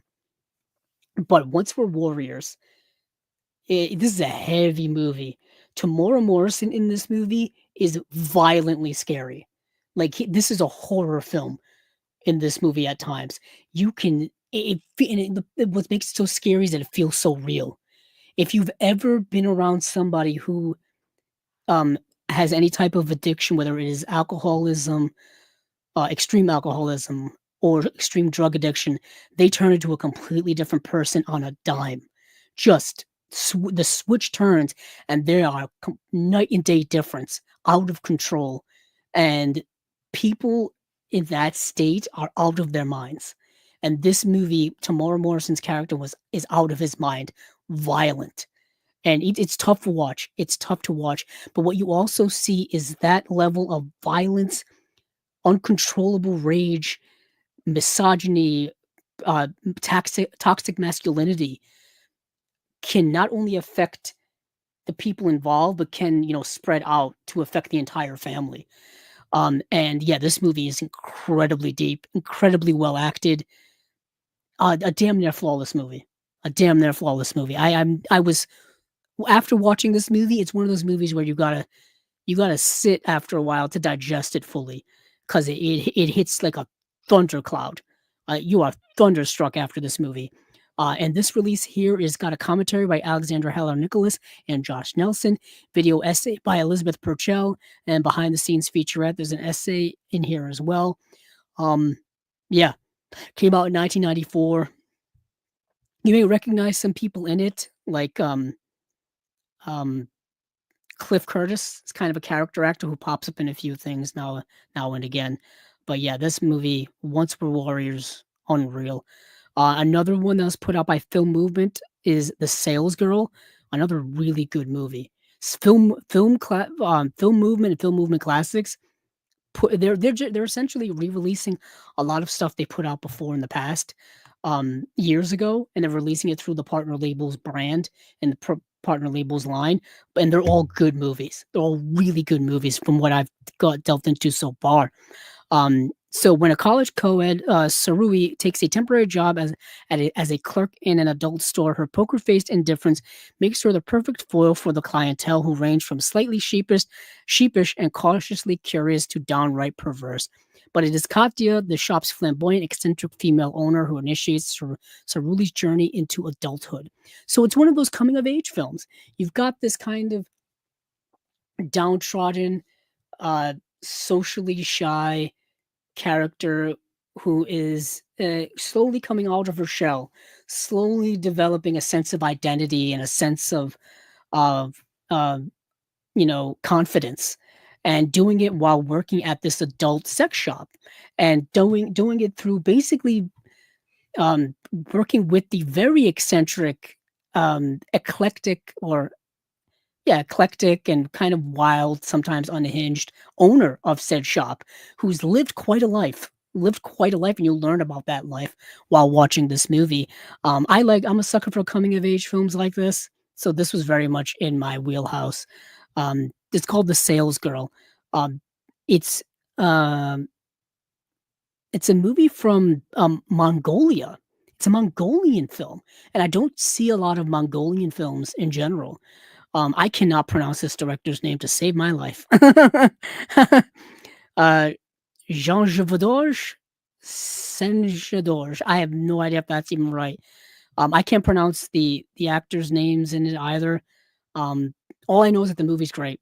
The movie is really good. Came out in 2022. All you get here is the making of the Sales Girl featurette. I probably just butchered that person's name. I'm so sorry. But good film, and that is Film Movement. Um, I think two more here, and then I'm done, because we're past the 4 hour mark. This is gonna be the longest episode ever in Chasing Labels history. We've got Smiley Face. Smiley Face is a Greg Araki film. This is being put out by Dark Star. Is starring a cast of people that you all know, a never-ending cast of people you all know. Smiley Face is a stoner comedy from 2007, and it's unreal who's in this, who just pops up in this movie randomly at times. So the starring character is Anna Faris. Anna Faris is this young, like, actress who unknowingly eats her roommate's marijuana cupcakes, and she eats all of them. And her day just goes off the rails after that. She is tripping and high the entire time in this movie. And she just gets into one calamity after the other because of it. But who else is in this movie, you may ask? John Krasinski before he was on The Office.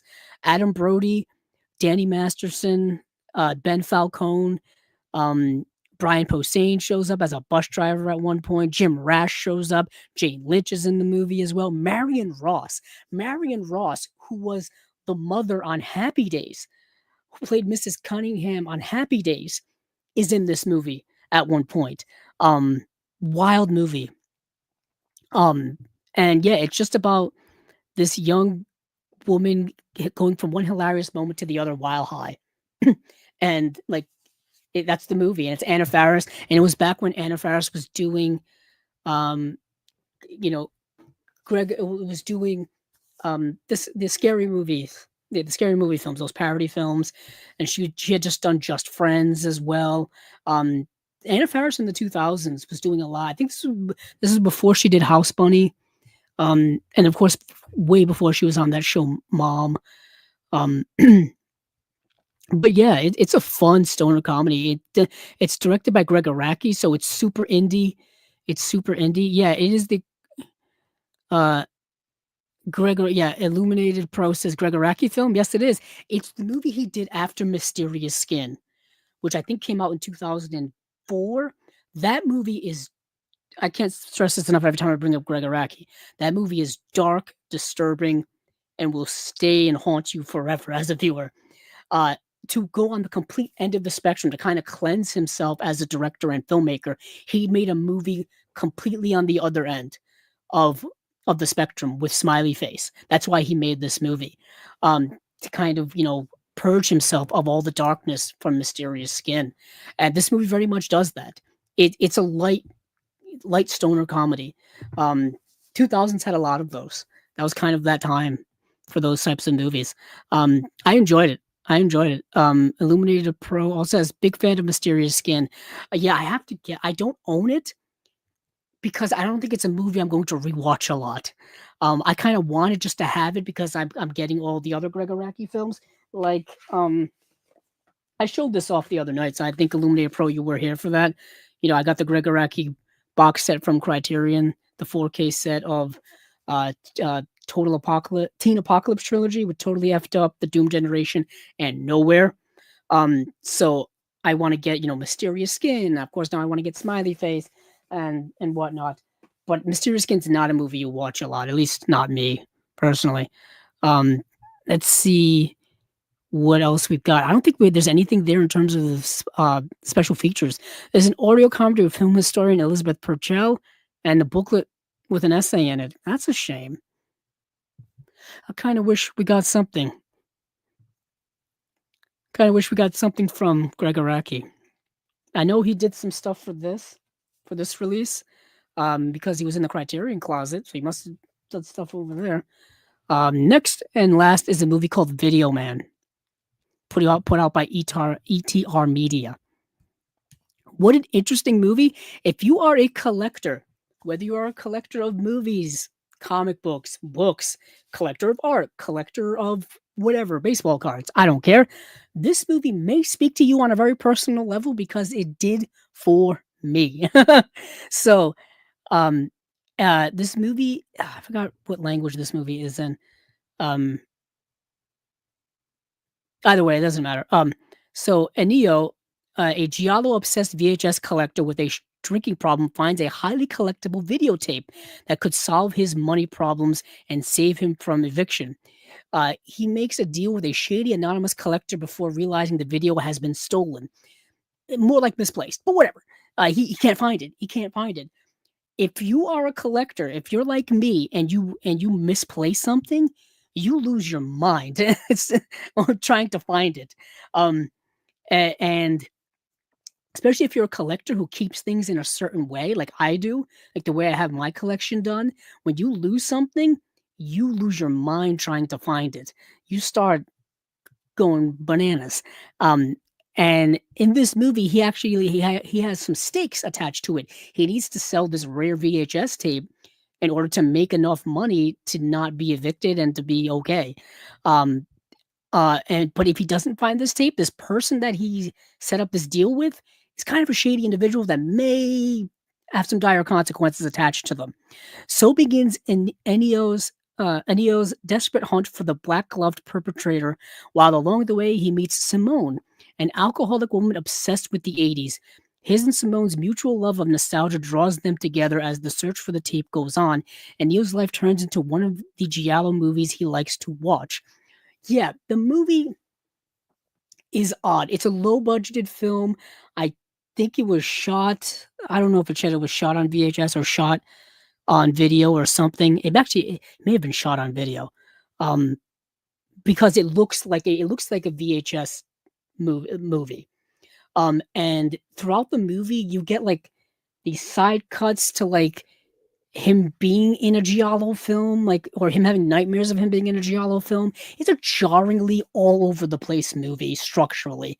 It really is. But at the core of it is this guy trying to find this VHS tape, but then he also meets up with this woman who's also having life problems based off of alcoholism. So yet again, you got another movie dealing with alcoholism or dealing with some type of self-abuse, really, and then having that create other problems in other ways.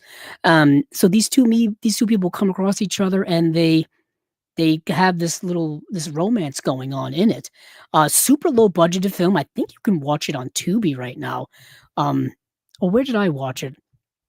Let me check my diary right away on Instagram, because yeah, Video Man. I watched it super late one night recently, just to add some more stuff that I needed to watch. So yeah, it's available on Tubi. It's available on Tubi.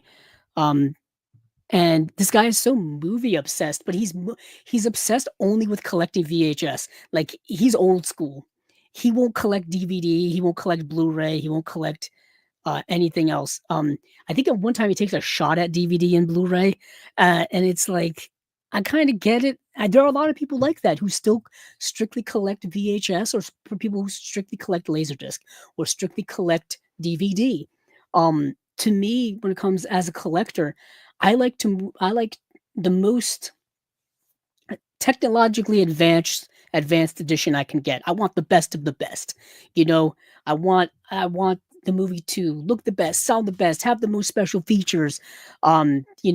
Be because because it's a celebration of the advancement of home video technology, of preservation, of restoration, of all of these things. Things we didn't have 10, 20, 30, 40, 50 years ago. We now have the capability to do that. So that's my personal philosophy on that. But this movie is very much a celebration of like lo-fi VHS and the VHS collecting. And it's got the little giallo twist to it as well. The movie's kind of all over the place, and the ending left me kind of confused, baffled. Like, is that really it? That didn't make any sense. Why did that happen? I don't know. I was a little, it's a little bit of a shrug of an ending, but that was Video Man. It's going on for a while. It's been going on for a while. Let's see. Yeah, we have some other. Let's see. I was surprised Mystery Skin wasn't in that group. Yeah, maybe because it came out a little after, or I'm thinking mostly because of rights issues. To be honest, the thing with Greg Araki's films, it seems like the rights are all over the place, in my opinion.